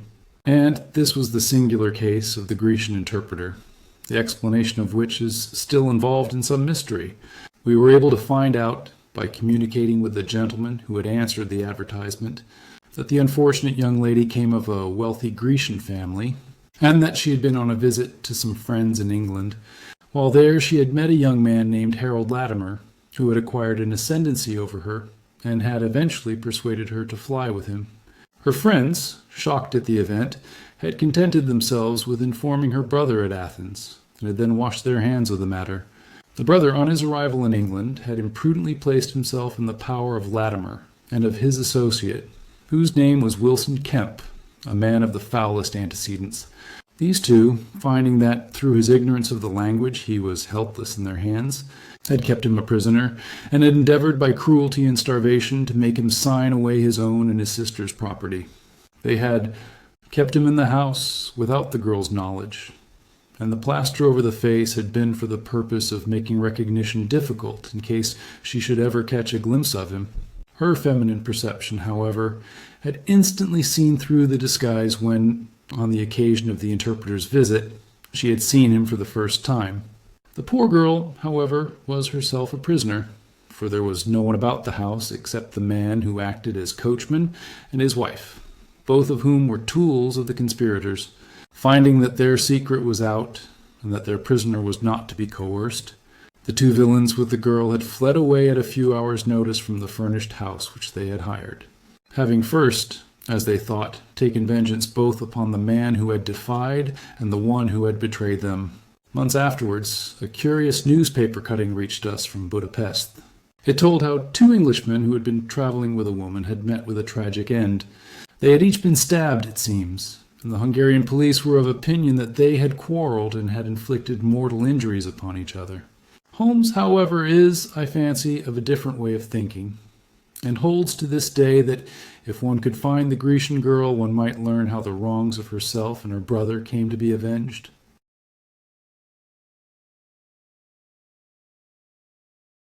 The Naval Treaty. The July, which immediately succeeded my marriage, was made memorable by 3 cases of interest, in which I had the privilege of being associated with Sherlock Holmes and of studying his methods. I find them recorded in my notes under the headings of The Adventure of the Second Stain, The Adventure of the Naval Treaty, and The Adventure of the Tired Captain. The first of these, however, deals with interest of such importance and implicates so many of the first families in the kingdom that, for many years, it will be impossible to make it public. No case, however, in which Holmes was engaged has ever illustrated the value of his analytical method so clearly or has impressed those who were associated with him so deeply. I still retain an almost verbatim report of the interview in which he demonstrated the true facts of the case to Monsieur de Bourgh of the Paris police, and Fritz von Waldbaum, the well-known specialist of Danzig, both of whom had wasted their energies upon what proved to be side issues. The new century will have come, however, before the story can be safely told. Meanwhile, I pass on to the second on my list, which promised also at one time to be of national importance, and was marked by several incidents which give it a quite unique character. During my school days, I had been intimately associated with a lad named Percy Phelps, who was of much the same age as myself, though he was 2 classes ahead of me. He was a very brilliant boy, and carried away every prize which the school had to offer, finished his exploits by winning a scholarship, which sent him on to continue his triumphant career at Cambridge. He was, I remember, extremely well connected, and even when we were all little boys together, we knew that his mother's brother was Lord Holdhurst, the great conservative politician. This gaudy relationship did him little good at school. On the contrary, it seemed rather a piquant thing to us to chevy him about the playground and hit him over the shins with a wicket. But it was another thing when he came out into the world. I heard vaguely that his abilities and the influences which he commanded had won him a good position at the Foreign Office, and then he passed completely out of my mind until the following letter recalled his existence. Briarbrae, Woking. My dear Watson, I have no doubt that you can remember Tadpole Phelps, who was in the 5th form when you were in the 3rd. It is possible, even, that you may have heard that through my uncle's influence I obtained a good appointment at the Foreign Office, and that I was in a situation of trust and honor until a horrible misfortune came suddenly to blast my career. There is no use writing of the details of that dreadful event. In the event of your acceding to my request, it is probably that I shall have to narrate them to you. I have only just recovered from 9 weeks of brain fever, and am still exceedingly weak. Do you think that you could bring your friend Mr. Holmes down to see me? I should like to have his opinion of the case, though the authorities assure me that nothing more can be done. Do try to bring him down, and as soon as possible. Every minute seems an hour while I live in this state of horrible suspense. Assure him that if I have not asked his advice sooner, it was not because I did not appreciate his talents, but because I have been off my head ever since the blow fell. Now I am clear again, though I dare not think of it too much for fear of a relapse. I am still so weak that I have to write, as you see, by dictating. Do try to bring him. Your old schoolfellow, Percy Phelps. There was something that touched me as I read this letter, something pitiable in the reiterated appeals to bring Holmes. So moved was I that even had it been a difficult matter I should have tried it. But of course I knew well that Holmes loved his art, so that he was ever as ready to bring his aid as his client could be to receive it. My wife agreed with me that not a moment should be lost in laying the matter before him, and so within an hour of breakfast time I found myself back once more in the old rooms in Baker Street. Holmes was seated at his side table clad in his dressing gown, and working hard over a chemical investigation. A large curved retort was boiling furiously in the bluish flame of a Bunsen burner, and the distilled drops were condensing into a 2-liter measure. My friend hardly glanced up as I entered, and I, seeing that his investigation must be of importance, seated myself in an armchair and waited. He dipped into this bottle or that, drawing out a few drops of each with his glass pipette, and finally brought a test tube containing a solution over to the table. In his right hand he held a slip of litmus paper. "You come at a crisis, Watson," said he. "If this paper remains blue, all is well. If it turns red, it means a man's life." He dipped it into the test tube, and it flushed at once into a dull, dirty crimson. I thought as much," he cried. "I will be at your service in an instant, Watson. You will find tobacco in the Persian slipper." He turned to his desk and scribbled off several telegrams, which were handed over to the page boy. Then he threw himself down into the chair opposite, and drew up his knees until his fingers clasped round his long, thin shins. "A very commonplace little murder," said he. "You've got something better, I fancy. You are the stormy petrel of crime, Watson. What is it?" I handed him the letter, which he read with the most concentrated attention. "It does not tell us very much, does it?" he remarked as he handed it back to me. "Hardly anything. And yet the writing is of interest. But the writing is not his own." "Precisely. It is a woman's." "A man's, surely," I cried. "No, a woman's, and a woman of rare character. You see, at the commencement of an investigation, it is something to know that your client is in close contact with someone who, for good or evil, has an exceptional nature. My interest is already awakened in the case. If you are ready, we will start at once for Woking, and see this diplomatist who is in such evil case, and the lady to whom he dictates his letters." We were fortunate enough to catch an early train at Waterloo, and in a little under an hour we found ourselves among the fir woods and the heather of Woking. Briarbury proved to be a large detached house, standing in extensive grounds within a few minutes' walk of the station. On sending in our cards, we were shown into an elegantly appointed drawing-room, where we were joined in a few minutes by a rather stout man who received us with much hospitality. His age may have been nearer 40 than 30, but his cheeks were so ruddy and his eyes so merry that he still conveyed the impression of a plump and mischievous boy. "I'm so glad that you have come," said he, shaking our hands with effusion. "Percy has been inquiring for you all morning." "Ah, poor old chap. He clings to any straw. His father and his mother asked me to see you, for the mere mention of the subject is very painful to them."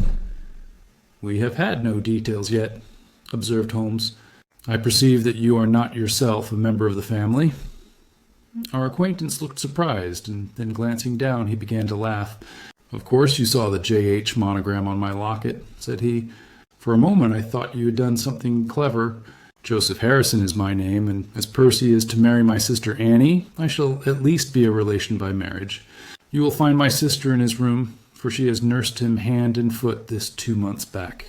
Perhaps we'd better go in at once, for I know how impatient he is." The chamber in which we were shown was on the same floor as the drawing-room. It was furnished partly as a sitting and partly as a bedroom, with flowers arranged daintily in every nook and corner. A young man, very pale and worn, was lying upon a sofa near the open window, through which came the rich scent of the garden and the balmy summer air. A woman was sitting beside him, who rose as we entered. "Shall I leave, Percy?" she asked. He clutched her hand to detain her. "How are you, Watson?" said he cordially. "I should never have known you under that moustache, and I dare say you would not be prepared to swear to me. This, I presume, is your celebrated friend, Mr. Sherlock Holmes?" I introduced him in a few words, and we both sat down. The stout young man had left us, but his sister still remained with her hand in that of the invalid. She was a striking-looking woman, a little short and thick for symmetry, but with a beautiful olive complexion, large, dark Italian eyes, and a wealth of deep black hair. Her rich tints made the white face of her companion the more worn and haggard by the contrast. "I won't waste your time," said he, raising himself upon the sofa.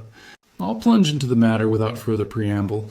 I was a happy and successful man, Mr. Holmes, and on the eve of being married, when a sudden and dreadful misfortune wrecked all my prospects in life. I was, as Watson may have told you, in the Foreign Office, and through the influences of my uncle, Lord Holdhurst, I rose rapidly to a responsible position. When my uncle became Foreign Minister in this administration, he gave me several missions of trust, and as I always brought them to a successful conclusion, he came at last to have the utmost confidence in my ability and tact. Nearly 10 weeks ago, to be more accurate, on the 23rd of May, he called me into his private room, and, after complimenting me on the good work which I had done, he informed me that he had a new commission of trust for me to execute. "This," said he, taking a grey roll of paper from his bureau, "is the original of that secret treaty between England and Italy of which, I regret to say, some rumours have already got into the public press. It is of enormous importance that nothing further should leak out. The French or the Russian embassy would pay an immense sum to learn the contents of these papers. They should not leave my bureau, were it not that it is absolutely necessary to have them copied. You have a desk in your office?" "Yes, sir." "Then take the treaty and lock it up there. I shall give directions that you may remain behind when the others go, so that you may copy it at your leisure without fear of being overlooked. When you have finished, relock both the original and the draft in the desk, and hand them over to me personally tomorrow morning." I took the papers and— "Excuse me an instant," said Holmes. "Were you alone during this conversation?" "Absolutely." "In a large room?" 30 feet each way." "In the center?" "Yes, about it," and speaking low. My uncle's voice is always remarkably low. I hardly spoke at all. "Thank you," said Holmes, shutting his eyes. "Pray go on." I did exactly what he indicated, and waited until the other clerks had departed. One of them in my room, Charles Goro, had some arrears of work to make up, so I left him there and went out to dine. When I returned, he was gone. I was anxious to hurry my work, for I knew that Joseph, the Mr. Harrison whom you saw just now, was in town, and that he would travel down to Woking by the 11 o'clock train, and I wanted, if possible, to catch it. Well, when I came to examine the treaty, I saw at once that it was of such importance that my uncle had been guilty of no exaggeration in what he had said. Without going into details, I may say that it defined the position of Great Britain towards the Triple Alliance, and foreshadowed the policy which this country would pursue in the event of the French fleet gaining a complete ascendancy over that of Italy in the Mediterranean. The questions treated in it were purely naval. At the end were the signatures of the high dignitaries who had signed it. I glanced my eyes over it, and then settled down to my task of copying. It was a long document, written in the French language, and containing 26 separate articles. I copied as quickly as I could, but at 9 o'clock I had only done 9 articles, and it seemed hopeless for me to attempt to catch my train. I was feeling drowsy and stupid, partly from my dinner and also from the effects of a long day's work. A cup of coffee would clear my brain. A commissioner remains all night in a little lodge at the foot of the stairs, and is in the habit of making coffee at his spirit lamp for any of the officials who may be working overtime. I rang the bell, therefore, to summon him. To my surprise, it was a woman who answered the summons, a large, coarse-faced, elderly woman in an apron. She explained that she was the commissionaire's wife who did the chairing, and I gave her the order for the coffee. I wrote 2 more articles, and then, feeling more drowsy than ever, I rose and walked up and down the room to stretch my legs. My coffee had not yet come, and I wondered what was the cause of the delay could be. Opening the door, I started down the corridor to find out. There was a straight passage, dimly lighted, which led from the room in which I had been working, and was the only exit from it. It ended in a curving staircase, with the commissionaire's lodge in the passage at the bottom. Halfway down the staircase is a small landing, with another passage running into it at right angles. The second one leads by means of a second small stair to a side door, used by servants, and also as a shortcut by clerks when coming from Charles Street. Here is a rough chart of the place. Thank you. I think that I quite follow you, said Sherlock Holmes. It is of the utmost importance that you should notice this point. I went down the stairs and into the hall, where I found the commissionaire fast asleep in his box, with the kettle boiling furiously upon the spirit lamp. I took off the kettle and blew out the lamp, for the water was spurting over the floor. Then I put out my hand and was about to shake the man, who was still sleeping soundly, when a bell over his head rang loudly, and he woke with a start. "Mr. Phelps, sir," said he, looking at me in bewilderment. I came down to see if my coffee was ready. I was boiling the kettle when I fell asleep, sir. He looked at me and then up at the still, quivering bell with an ever-growing astonishment upon his face. "If you was here, sir, then who rang the bell?" he asked. "The bell," I cried. "What bell is it?" "It's the bell of the room you were working in." A cold hand seemed to close round my heart. Someone, then, was in that room where my precious treaty lay upon the table. I ran frantically up the stair and along the passage.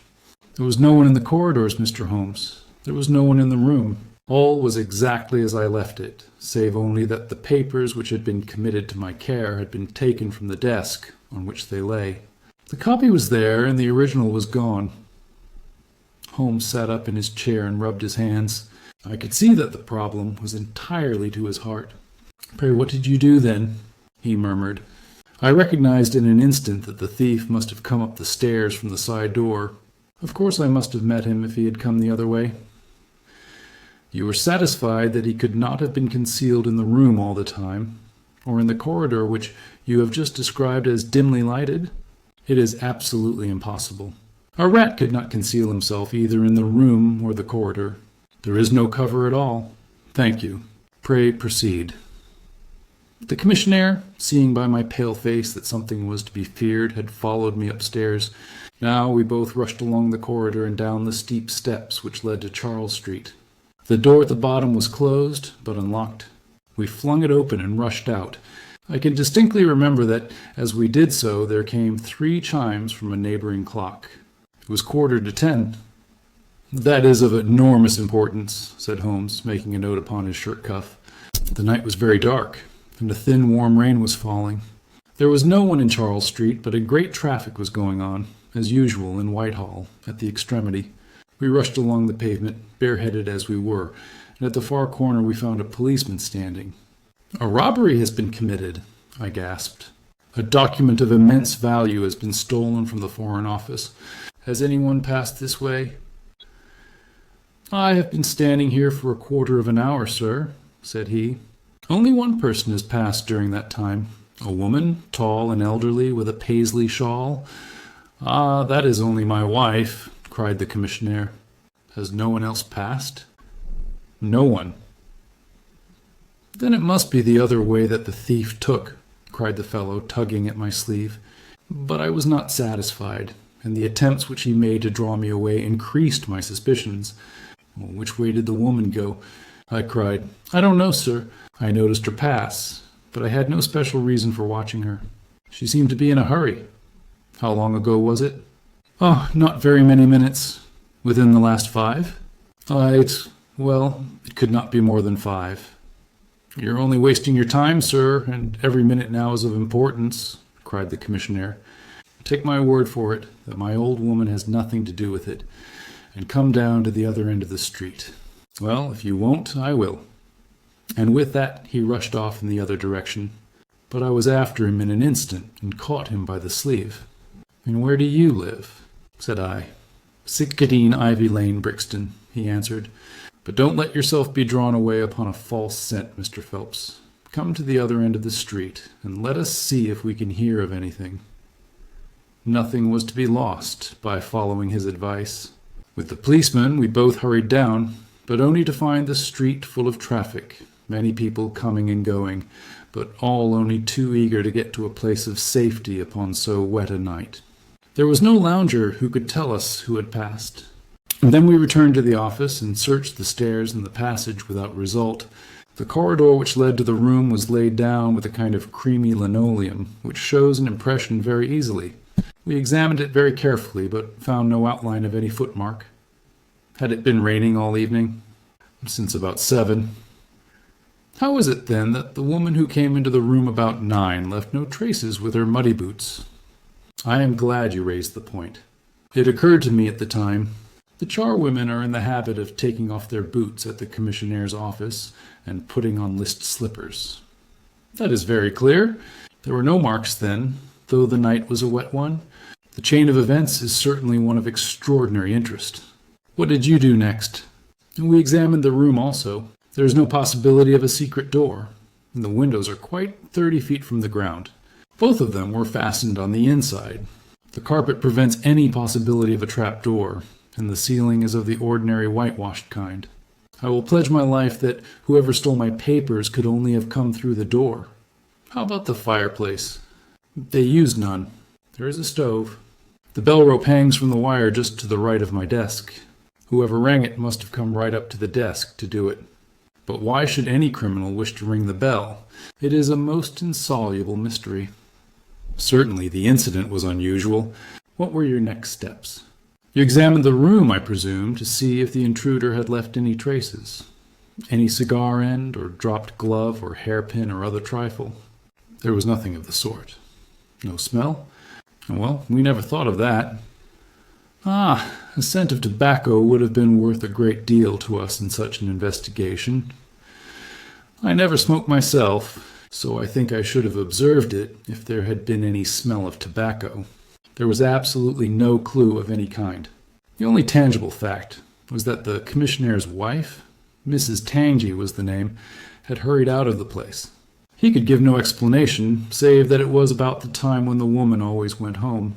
The policeman and I agreed that our best plan would be to seize the woman before she could get rid of the papers, presuming that she had them.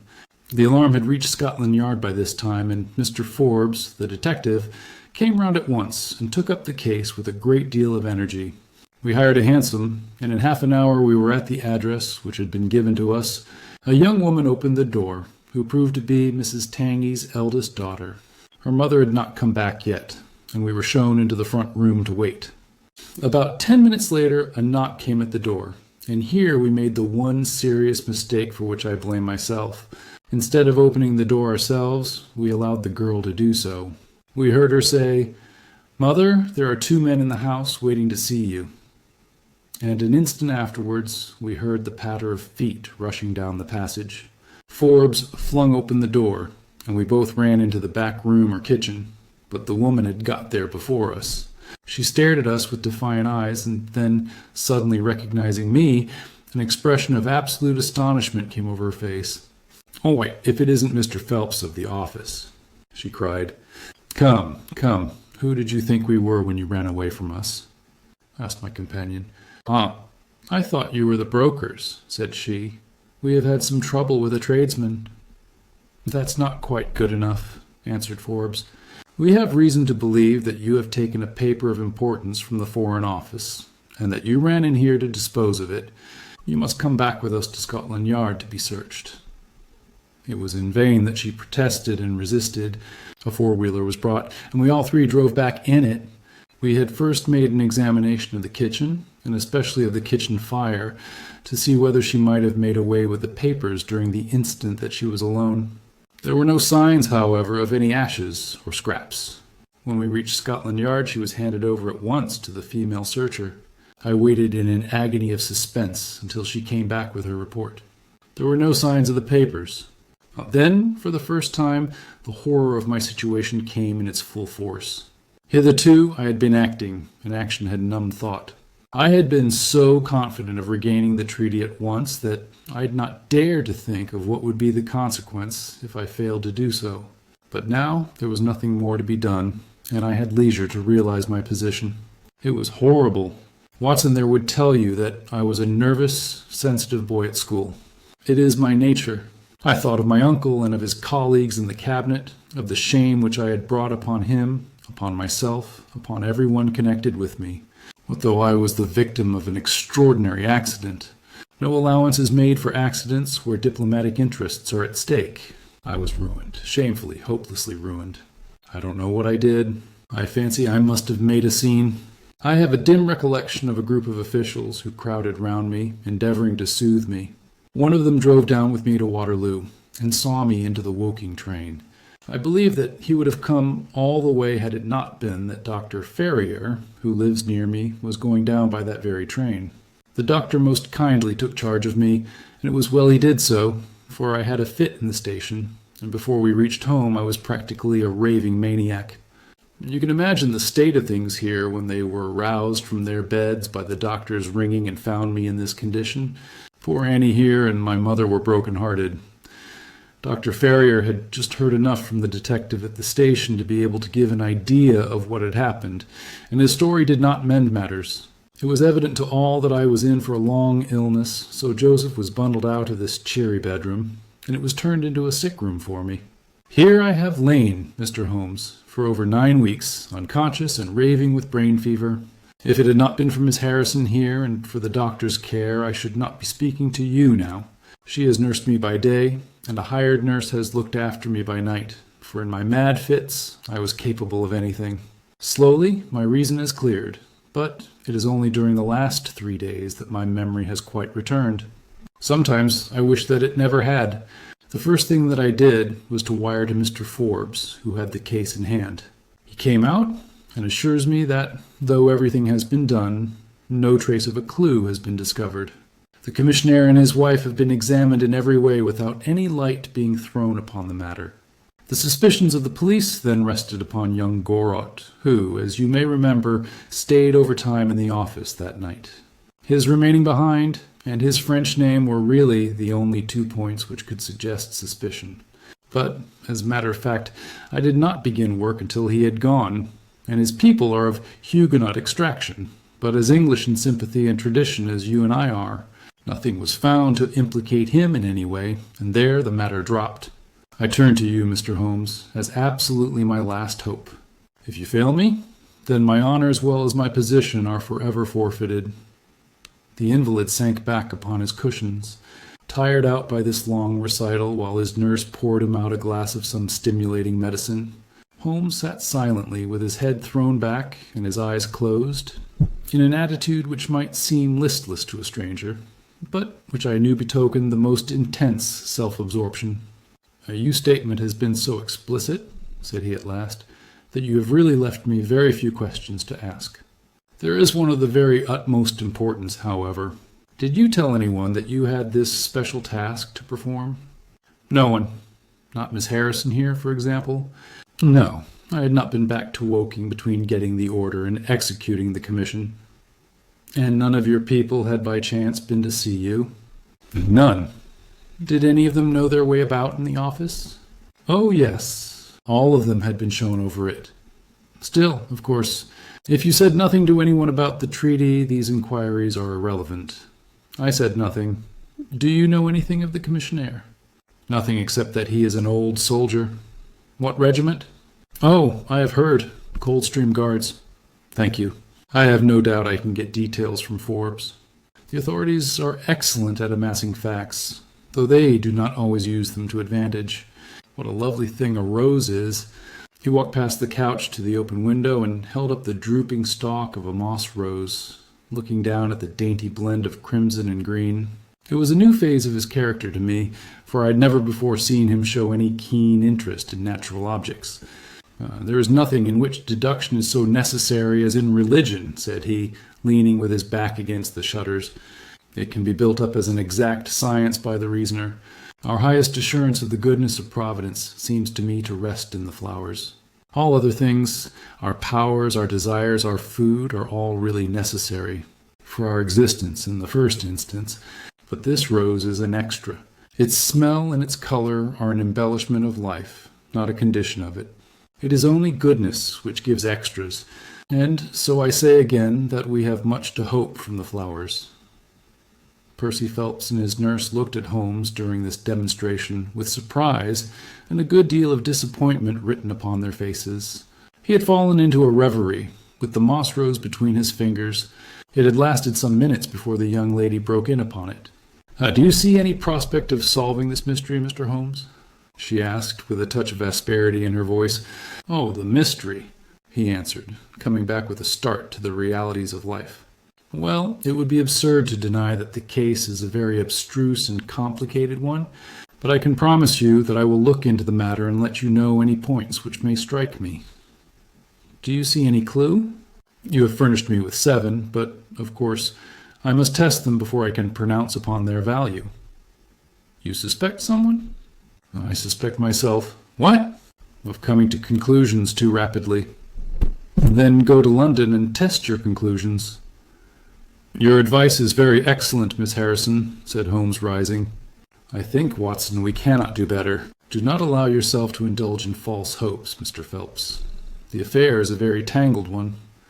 I shall be in a fever until I see you again, cried the diplomatist. Well, I'll come out by the same train tomorrow, though it's more than likely that my report will be a negative one. God bless you for promising to come, cried our client. It gives me fresh life to know that something is being done. By the way, I have had a letter from Lord Holdhurst. What did he say? He was cold, but not harsh.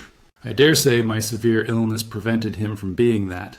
He repeated that the matter was of the utmost importance, and added that no steps would be taken about my future, by which he means, of course, my dismissal, until my health was restored and I had an opportunity of repairing my misfortune. Well, that was reasonable and considerate, said Holmes. Come, Watson, for we have a goody day's work before us in town.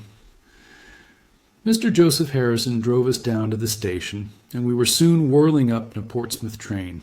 Holmes was sunk in profound thought and hardly opened his mouth until we had passed Clapham Junction. It's a very cheery thing to come into London by any of these lines which run high, and allow you to look down upon the houses like this. I thought he was joking, for the view was sordid enough, but he soon explained himself. Look at those big, isolated clumps of building rising up above the slates like brick islands in a lead-colored sea. The board schools. Lighthouses, my boy. Beacons of the future. Capsules with hundreds of bright little seeds in each, out of which will spring the wise, better England of the future. I suppose that man Phelps does not drink? I should not think so. Nor should I, but we are bound to take every possibility into account. The poor devil has certainly got himself into very deep water, and it's a question whether we shall ever be able to get him ashore. What did you think of Miss Harrison? A girl of strong character. Yes, but she is a good sort, or I am mistaken. She and her brother are the only children of an ironmaster somewhere up Northumberland way. He got engaged to her when traveling last winter, and she came down to be introduced to his people, with her brother as escort. Then came the smash, and she stayed on to nurse her lover, while brother Joseph, finding himself pretty snug, stayed on too. I've been making a few independent inquiries, you see. But today must be a day of inquiries. My practice, I began. Oh, if you find your own cases more interesting than mine, said Holmes with some asperity. I was going to say that my practice could get along very well for a day or two, since it is the slackest time in the year. Excellent, said he, recovering his good humor. Then we'll look into this matter together. I think that we should begin by seeing Forbes. He can probably tell us all the details we want to, until we know from what side the case is to be approached. You said you had a clue? Well, we have several, but we can only test their value by further inquiry. The most difficult crime to track is the one which is purposeless. Now this is not purposeless. Who is it who profits by it? There is the French ambassador. There is the Russian. There is whoever might sell it to either of these, and there is Lord Holdhurst. Lord Holdhurst? Well, it is just conceivable that a statesman might find himself in a position where he was not sorry to have such a document accidentally destroyed. Not a statesman with the honorable record of Lord Holdhurst? It is a possibility, and we cannot afford to disregard it. We shall see the noble lord today and find out if he can tell us anything. Meanwhile, I have already set inquiries on foot. Already? Yes, I sent wires from Woking Station to every evening paper in London. This advertisement will appear in each of them. He handed over a sheet torn from a notebook. On it was scribbled in pencil, 10 reward. The number of the cab which dropped a fare at or about the door of the Foreign Office in Charles Street at 9:45 in the evening of May 23rd. Apply 221B, Baker Street. You are confident that the thief came in a cab? If not, there is no harm done. But if Mr. Phelps is correct in stating that there is no hiding place either in the room or the corridors, then the person must have come from outside. If he came from outside on so wet a night, and yet left no trace of damp upon the linoleum, which was examined within a few minutes of his passing, then it is exceeding probably that he came in a cab. Yes, I think that we may safely deduce a cab. It sounds plausible. That is one of the clues of which I spoke. It may lead us to something. And then, of course, there is the bell, which is the most distinctive feature of the case. Why should the bell ring? Was it the thief who did it out of bravado? Or was it someone who was with the thief who did it in order to prevent the crime? Or was it an accident? Or was it... He sank back into the state of intense and silent thought from which he had emerged. But it seemed to me, accustomed as I was to his every mood, that some new possibility had dawned suddenly upon him. It was 3:20 when we reached our terminus, and after a hasty luncheon at the buffet, we pushed on at once to Scotland Yard. Holmes had already wired to Forbes, and we found him waiting to receive us, a small, foxy man with a sharp but by no means amiable expression. He was decidedly frigid in his manner to us, especially when he heard the errand upon which we had come. "I've heard of your methods before now, Mr. Holmes," said he tartly. "You are ready enough to use all the information that the police can lay at your disposal, and then you try to finish the case yourself and bring discredit on them." "On the contrary," said Holmes, "out of my last 53 cases, my name has only appeared in 4, and the police have had all the credit in 49.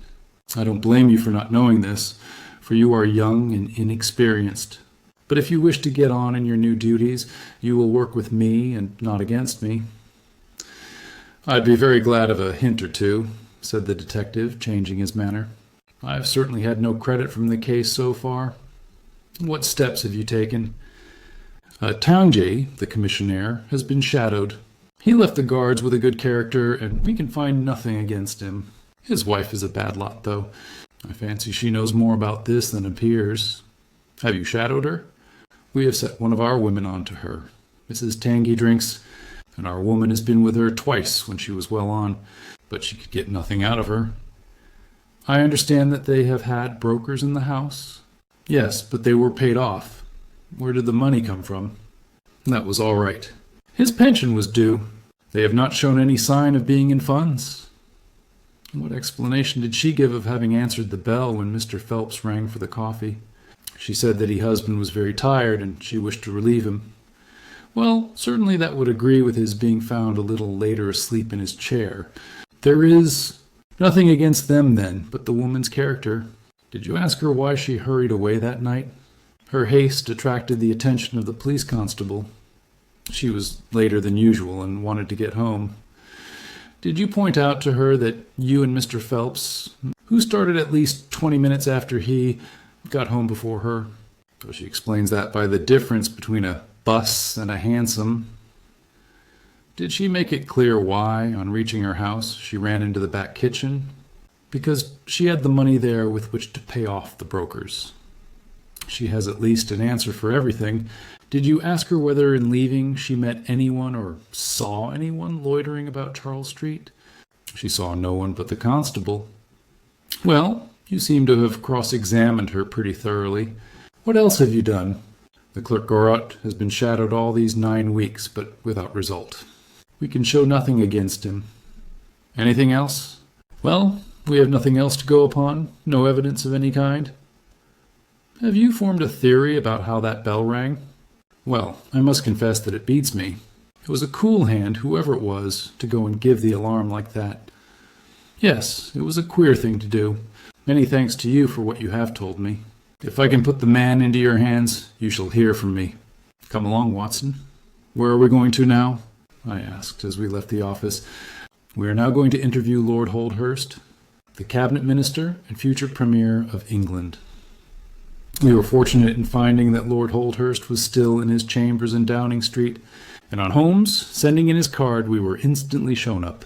The statesman received us with that old-fashioned courtesy for which he is remarkable, and seated us on the 2 luxuriant lounges on either side of the fireplace.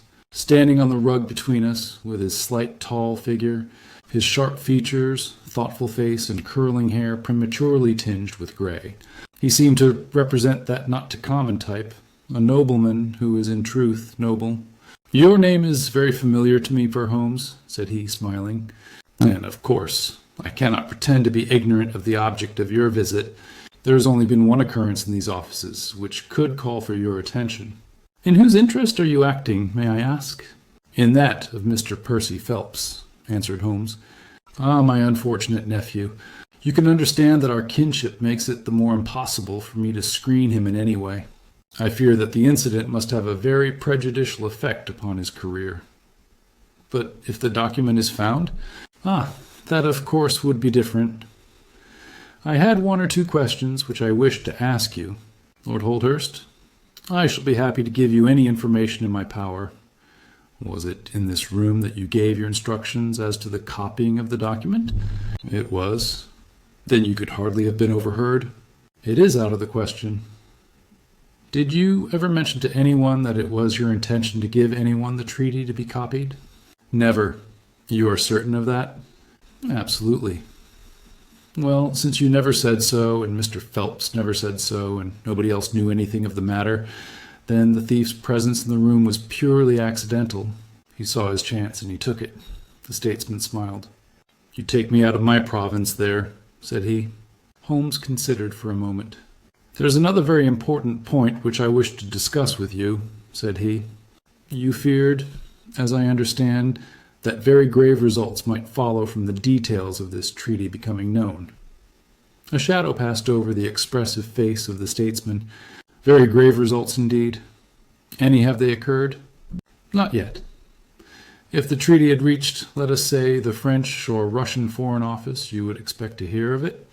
I should, said Lord Holdhurst with a wry face. Since nearly 10 weeks have elapsed, then, and nothing has been heard, it is not unfair to suppose that for some reason the treaty has not reached them. Lord Holdhurst shrugged his shoulders. We can hardly suppose, Mr. Holmes, that the thief took the treaty in order to frame it and hang it up. Perhaps he is waiting for a better price. If he waits a little longer, he'll get no price at all. The treaty will cease to be secret in a few months. That is most important, said Holmes. Of course, it is a possible supposition that the thief has had a sudden illness. An attack of brain fever, for example? Asked the statesman, flashing a swift glance at him. I did not say so, said Holmes imperturbably. And now, Lord Holdhurst, we have already taken up too much of your valuable time, and we shall wish you good day. Every success to your investigation, be the criminal who it may, answered the nobleman as he bowed us out the door. He's a fine fellow, said Holmes as we came out into Whitehall, but he has a struggle to keep up his position. He is far from rich and has many calls. You noticed, of course, that his boots had been resoled. Now, Watson, I won't detain you from your legitimate work any longer. I shall do nothing more today, unless I have an answer to my cab advertisement. But I should be extremely obliged to you if you would come down with me to Woking tomorrow by the same train which we took yesterday. I met him accordingly next morning, and we travelled down to Woking together. He had had no answer to his advertisement, he said, and no fresh light had been thrown upon the case. He had, when he so willed it, the utter immobility of countenance of a Red Indian, and I could not gather from his appearance whether he was satisfied or not with the position of the case. His conversation, I remember, was about the Bertillon system of measurements, and he expressed his enthusiastic admiration of the French savant. We found our client still under the charge of his devoted nurse, but looking considerably better than before. He rose from the sofa and greeted us without difficulty when we entered. Any news? He asked eagerly. My report, as I expected, is a negative one, said Holmes. I have seen Forbes, and I have seen your uncle, and I have set 1 or 2 trains of inquiry upon foot which may lead to something. You have not lost heart, then? By no means. God bless you for saying that, cried Miss Harrison. If we keep our courage and our patience, the truth must come out. We have more to tell you than you have for us, said Phelps, reseating himself upon the couch. I hoped you might have something. Yes, we have had an adventure during the night, and one which might have proved to be a serious one. His expression grew very grave as he spoke, and a look of something akin to fear sprang up in his eyes. Do you know, said he, that I begin to believe that I am the unconscious center of some monstrous conspiracy, and that my life is aimed at as well as my honor? Ah, cried Holmes, it sounds incredible, for I have not, as far as I know, an enemy in the world. Yet, from last night's experience, I can come to no other conclusion. Pray, let me hear it. You must know that last night was the very first night that I have ever slept without a nurse in the room. I was so much better that I thought I could dispense with one. I had a night light burning, however. Well, about 2 a.m, I had sunk into a light sleep when I was suddenly aroused by a slight noise. It was like the sound that a mouse makes when it is gnawing a plank, and I lay listening to it for some time under the impression that it must come from that cause. Then it grew louder, and suddenly there came from the window a sharp metallic snick. I sat up in amazement. There could be no doubt what the sounds were now. The first ones had been caused by someone forcing an instrument through the slit between the sashes, and the second by the catch being pressed back. Well, there was a pause then for about 10 minutes, as if the person were waiting to see whether the noise had awakened me. Then I heard a gentle creaking as the window was very slowly opened. I could stand it no longer, for my nerves are not what they used to be. I sprang out of bed and flung open the shutters. A man was crouching at the window. I could see little of him, for he was gone like a flash. He was wrapped in some sort of cloak which came across the lower part of his face. One thing only I am sure of, and that is that he had some weapon in his hand. It looked to me like a long knife. I distinctly saw the gleam of it as he turned to run. "This is most interesting," said Holmes. "Pray, what did you do then?" I should have followed him through the open window if I had been stronger. As it was, I rang the bell and roused the house. It took me some little time, for the bell rings in the kitchen and the servants all sleep upstairs. I shouted, however, and that brought Joseph down, and he roused the others. Joseph and the groom found marks on the bed outside the window, but the weather has been so dry lately that they found it hopeless to follow the trail across the grass. There's a place, however, on the wooden fence which skirts the road which shows signs, they tell me, as if someone had got over and had snapped the top of the rail in doing so. I have said nothing to the local police yet, for I thought I had best have your opinion first. This tale of our client's appeared to have an extraordinary effect upon Sherlock Holmes. He rose from his chair and paced about the room in uncontrollable excitement. Misfortunes never come single, said Phelps, smiling, though it was evident that his adventure had somewhat shaken him. You have certainly had your share, said Holmes. Do you think you could walk round the house with me? Oh, yes, I should like a little sunshine. Joseph will come too. And I also, said Miss Harrison. I'm afraid not, said Holmes, shaking his head. I think I must ask you to remain sitting exactly where you are. The young lady resumed her seat with an air of displeasure. Her brother, however, had joined us, and we set off all four together. We passed round the lawn to the outside of the young diplomatist's window. There were, as he had said, marks upon the bed, but they were hopelessly blurred and vague. Holmes stopped over them for an instant, and then rose, shrugging his shoulders. I don't think anyone could make much of this, said he. Let us go round the house and see why this particular room was chose by the burglar. I should have thought those larger windows of the drawing-room and dining-room would have had more attractions for him. They are more visible from the road, suggested Mr. Joseph Harrison. Ah, yes, of course. There is a door here which he might have attempted. What is it for? It is the side entrance for tradespeople. Of course, it is locked at night. Have you ever had an alarm like this before? Never, said our client. Do you keep plate in the house or anything to attract burglars? Nothing of value. Holmes strolled round the house with his hands in his pockets and a negligent air which was unusual with him. By the way, said he to Joseph Harrison, you found some place, I understand, where the fellow scaled the fence. Let us have a look at that. The plump young man led us to a spot where the top of one of the wooden rails had been cracked. A small fragment of the wood was hanging down. Holmes pulled it off and examined it critically. Do you think that was done last night? It looks rather old, does it not? Well, possibly so. There are no marks of anyone jumping down upon the other side. No, I fancy we shall get no help here. Let us go back to the bedroom and talk the matter over. Percy Phelps was walking very slowly, leaning upon the arm of his future brother-in-law. Holmes walked swiftly across the lawn, and we were at the open window of the bedroom long before the others came up. Miss Harrison, said Holmes, speaking with the utmost intensity of manner, you must stay where you are all day. Let nothing prevent you from staying where you are all day. It is of the utmost importance. Certainly, if you wish it, Mr. Holmes, said the girl in astonishment. When you go to bed, lock the door of this room on the outside and keep the key. Promise to do this. But Percy? He will come to London with us. And am I to remain here? It is for his sake. You can serve him. Quick, promise. She gave a quick nod of assent, just as the other two came up. Why do you sit moping there, Annie? Cried her brother. Come out into the sunshine. No, thank you, Joseph. I have a slight headache, and this room is deliciously cool and soothing. What do you propose now, Mr. Holmes? Asked our client. Well, in investigating this minor affair, we must not lose sight of our main inquiry. It would be a very great help to me if you would come up to London with us. At once? Well, as soon as you conveniently can. Say in an hour. I feel quite strong enough, if I can really be of any help. The greatest possible. Perhaps you would like me to stay there tonight. I was just going to propose it. Then, if my friend of the night comes to revisit me, he will find the bird flown. We are all in your hands, Mr. Holmes, and you must tell us exactly what you would like done. Perhaps you would prefer that Joseph came with us so as to look after me. Oh, no. My friend Watson is a medical man, you know, and he'll look after you. We'll have our lunch here, if you will permit us, and then we shall all three set off for town together.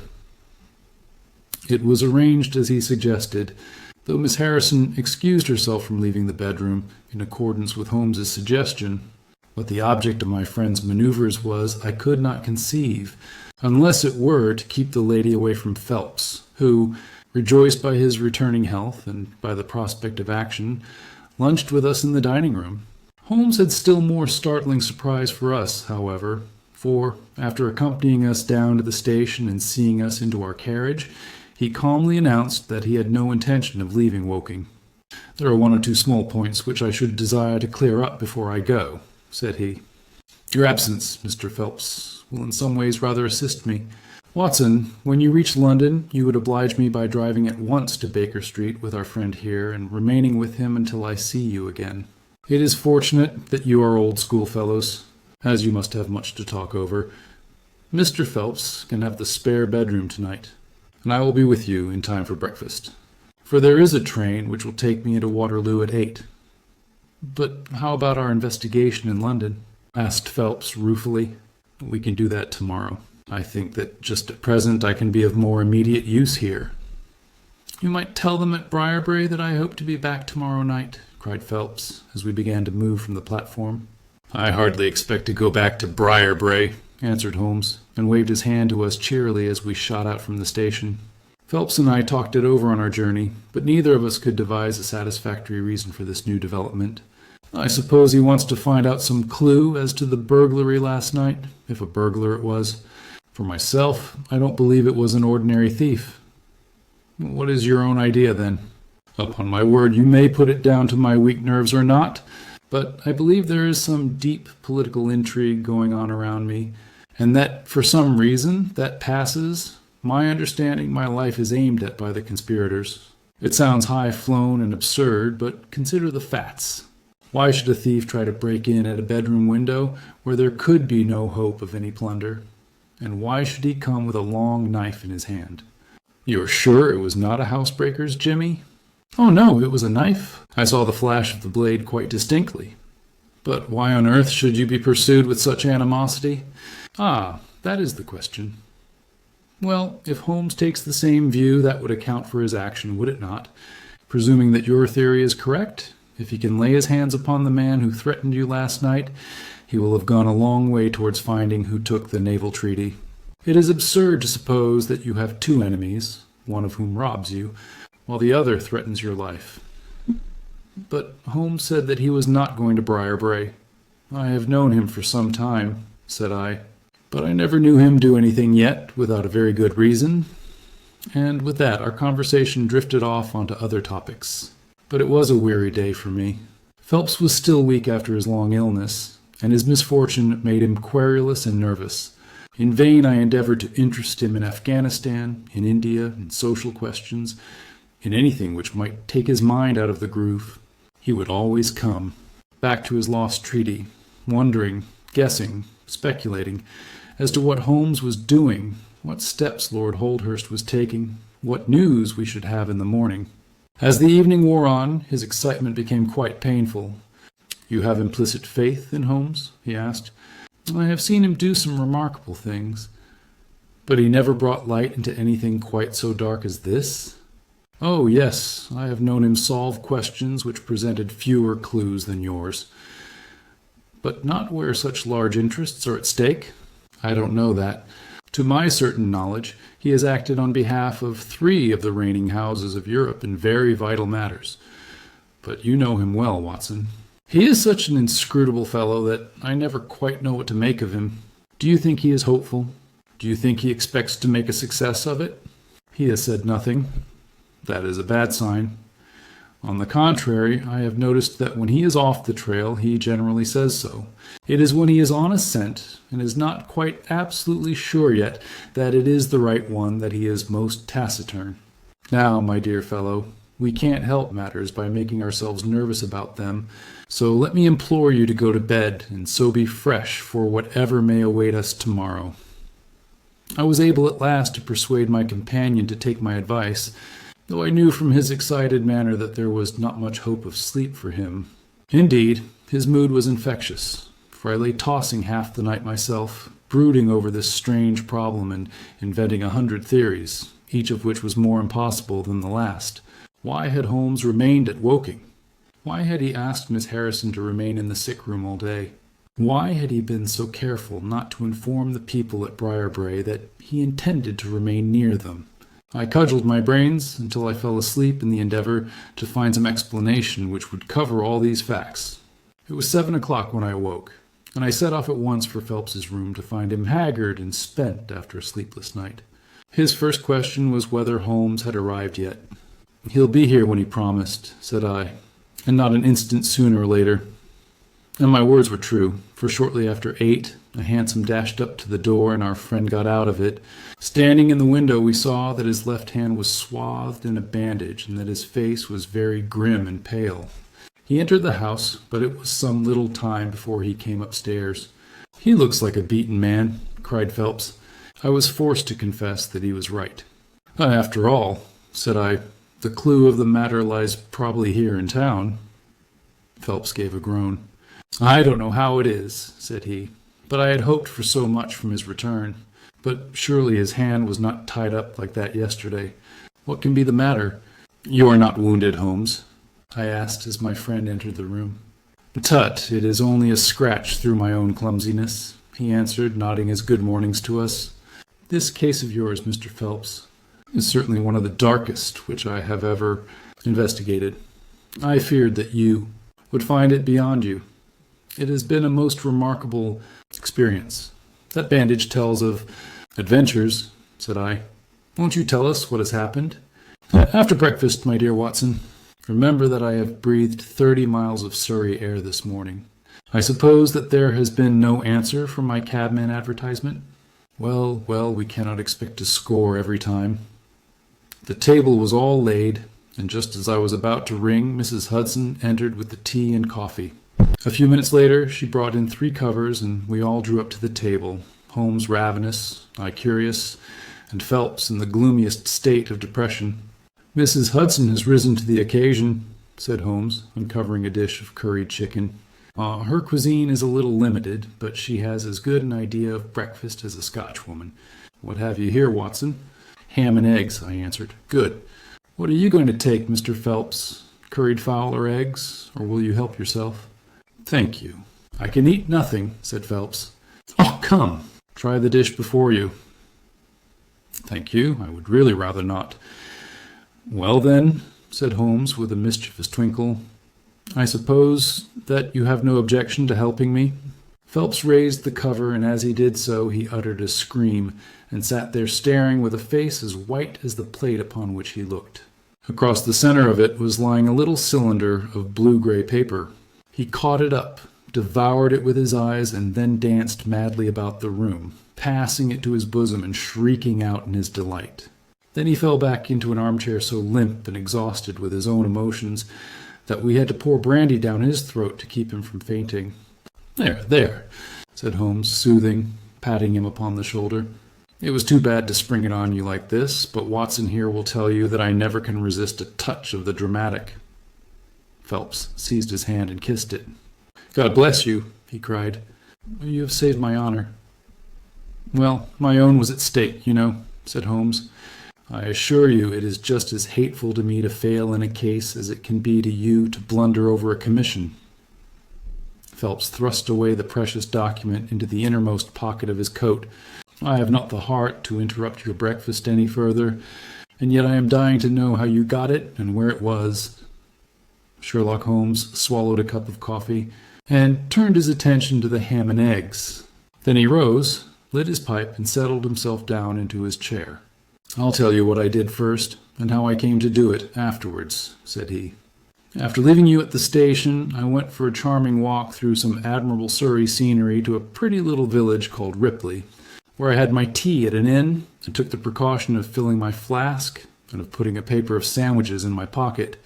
There I remained until evening, when I set off for Woking again, and found myself in the high road outside Briarbrae just after sunset.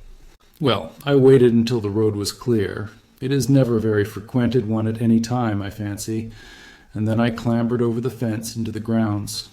"Surely the gate was open?" ejaculated Phelps. "Yes, but I have a peculiar taste in these matters.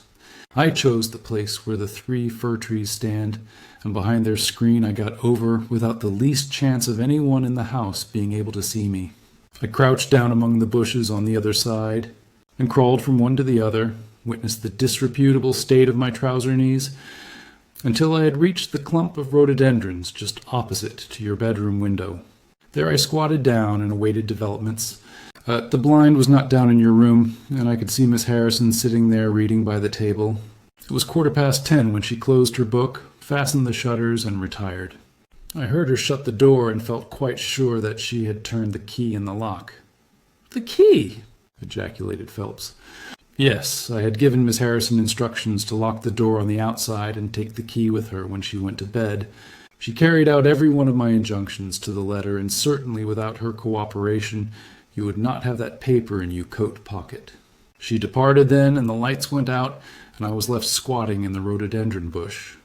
The night was fine, but still it was a very weary vigil. Of course, it has the sort of excitement about it that the sportsman feels when he lies beside the watercourse and waits for the big game. It was very long, though, almost as long, Watson, as when you and I waited in that deadly room when we looked into the little problem of the speckled band. There was a church clock down at Woking, which struck the quarters, and I thought more than once that it had stopped. At last, however, about 2 in the morning, I suddenly heard the gentle sound of a bolt being pushed back and the creaking of a key. A moment later the servant's door was opened, and Mr. Joseph Harrison stepped out into the moonlight. "Joseph!" ejaculated Phelps.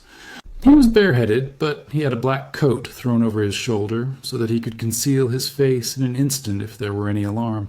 He walked on tiptoe under the shadow of the wall, and when he reached the window he worked a long-bladed knife through the sash and pushed back the catch.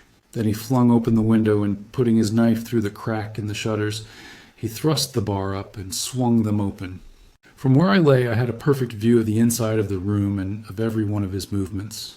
He lit the 2 candles which stood upon the mantelpiece, and then he proceeded to turn back the corner of the carpet in the neighborhood of the door.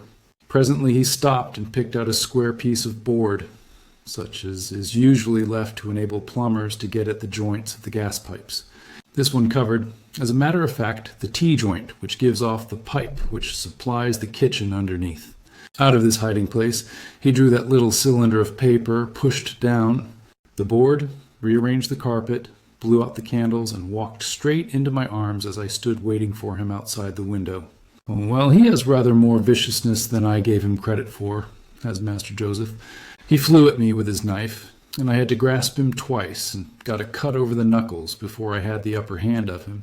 He looked murder out of the only eye he could see with when we had finished, but he listened to reason and gave up the papers. Having got them, I let my man go, but I wired full particulars to Forbes this morning. If he is quick enough to catch his bird, well and good. But if, as I shrewdly suspect, he finds the nest empty before he gets there, why, all the better for the government. I fancy that Lord Holdhurst for one, and Mr. Percy Phelps for another, would very much rather that the affair never got as far as a police court. "My God," gasped our client. "Do you tell me that during these long 10 weeks of agony the stolen papers were within the very room with me all the time?" "So it was." "And Joseph a villain and a thief? I am afraid Joseph's character is a rather deeper and more dangerous one than one might judge from his appearance. From what I have heard from him this morning, I gather that he has lost heavily in dabbling with stocks, and that he is ready to do anything on earth to better his fortunes. Being an absolutely selfish man, when a chance presented itself, he did not allow either his sister's happiness or your reputation to hold his hand. Percy Phelps sank back in his chair. "My head whirls," said he. "Your words have dazed me." "The principal difficulty in your case," remarked Holmes in his didactic fashion, "lay in the fact of there being too much evidence. What was vital was overlaid and hidden by what was irrelevant. Of all the facts which were presented to us, we had to pick just those which we deemed to be essential, and then piece them together in their order, so as to reconstruct this very remarkable chain of events. I had already begun to suspect Joseph from the fact that you had intended to travel home with him that night, and that therefore it was a likely enough thing that he should call for you, knowing the Foreign Office well, upon his way. When I heard that someone had been so anxious to get into the bedroom, in which no one but Joseph could have concealed anything, you told us in your narrative how you had turned Joseph out when you arrived with the doctor, my suspicions all changed to certainties, especially as the attempt was made on the first night upon which the nurse was absent, showing that the intruder was well acquainted with the ways of the house. How blind I have been! The facts of the case, as far as I have worked them out, are these. This Joseph Harrison entered the office through the Charles Street door, and, knowing his way, he walked straight into your room the instant after you left it. Finding no one there, he promptly rang the bell, and at the instant that he did so, his eyes caught the paper upon the table. A glance showed him that chance had put in his way a state document of immense value, and in an instant he had thrust it into his pocket and was gone. A few minutes elapsed, as you remember, before the sleepy commissionaire drew your attention to the bell, and those were just enough to give the thief time to make his escape. He made his way to Woking by the first train, and having examined his booty and assured himself that it really was of immense value, he had concealed it in what he thought was a very safe place, with the intention of taking it out again in a day or two, and carrying it to the French embassy, or wherever he thought that a long price was to be had. Then came your sudden return.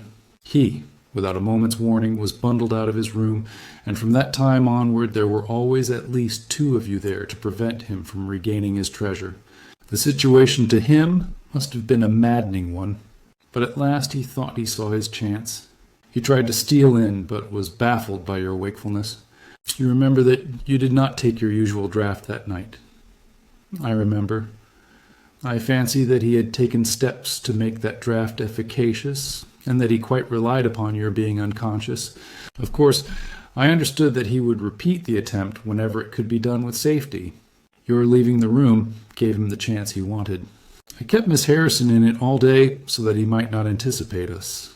Then, having given him the idea that the coast was clear, I kept guard as I have described. I already knew that the papers were probably in the room, but I had no desire to rip up all the planking and skirting in search of them. I let him take them, therefore, from the hiding place, and so save myself an infinity of trouble. Is there any other point which I can make clear? Why did he try the window on the first occasion? I asked, when he might have entered by the door. In reaching the door, he would have to pass 7 bedrooms. On the other hand, he could get out onto the lawn with ease. Anything else? You do not think, asked Phelps, that he had any murderous intention? The knife was only meant as a tool. It may be so, answered Holmes, shrugging his shoulders. I can only say for certain that Mr. Joseph Harrison is a gentleman to whose mercy I should be extremely unwilling to trust.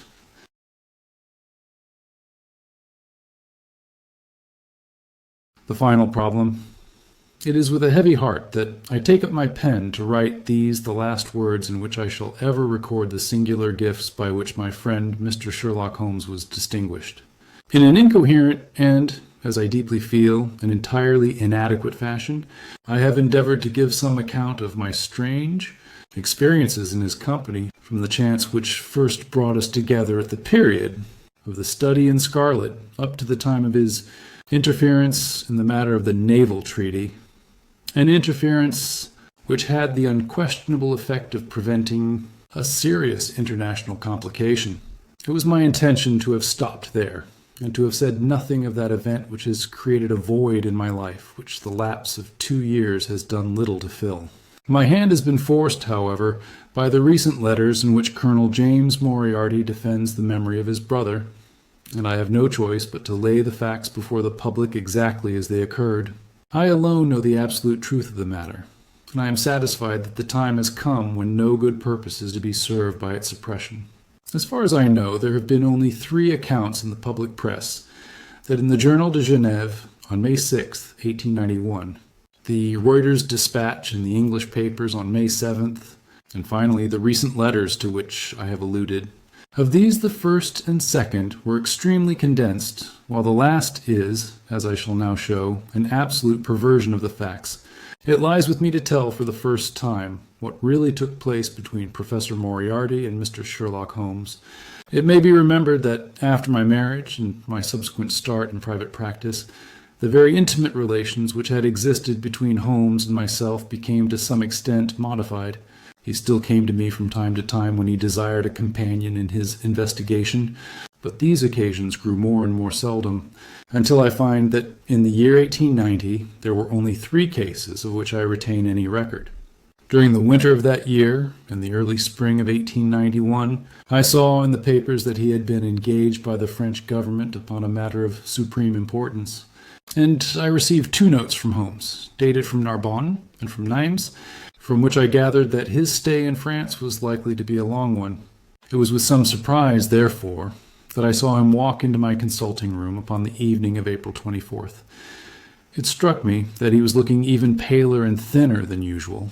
"Yes, I have been using myself up rather too freely," he remarked in answer to my look rather than to my words. "I have been a little pressed of late. Have you any objection to my closing your shutters?" The only light in the room came from the lamp upon the table at which I had been reading. Holmes edged his way round the wall, and flinging the shutters together, he bolted them securely. "You are afraid of something?" I asked. "Well, I am." "Of what?" "Of air guns." "My dear Holmes, what do you mean?" "I think that you know me well enough, Watson, to understand that I am by no means a nervous man. At the same time, it is stupidity rather than courage to refuse to recognize danger when it is close upon you. Might I trouble you for a match?" He drew in the smoke of his cigarette as if the soothing influence was grateful to him. "I must apologize for calling so late," said he, "and I must further beg you to be so unconventional as to allow me to leave your house presently by scrambling over your back garden wall." "But what does it all mean?" I asked. He held out his hand, and I saw in the light of the lamp that 2 of his knuckles were burst and bleeding. "It is not an airy nothing, you see," said he, smiling. "On the contrary, it is solid enough for a man to break his hand over." "Is Mrs. Watson in?" "She's away upon a visit." "Indeed? You are alone?" "Quite." "Then it makes it the easier for me to propose that you should come away with me for a week to the continent." "Where?" "Oh, anywhere. It's all the same to me."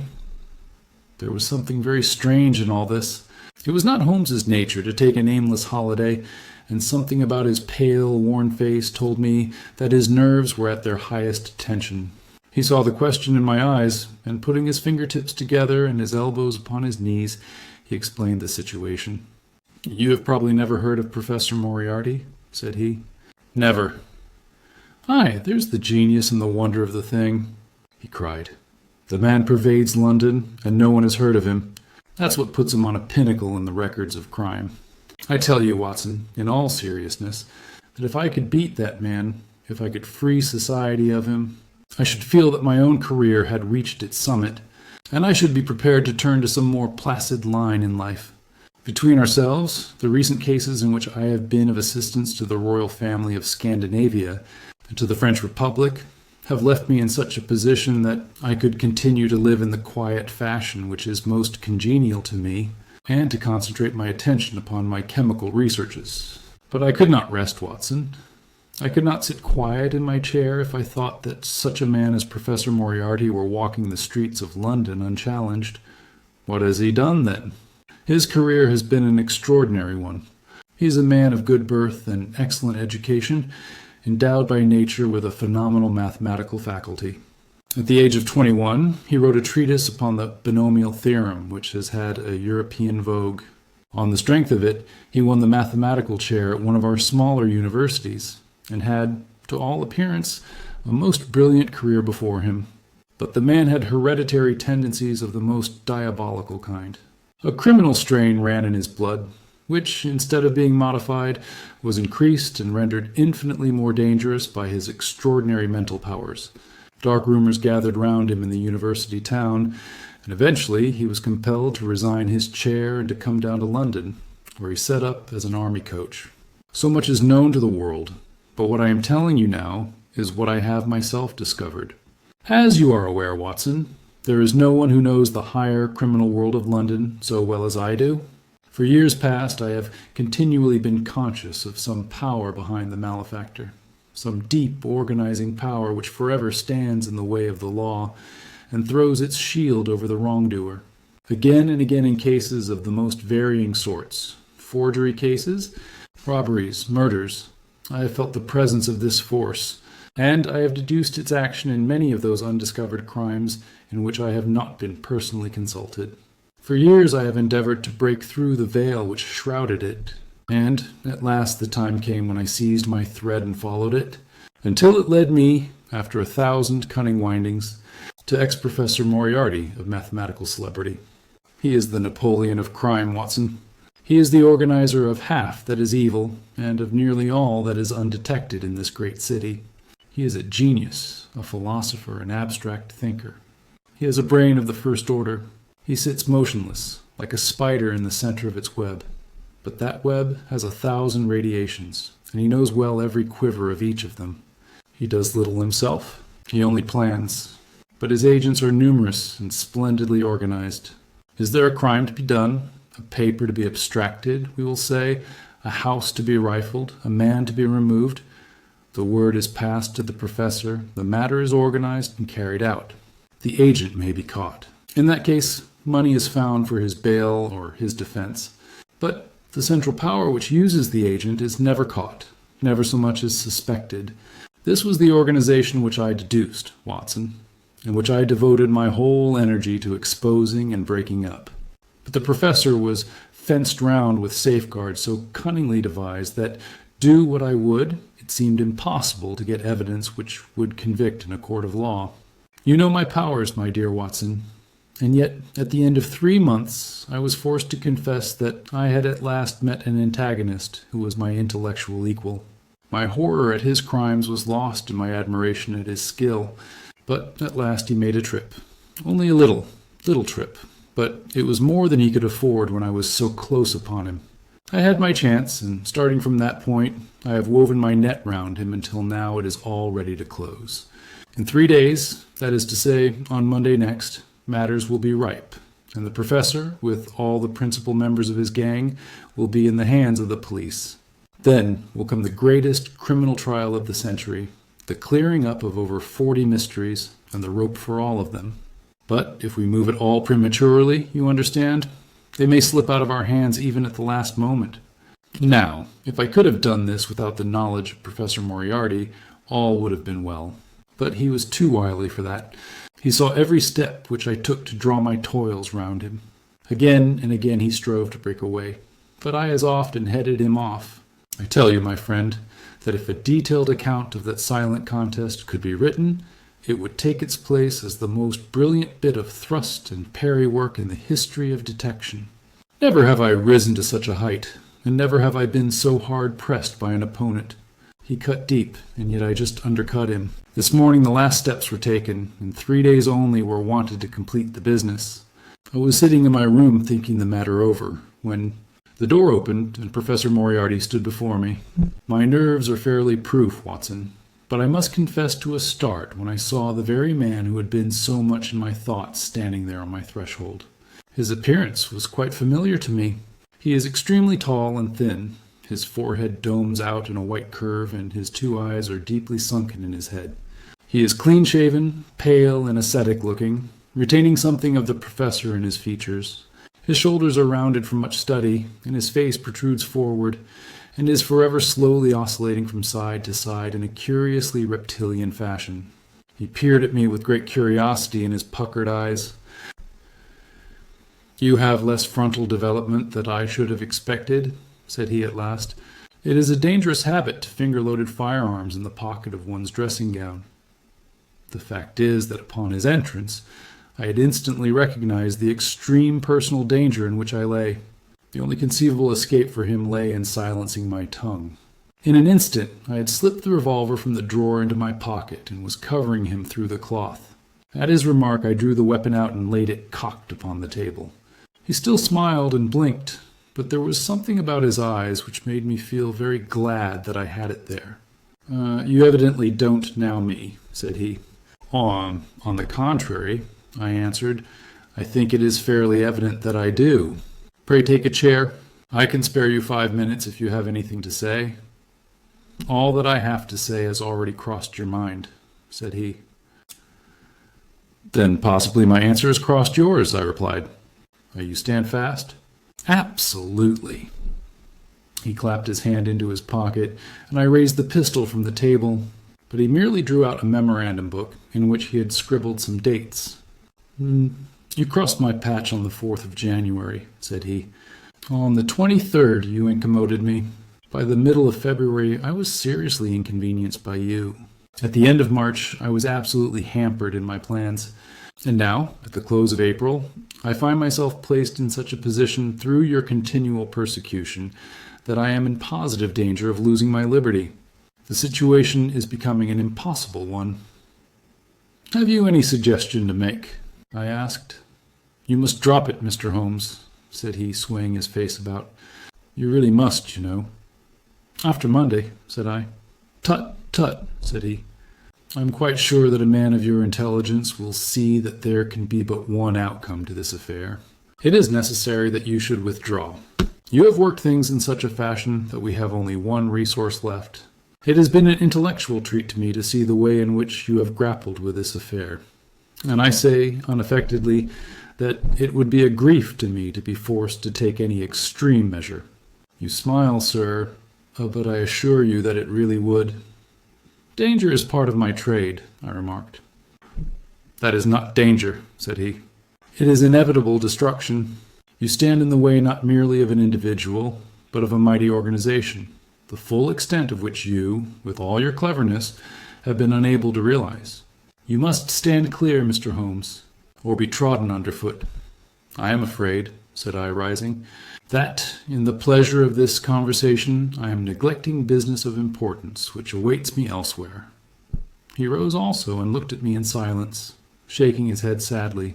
"Well, well," said he at last, "it seems a pity, but I have done what I could. I know every move of your game. You can do nothing before Monday. It has been a duel between you and me, Mr. Holmes. You hope to place me in the dock. I tell you that I will never stand in the dock. You hope to beat me? I tell you that you will never beat me. If you are clever enough to bring destruction upon me, rest assured that I shall do as much to you. You have paid me several compliments. Mr. Moriarty," said I, "let me pay you one in return when I say that, if I were assured of the former eventuality, I would, in the interests of the public, cheerfully accept the latter." "I can promise you the one, but not the other," he snarled, and so turned his rounded back upon me, and went peering and blinking out of the room. That was my singular interview with Professor Moriarty. I confess that it left an unpleasant effect upon my mind. His soft, precise fashion of speech leaves a conviction of sincerity which a mere bully could not produce. Of course, you will say, why not take police precautions against him? The reason is that I am well convinced that it is from his agents the blow will fall. I have the best proofs that it would be so. You have already been assaulted? My dear Watson, Professor Moriarty is not a man who lets the grass grow under his feet. I went out about midday to transact some business in Oxford Street. As I passed the corner which leads from Bentinck Street onto the Welbeck Street, crossing, a 2-horse van, furiously driven, whizzed round and was on me like a flash. I sprang for the footpath and saved myself by the fraction of a second. The van dashed round by Marylebone Lane and was gone in an instant. I kept to the pavement after that, Watson. But as I walked down Vere Street, a brick came down from the roof of one of the houses and was shattered to fragments at my feet. I called the police and had the place examined. There were slates and bricks piled up on the roof preparatory to some repairs, and they would have me believe that the wind had toppled over one of these. Of course I knew better, but I could prove nothing. I took a cab after that, and reached my brother's rooms in Pall Mall, where I spent the day.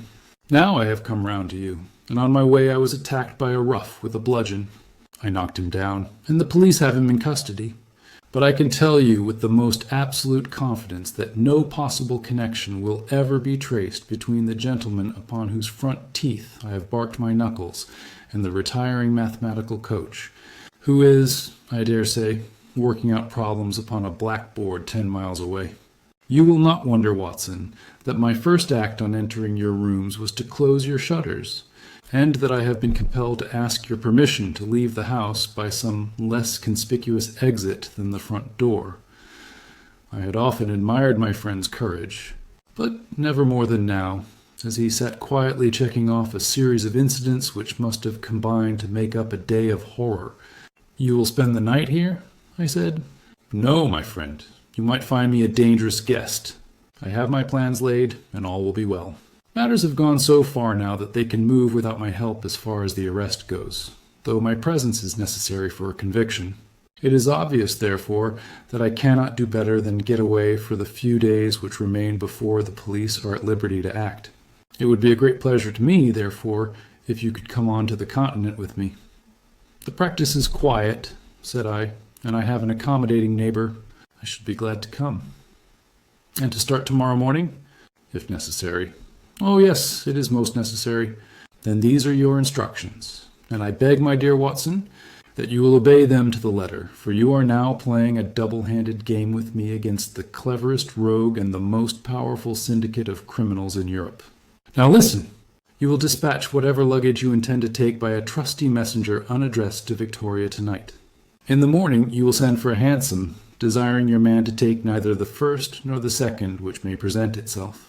Into this hansom you will jump, and you will drive to the Strand end of the Lowther Arcade, handling the address to the cabman upon a slip of paper, with a request that he will not throw it away. Have your fare ready, and the instant that your cab stops, dash through the arcade, timing yourself to reach the other side at 9:15. You will find a small brougham waiting close to the curb, driven by a fellow with a heavy black cloak tipped at the collar with red.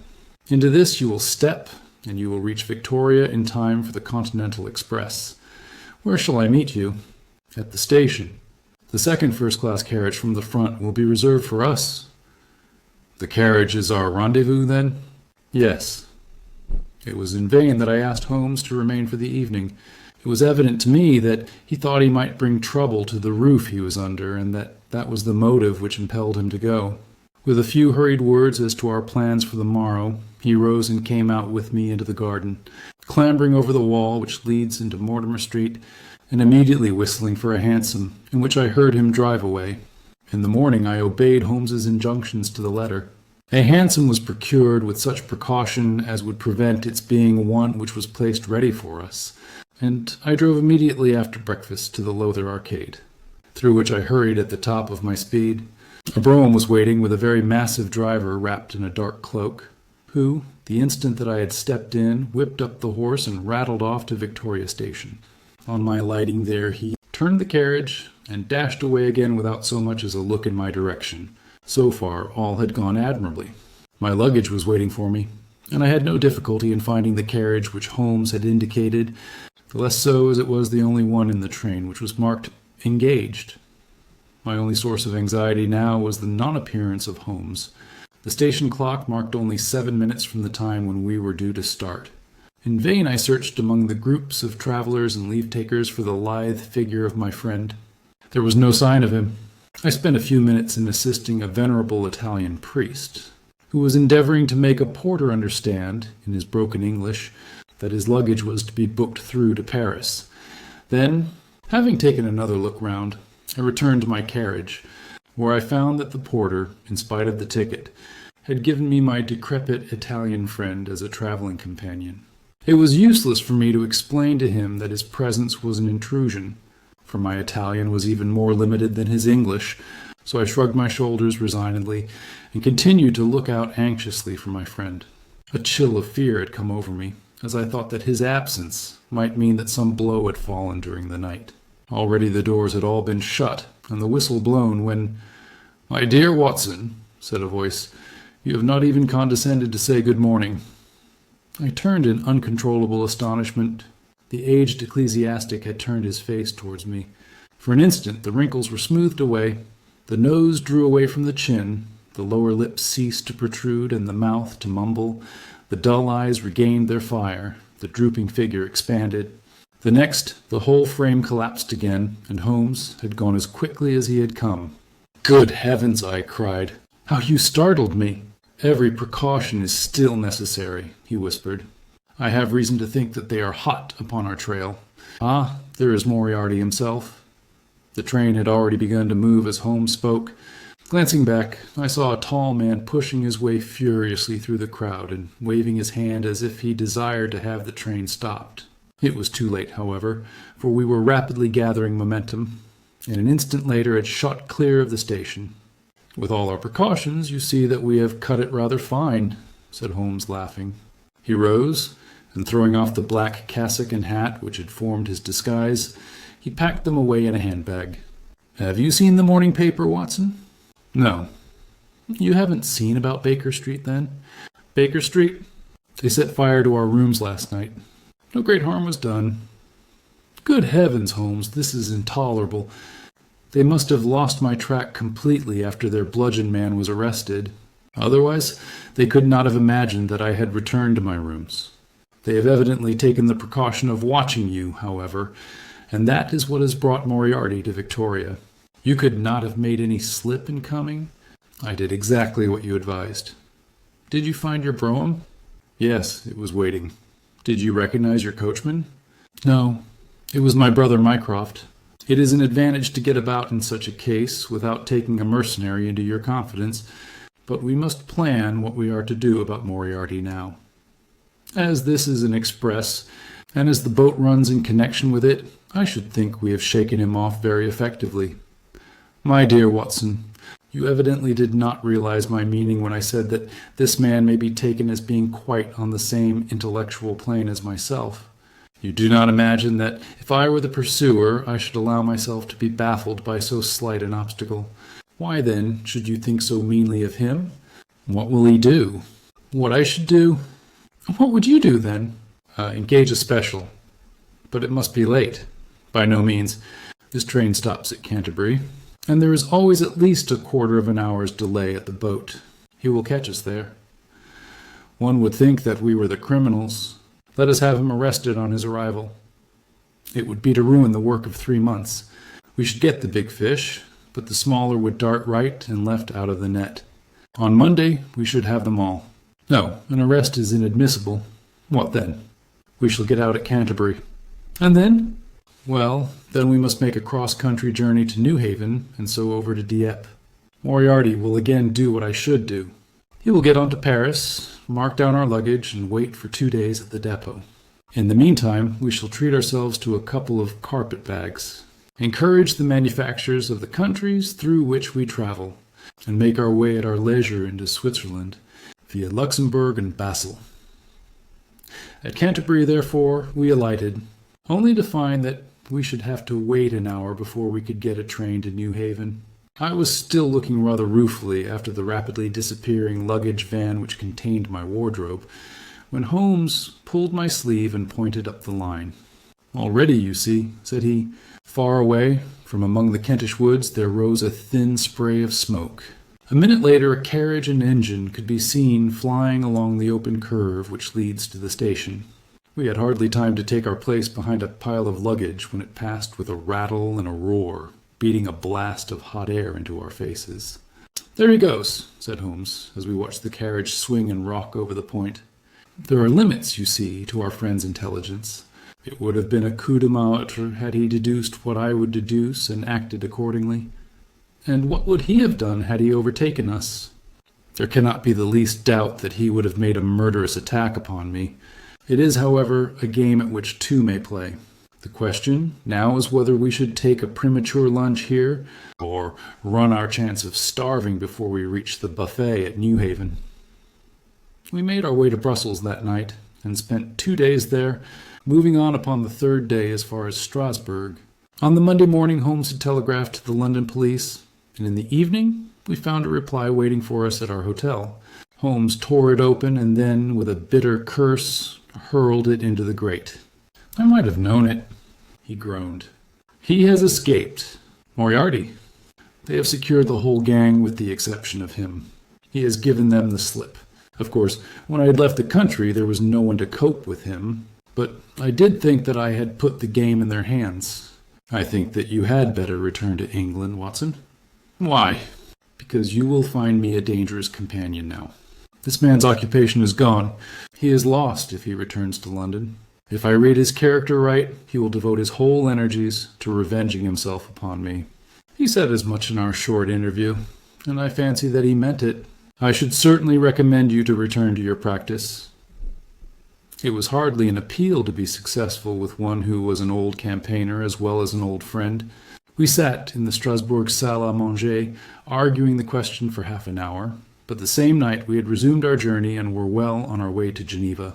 For a charming week we wandered up the valley of the Rhone, and then, branching off at Loch, we made our way over the Gemmi Pass, still deep in snow, and so, by way of Interlaken, to Meiringen. It was a lovely trip, the dainty green of the spring below, the virgin white of the winter above. But it was clear to me that never for one instant did Holmes forget the shadow which lay across him. In the homely alpine villages, or in the lonely mountain passes, I could tell by his quick glancing eyes and his sharp scrutiny of every face that passed us that he was well convinced that, walk where we would, we could not walk ourselves clear of the danger which was dogging our footsteps.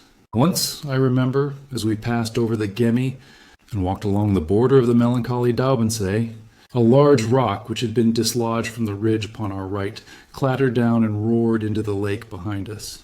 In an instant Holmes had raced up onto the ridge and, standing upon a lofty pinnacle, craned his neck in every direction. It was in vain that our guide assured him that a fall of stones was a common chance in the springtime at that spot. He said nothing, but he smiled at me with the air of a man who sees the fulfillment of that which he had expected. And yet, for all his watchfulness, he was never depressed. On the contrary, I can never recollect having seen him in such exuberant spirits. Again and again he recurred to the fact that if he could be assured that society was freed from Professor Moriarty, he would cheerfully bring his own career to a conclusion. "I think that I may go so far as to say, Watson, that I have not lived wholly in vain," he remarked. "If my record were closed tonight, I could still survey it with equanimity. The air of London is the sweeter for my presence. In over 1,000 cases, I am not aware that I have ever used my powers upon the wrong side. Of late I have been tempted to look into the problems furnished by nature, rather than those more superficial ones for which our artificial state of society is responsible. Your memoirs will draw to an end, Watson, upon the day that I crown my career by the capture or extinction of the most dangerous and capable criminal in Europe. I shall be brief, and yet exact, in the little which remains for me to tell. It is not a subject on which I would willingly dwell, and yet I am conscious that a duty devolves upon me to omit no detail. It was on the 3rd of May that we reached the little village of Meiringen, where we put up at the Englischer Hof, then kept by Peter Stuyler the elder. Our landlord was an intelligent man, and spoke excellent English, having served for 3 years as waiter at the Grosvenor Hotel in London. At his advice, on the afternoon of the 4th, we set off together, with the intention of crossing the hills and spending the night at the hamlet of Rosenlaui. We had strict injunctions, however, on no account to pass the falls of Reichenbach, which are about halfway up the hill, without making a small detour to see them. It is indeed a fearful place.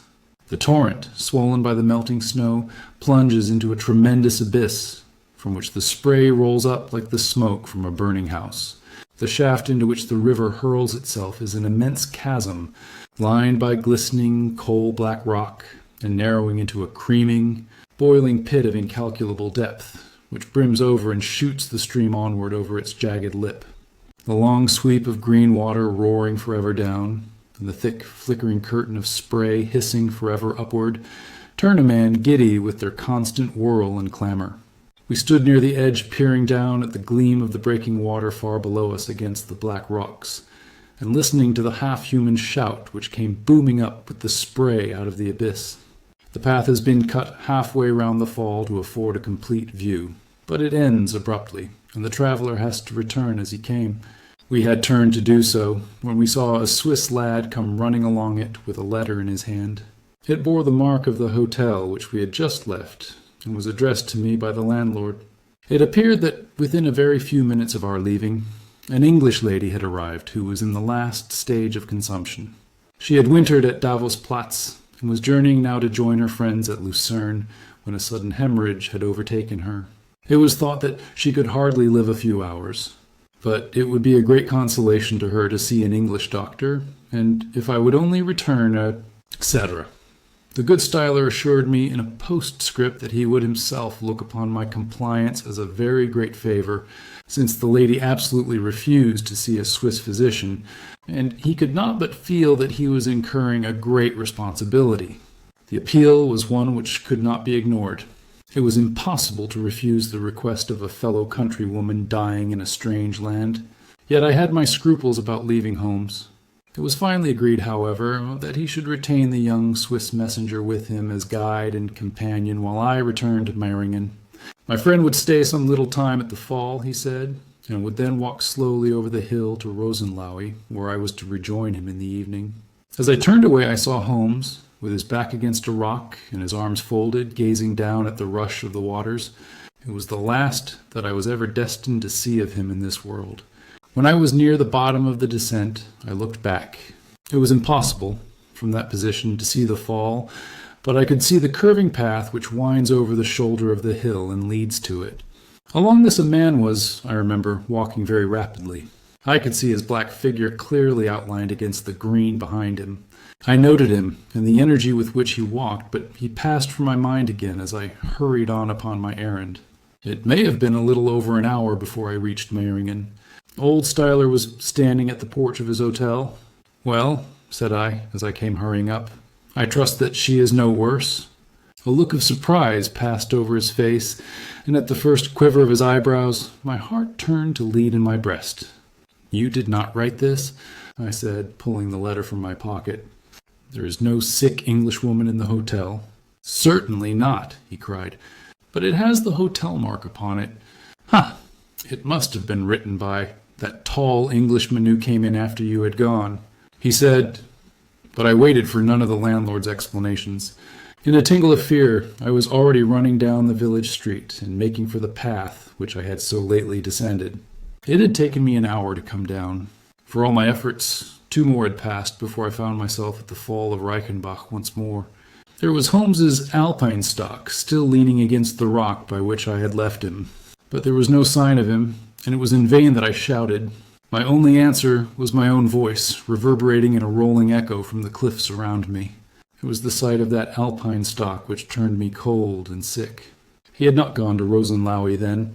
He had remained on that 3-foot path, with sheer wall on one side and sheer drop on the other, until his enemy had overtaken him. The young Swiss had gone too. He had probably been in the pay of Moriarty, and had left the 2 men together. And then what had happened? Who was to tell us what had happened then? I stood for a minute or 2 to collect myself, for I was dazed with the horror of the thing. Then I began to think of Holmes's own methods, and to try to practice them in reading this tragedy. It was, alas, only too easy to do.